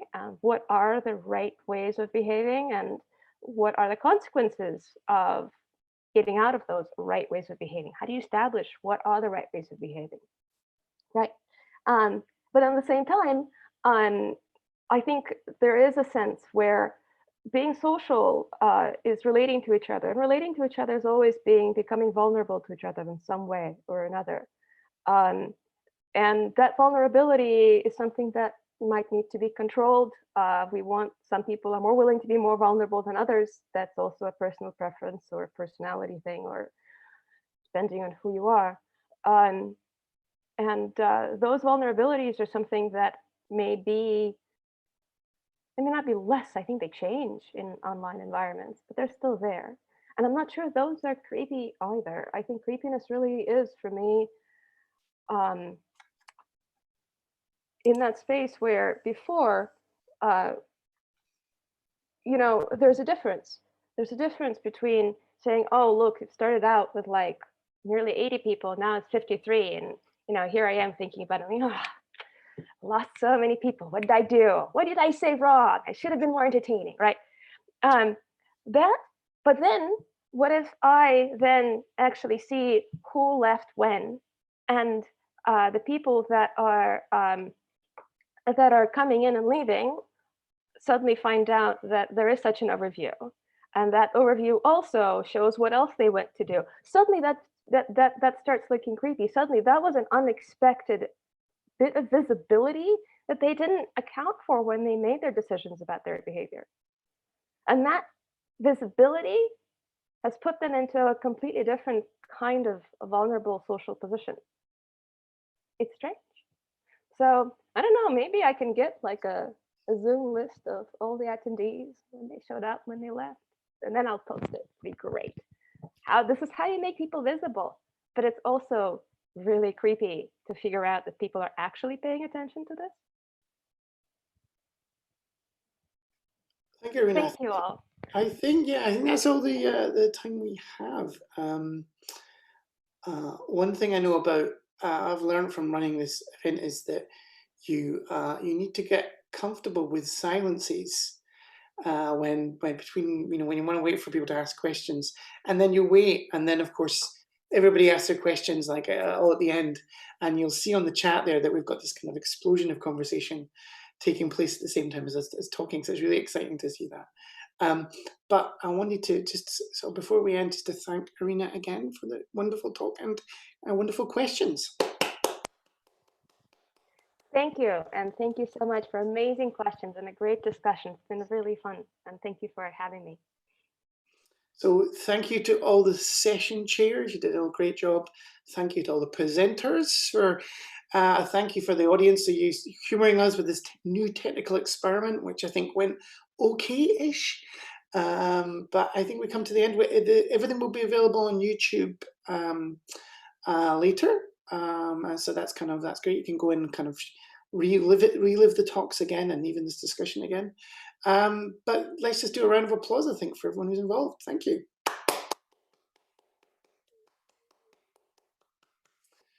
Okay, now ends our scheduled program. So have a nice afternoon, guys. Thank you. Speak to you later.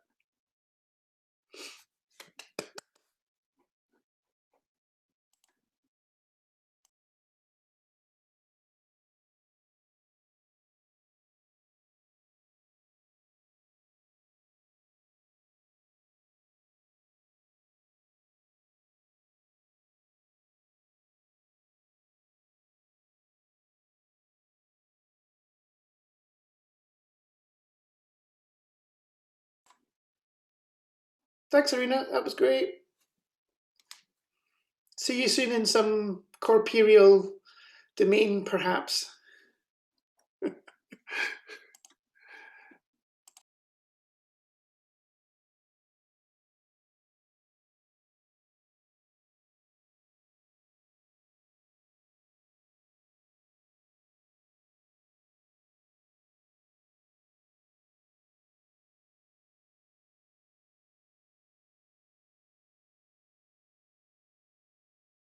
It's like the end of the birthday party. Okay, we should stop that. I keep asking Barry if I should end because I'm here at the control computer. I guess so, yeah. And it's coming now. And the final, I think I need to stop streaming for